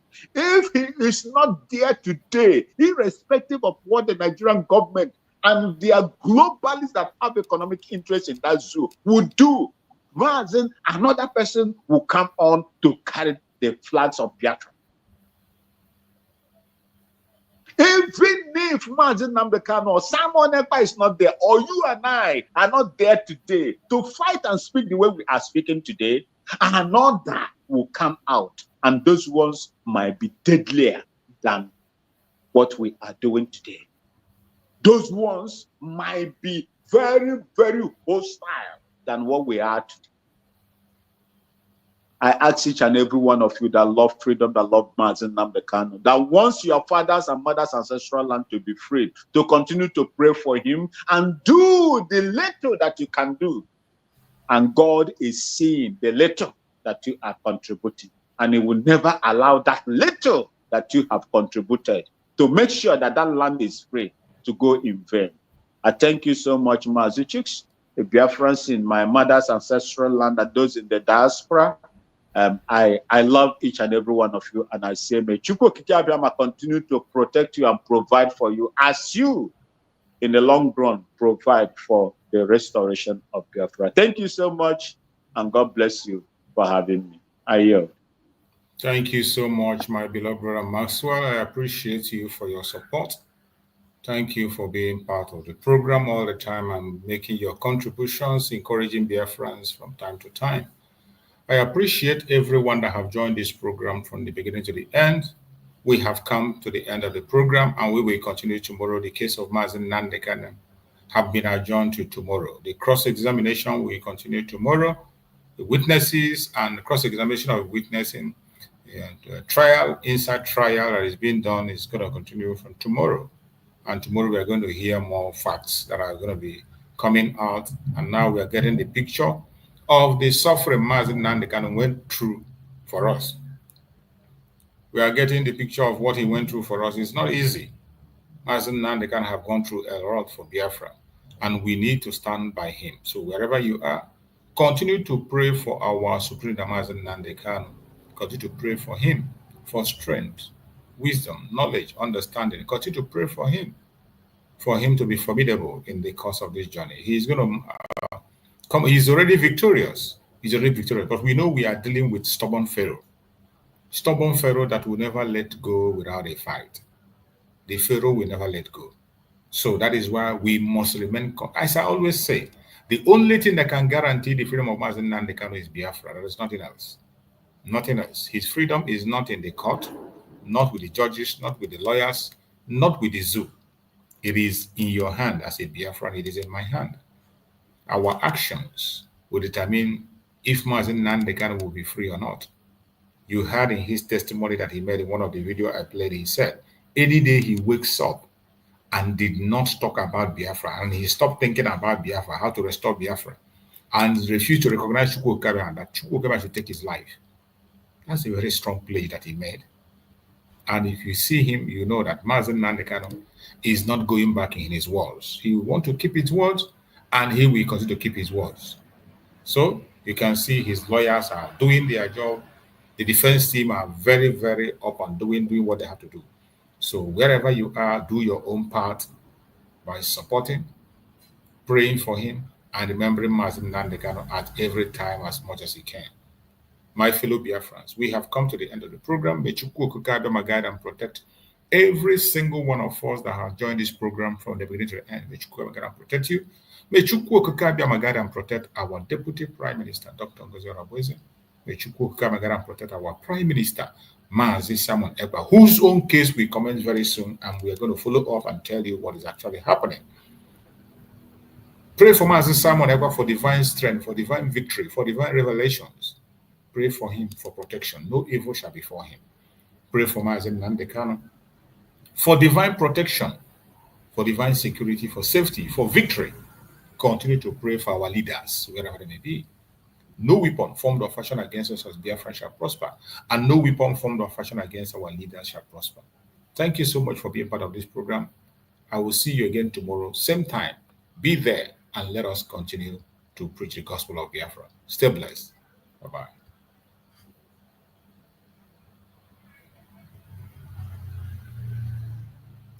Laws of Nigeria, the prosecution, and this court doesn't know the law. That is the fact. Yes. Poor knowledge of the law is killing Nigeria. Poor knowledge of the law, they don't know the law. This is a federal gazetted law of Nigeria that says here that the chief judge of Nigeria cannot tell Binta Nyeko what to do. It's here. It's your law. Just obey it. That is why I do what I do. I agitate for Biafra. I agitate for Biafra by right to agitate. My right. They turned it from treasonable felony now to terrorism. Stop talking when I'm talking. No fear for our land. We could stand together. Fight for freedom now. No surrender. This day is more than just an opening. It is a call for peace and reconciliation.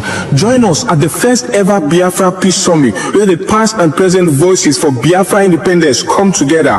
No segregation, no division, just one people with one purpose, an occasion to voice our differences, resolve them, and stand stronger as one people. May 30th is also our separate Biafra Heroes Remembrance Day, when we honor the brave souls of men and women who fought and children who fell from the genocidal war of 1967 to 1970, where over 3 million Biafrans lost their lives. The day we honor those unjustly imprisoned and killed before the war, during the war, and presently, simply for being Biafrans. We salute our past and present leaders, from the vision of Chukwuemeka Odumegwu Ojukwu to the resilience of Philip Effiong, the fearless dedication of Mazi Nnamdi Kanu, and the unwavering courage of Simon Ekpa Odogu, who have carried the torch of our struggle. Their sacrifices and leadership lights our paths forward. As we all know, for far too long, we've endured suffering at the hands of our enemies and division from within. This summit is power-packed to heal those wounds, to uproot seeds of discord planted among us, and to unite Biafrans across tribes, regions, religions, and political views. Together, we are unstoppable. Be part of history. Join us on May 30th, 2025 at the United States of Biafra headquarters in Washington, D.C. A day of unity, remembrance, and renewal. Biafra rises as one strong nation, bolder together. Venue, 11726 Connecticut Avenue, Northwest Washington, D.C. Time, 3 p.m. Biafra time and 10 a.m. Washington time. 30th of May 2025, a united Biafra. Our time is now. This message is proudly sponsored by the Office of the United States of Biafra Deputy Prime Minister, Her Excellency Dr. Ngozi Orabweze, and the Biafra Information, Telecommunication and Postal Service. My name is Marvelous Chukwubikem Arinze.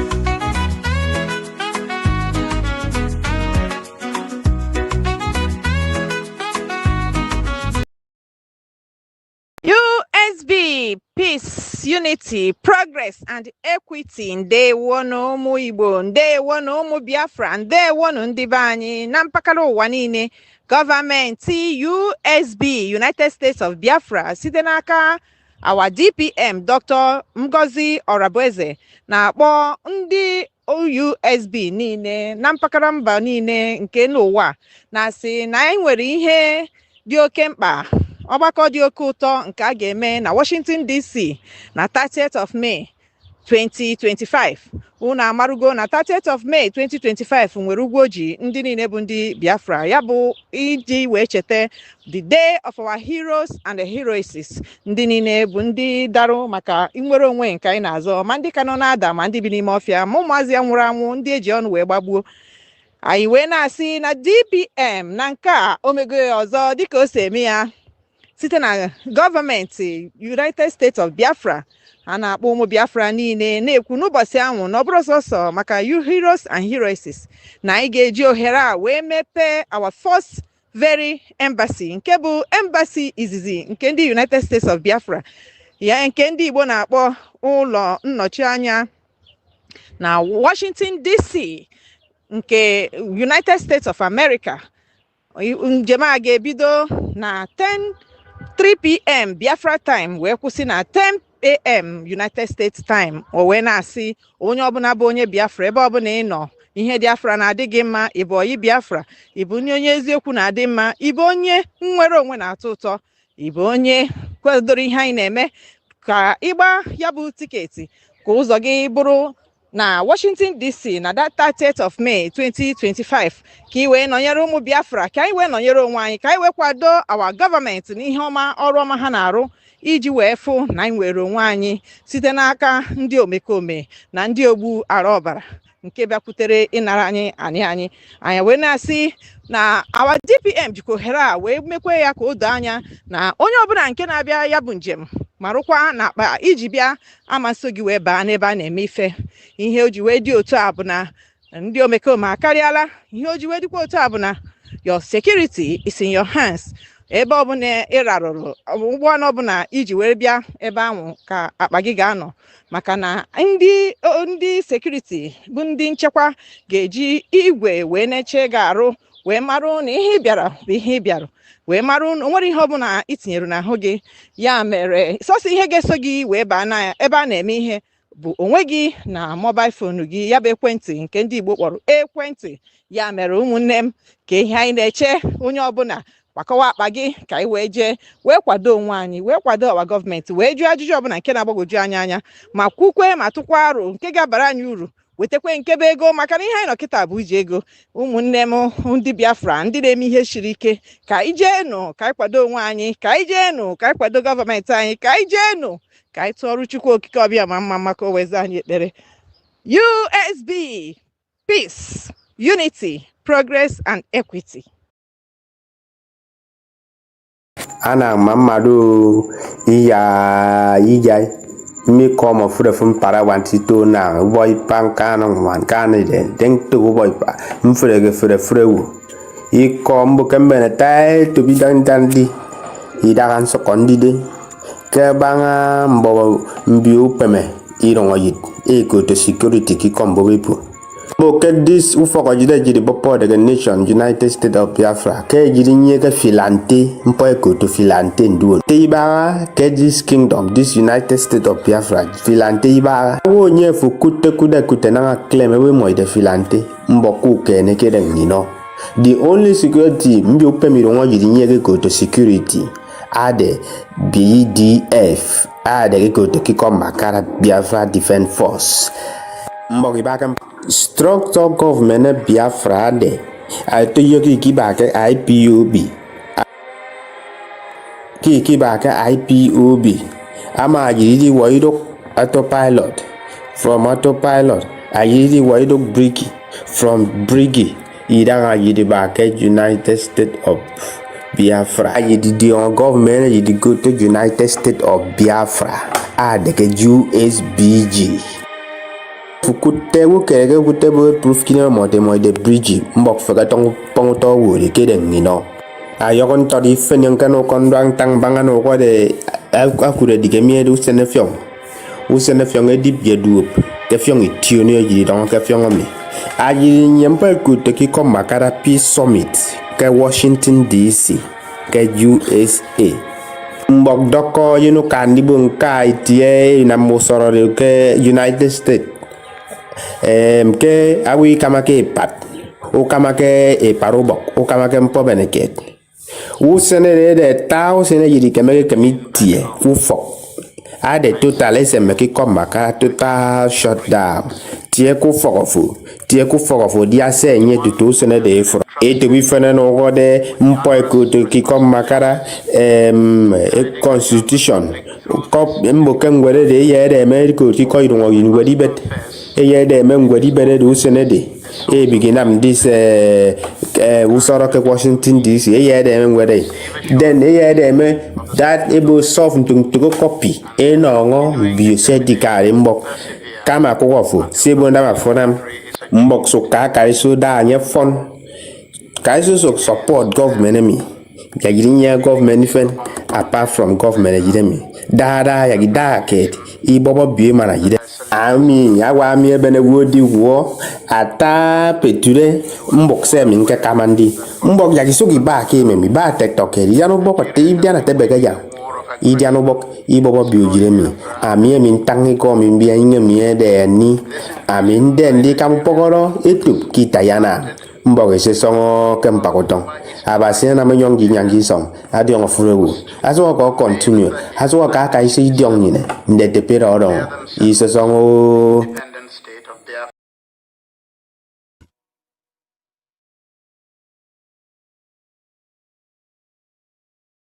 we are letting Biafrans know the reason why we should remember those who gave their life for us, those who died that we may live.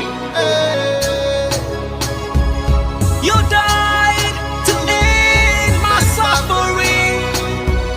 You died fighting for my freedom. Your blood is the seed of redemption. wrong with them, military shots at them. 67 to 70, we remember them. 2016, 38 May, memories still lives in our mind till today. Wonder why they refuse to publicize the genocide. The world media turn blind eyes to our plight. It's time to arise, land of the rising sun. Let's rise one more time, let's rise. Yo, we will never forget our fallen heroes. Those who gave their life for us. Onitsha massacre, Ipocha massacre, Aba massacre. We remember you. Alright.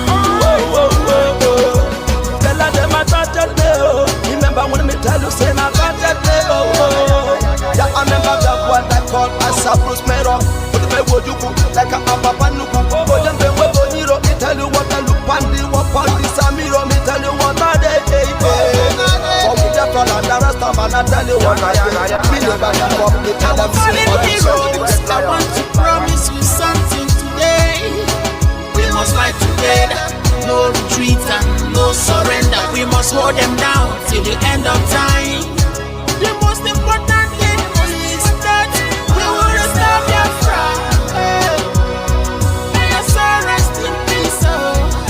I look up to the sky with tears in my eyes for other Biafrans and for freedom had to die. We will never forget you as the days go by. You are always in my heart, forever be a part.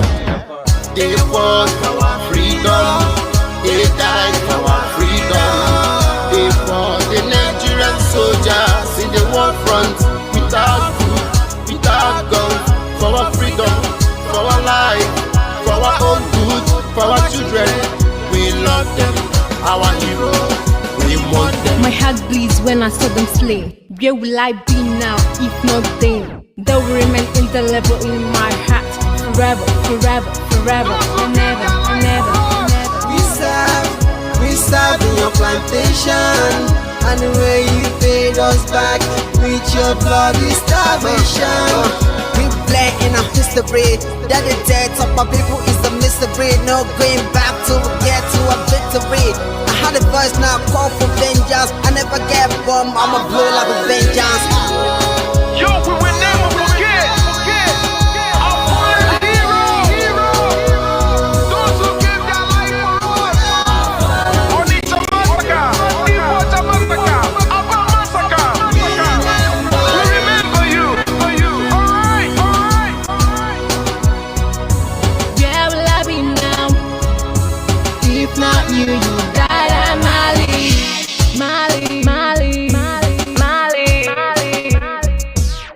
They were starved to death because of our freedom, and they paid the debt for our freedom. Flag high for those that died in the genocide, fighting for you and I. There's pain in the heart, we bleeding inside, tears in the eyes of our fallen heroes. This is for my fallen heroes. Give them a motivation, people. It's like I'm looking at myself in the mirror. Cause to be a gas, I need to be a nurse. If we did not retire,